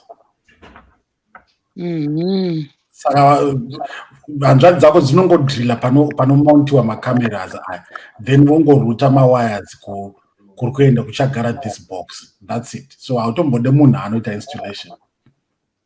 I think your brother, yeah, it's just basic. Kana achigona zve-DIY. Ndotofunga kuti mashopu api mutaundi unotanga kutsvaga zvezvo. I think any shop in my ndichakubvunzira mangwana. Mangwana nditomuka makuseni. Ndandingambosvika ndibvunze izvozvi inomuka ichipindurwa. Ndikati ndokubvunze ndikubvunzire izvozvizvo kana muzukuru wangu apindura ule ino. I hope hazvidhuri. Yeah, kuZimbabwe zvakwanisa kungodhura for no reason. No problem. Ndandanobvunza masola nhasi. Unenge wakunonzi chi kuorder from China, it's much cheaper, but unenge wakutomwa there's no way of Totongova tatakagara tingaita sei? Totongova tatakagara tichitongoteerera kuti hakuna here ari kuda kupinda kusvika zvaita. Ungaita sei? Waudzwa unonzi kuzviinstola zvoita kana kuti $800. Ipapa ndinorega hangu, ndingatovata ndakasvinura. Kuinstola, don't worry, I think your brothers could do that. Because the main thing was achinodiwa chi kubora madziro andi kuti cable yepower ne audio yevideo ipinde ichienda uko, that's it. Iwomountira paunomountira pakona watopedza, then woita routing kuri kuenda DVR recorder. Tichaenda mangwana mutano bichati determine toitanga nechipi chiri efficient for the meantime. Kana kuti azvikoniwawo totongobatsirana nembwa dzacho naziso nezheve. Vantu vobeka nekurova marathon daily. Tasati zvanakawo tambozorora but Pedzera makisema vanonzi mabutler bars ari blank mukati. Ndochi ichocho. Kuti kaunomemba kuti something chiri blank mukati kuti nacho rakacheka butler bar usangana neimwe stew iri flat mukati. Right, ndaibata. Ingange singa look nice from inside kana inazvo. I think kana wakutocheka mabhagla vanenge vanyatsoziva kuti hapana vanhu. Yeah. But anokwanza dzongwanda mushonga kuti munorara semapenzi. Hanzi zvakaitwa wekuseri kwerainiko zvakaitika last week iyo vakatorerwa malaptop, mafoni ese, TV, apa vakatorwa zvakawanda. Vakamuka mabhagla ba akanatso ari zvakaita pane chimushini chavanoshandisa hanzi kucheka even window, vakucheka mawindow nemauya ndezvavakuita. Anozoti mbavha chadzo dzinenge dziri vanhu vekuziva because hakuna mbavha ingangobve kuGlenora yototi ndakunoba kuGlenview kana Shero. Vanhu vanenge vachitoziva nezvinenge zvavanenge vachifambira. Ndozvinogara zvitaurwa nevanhu vese kunototi pane vamwe vakazobatwa red-handed.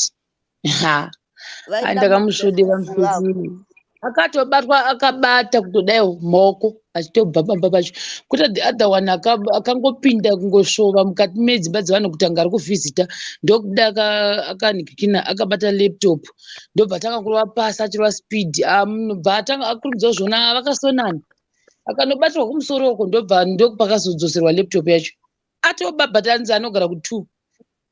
Vanoda mob justice vanhu ivavo.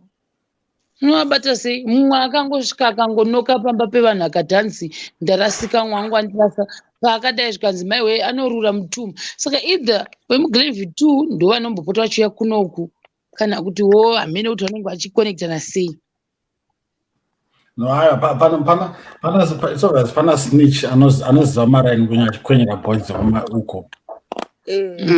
Vana class monitor, vana street monitor.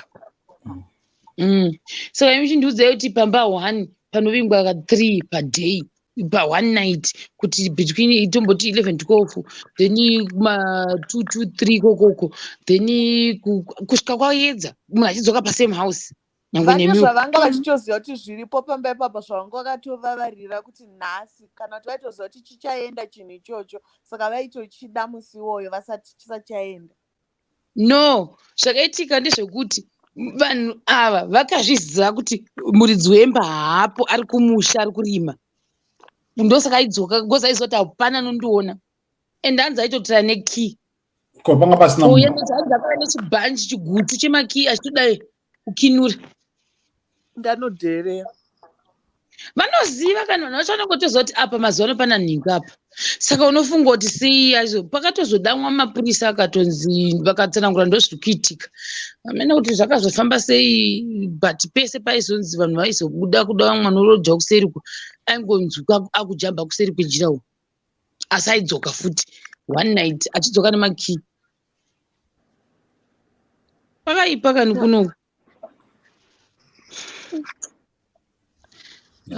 Unotovata wakasvinura undoita sei? Ndombofunga ndozviinstola zvakadero ini munofanira kurara makaisa key, like kana key yenyu iri number 10 morara makaisa key number 40 mudhoo kuitira kuti ari panze hakinuri. Panotoda chisimbi chechiya. Ndina bambi nangu anogara kuGlenview 3. Vane chisimbi chavakaweldisa mukati, vanochipfekera chokrosa dhoo pamusoro nechepasi pehendo, saka dhoo harivhuri. Kana key hakinuri. Anogona kugwajanura dhoo, but chisimbi chochocho hachivhure kusvika wabvisa chisimbi. Ndikudzei vala mukubva kwedu shero taisa chikeni chekoku pahendo. Zvino manje unoisa chikoku chekeni kugedhi rekuzvereku. Andiri kuti padhoo. Zvokugedhi for gate vanongojamba jurawo. Zvokugedhi for gate. Ndozvananchireva kazvozvo kuti alami yacho yamamutaura iyaiya unojamba jirawo rupozodi. Achingojamba achingoti gidhi pasi inobva yarira, achingotsika pasi inobva yatorira. I think iyo inenge iri the best. Munhu anobuda achimanya. Anditadzoziva kuti abva nepi. Ndikasingambozvifungiri. Haazvifungiri, haanomanya. Ndida kutombochivhunza. Pagoti light, pagoti mangirikini anopinda bhizi. Pagoti kuvharwa mahwindo nekuweredha. Pagoti CCTV. No wonder why vanhu vari kune dzimba dziri kumusoro uko vakati pane watamboona nhasi ane dzedza dzakatenderera kudaika akaisa iyo yakatenderera ndobva aisa iye yemagetsi futi iyaye dzesecurity dzonzi chiista akaisa iyoyo yakatenderera bhabhudi nechielectric 2 in 1 mai mwana chigaya ndofunga amushuwa nitori nefuti alamu. Vanenge vachida not if the barbed wire is pane meya inoshandiswa nearmy or mamangirikiri inocheka isiri barbed wire so razor wire umatitsvaga haya iri kumusha dziyadziya inozvimahooks like kwete bhabdi reza waya inokucheka umbosvikipo zvokudaro utombokwira hazvipi. Bhabdi waya unogona kusemerera reza haite. Pane uyu akaisisa bva vamuchekera zvikanzi unotisira unofunga utopenga achida kungokubira tongokubira vakaicheka same day raakaisa vakaimuchekera. Iwe kunoerewe anonzi reza waya but zvinotraumatiza manja mino zvazvinoita so unoziva unongomuna kunge akutosvikapo iyo barbed tape or razor wire idzi ndo dzandaona idzi.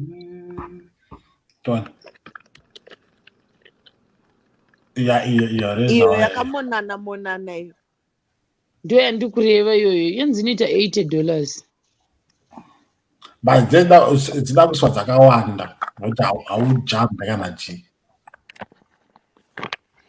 munhu akarembera arimo ndo inobvarura nyama ke ukada kudai ichibvarura. Vakachipa uta $60 ndevekupa mashoma 80 ekutoona ndekupi pemita haisi handizivinyi kuti chibhobhiri chakadereka chakaita vachanzi $60 patimbochiona uchiri live alright reza waya zvazvo kuseri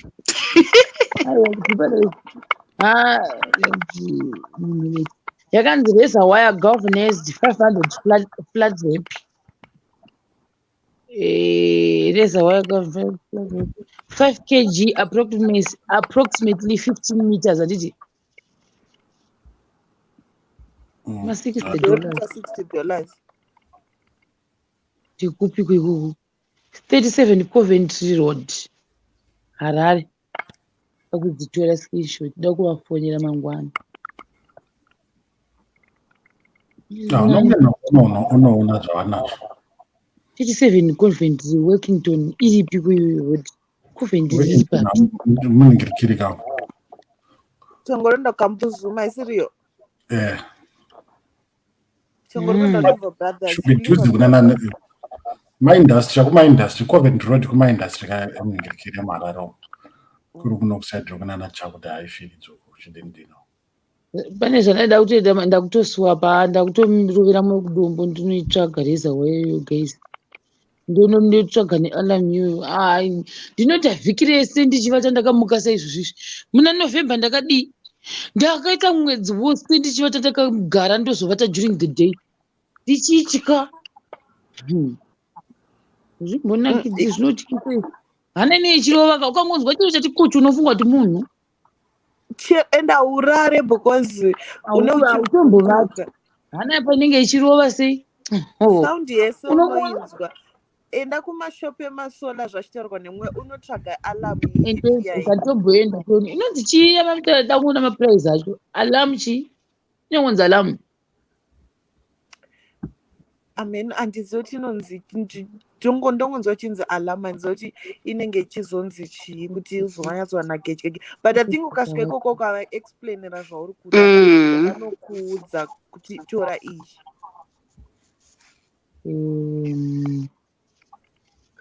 zvoda kutoita kombune safeguard security alarms HQ Stanix alarms ndezveizvo zvonzi ndipeka masitatimbokuti siyana nayo I think ndeyekuti unotozobaya iwe ukapani nayo assignment iri kumboita ichishungurudza but ndichimwe ndichizombo hamenepa hatontoari ukadya sadza zvinoita ndikariwana ndofunga ndinombomukirira saka kana semolina it's nice ndiko kaalamu kamukutaura ndanitonora zita ndine peni ndipepa here semolina unotsvaga yakanzi course not fine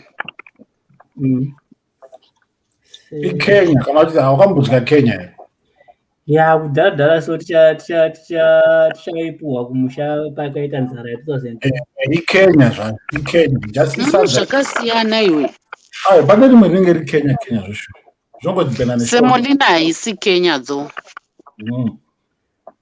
zvakasiyana kozi semolina kava nebikisa mapuding futi unogona kutoisa shuga webika unge porridge woisa shuga kana mukaka semolina course ukatenga fine haiite inonetsa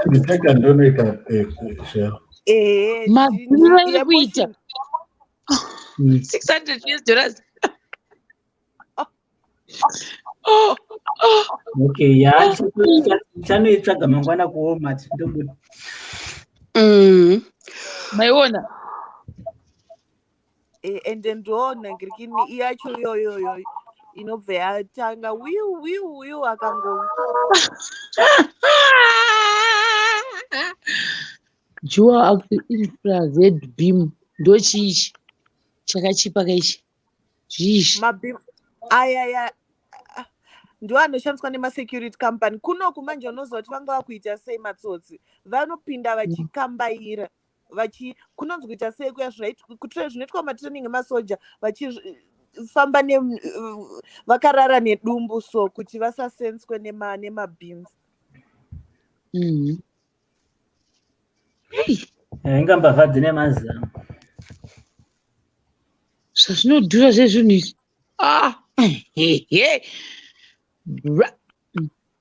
No, zvoita kunge mashopu acho ndaari kutuma vanhu. zvimwe zvacho handika. I don't know kuti wakamboteya kuchina to be way cheaper, but handizozvi kuti uchitenga from Zimbabwe zvinotora how long. Shema ndirimind ndigokupa nhamba dzemunhu anoita zvekuchina mangwana. Rana.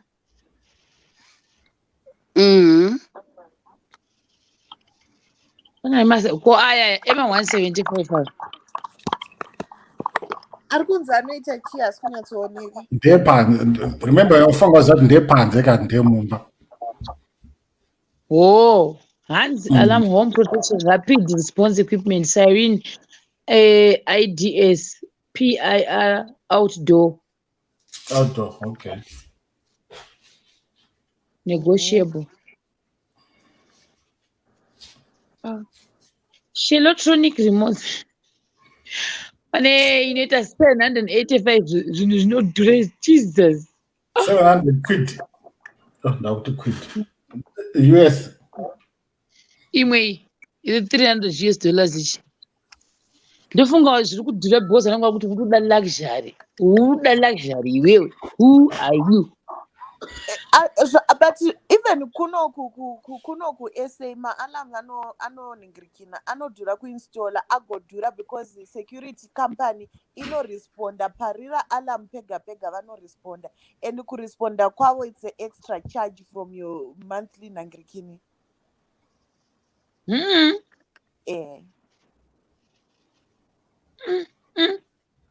Saka icho chakata chitendere chibhabhudhi kuSouth Africa choita mari zviwairo.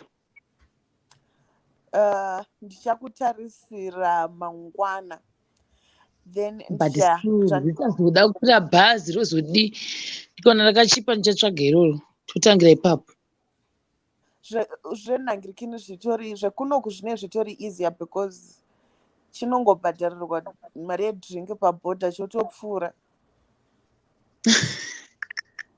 Kunzi chiya kachaona Lady Gwagwa yeye kunzi simi do something. Do something. I think maybe ma-alarm ndo andichaita do something. Anenge ari right ma-alarm. Ndichabvunza munhu anoita zvekuinstalla. Ndine friend anoita zvekuinstalla. Kana uri free ndinomupa nhamba yako womuexplainera zvauri kuda onzwisisa okudza kuti unofanira kuita chii. Anogara kunoko anoshanda kunoko. Hanzi nauyu hanzi namai Mutendi manje ini ndakabirwa afternoon chaiyo ndaenda kuchechi kuUK chaiko kuUK kunonha noba Shero hakuna nyika isina jeri. muUK chaimo hazvina kuzonyanya hazvo. Ndakabirwa chikwama tinokuti makoresa andagara munomu. I think ndakabirwa ndane I think my second year muUK kuBrixton uko. Minodze floko nombogara kuEngland. Ndabirwa chikwama muine paundi. Funga munhu yakapopota. Kulazima ndonanyosechwa vanhu. Tatatenga maday ticket. I think aita pound. Aita mariko. Pound, 2 pounds. Pound, I think. Tatatenga maday ticket to a pound. Then ndobva risikana nine 20 pounds. Then change ndobva ndaisa muhomwe. Anaudzosera muchikwama. Ndobva tasechwa chikwama chakaenda. Tatogara mubhazi manje ndakuti rikanditore chikwama ndiise change ichi. Kunoti chikwama oneke zipi yakatovhurika. Ndikati ndifunga akanochima. Mama ine paundi muchikwama imomo neTesco club card nere Morrisons. Aiwa not Morrisons yange isati yako. Mama ine reTesco nere Sainsbury. No. Sainsbury. Renyu look. new look handifunga akanochema munhu iyeye ndomanonyosechewa pabrixton pamabhazi paya paya paopposite train station ndopatakabirwa. hanzi neuyu guys ndinondozana nokwanisa kuitira zvealamu trust me is very good. Kuisirwa hakuna kushata, kuitenga guys chinhu chiri kudhura icho. ingononzwa shere never know ingoti fix and supply ngonzwa maprice start from there. Mune inbox asi meno ndikazviafoda for the meantime.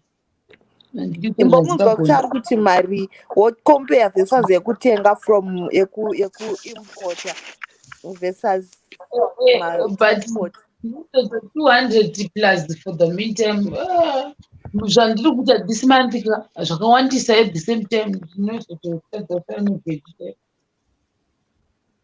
zvinopa stress financial budget inonzi no handizotoda kuti chiibva ndauzama kuti kune inonzi financial stress toita stress chaicho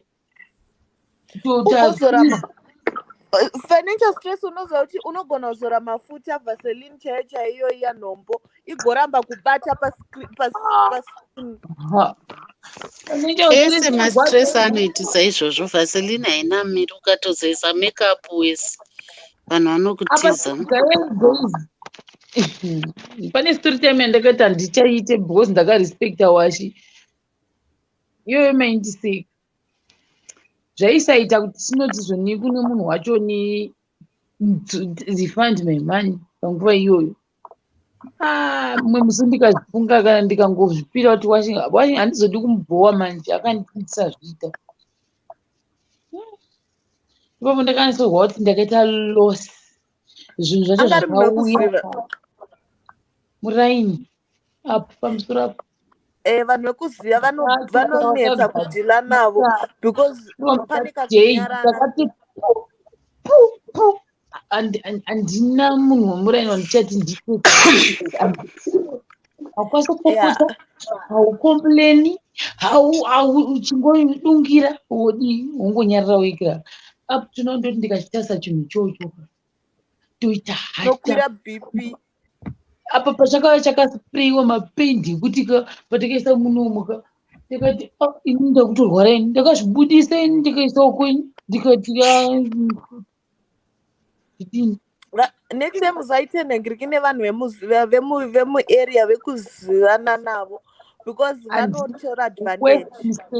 Worst mistake ende pandakanga nomubvunza ndikati ko kala yamakazoisa apa makaisa kala yakaita seiyo inei inini ndaida like black but not black yanyati veiyeisawo black but pane zvavanga wakamboita chimwe chavakagadzira ndo yandaida kala iyoyo ndokundisira grey yakafanana kitchen unit same as kuti unoisira hembe mukitchen unit ndo zvimwe chete.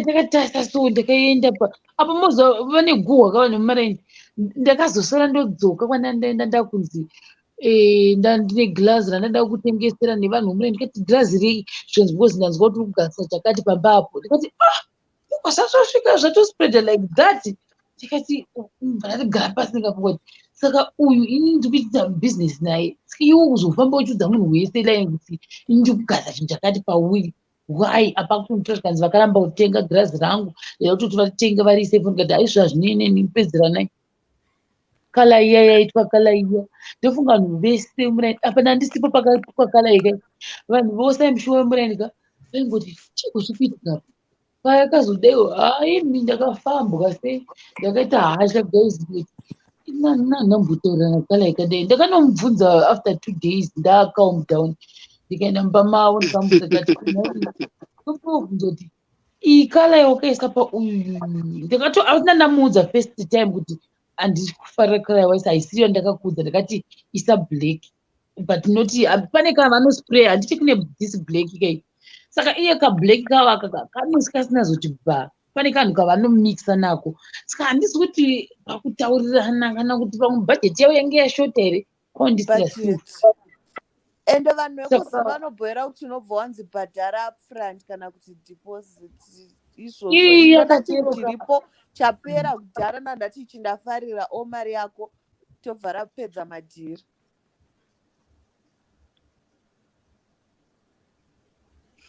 Zvine nharo wena. Ukangonzwa kasaundi kuno kunobva emirei rambai muchitaura mene mbotesa kasaundi kandanzwa chikabheki indiutarisa guys tatiwo security guard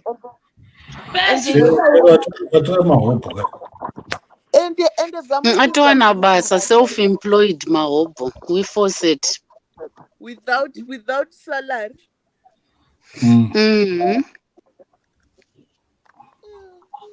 Ende dzamupinza busy.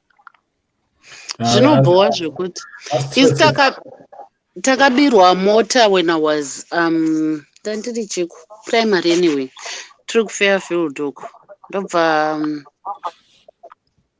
tati nembwa dzairuma saka hanzi vanhu vacho vakatotenga nyama pamashops vakatogocha nyama yavo tifunga vakauya vakapa imbwa saka hadzina kana kutombokura ndobva vaba malori ekurailways aya mahombe ndobva vauya vakaiba mugedhe saka pavakabuda vakadhuma gedhe ndobva noise iyoyo kwete kuzomutsa nesu haisusu hidu vamwe but takazongomutswa kutozonzwa noise saka and we didn't have a phone mumba foni yanga iri few yanga iri kachinambwe paofisi pamudhara but vanhu vanga vari opposite nesu imwe company they had a phone in their house bva vafonera mapurisa mota ndobva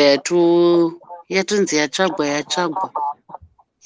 mota iyo unoziva takaita ndakatozozvona kuti hedu munomu munongozonzi depression ipapo takatoita depression taitoziva manumber plates taitoziva nhamba dzemota zvese yaitori kinda like part of us muka mota hapachina yakazowanikwa notifa I think yakawanikwa kunana lalapanzi uko along Gweru ndokwayakaonekwa ikoko vanhu vacho vazongoipakawo but zvakatotinetsa so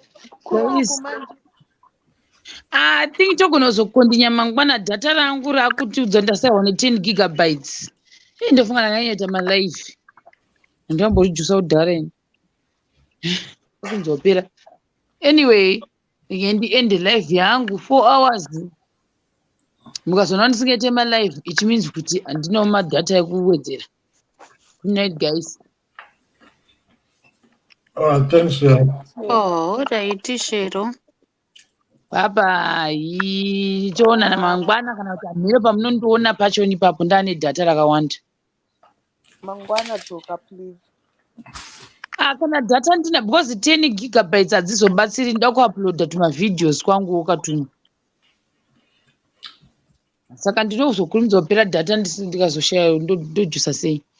Bye bye. Koma kini inonzi Econet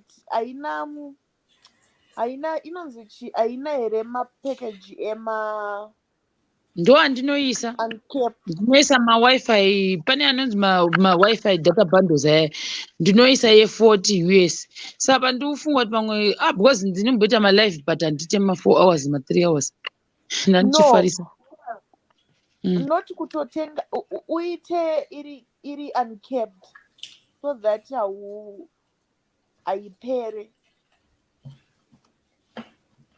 What do you mean?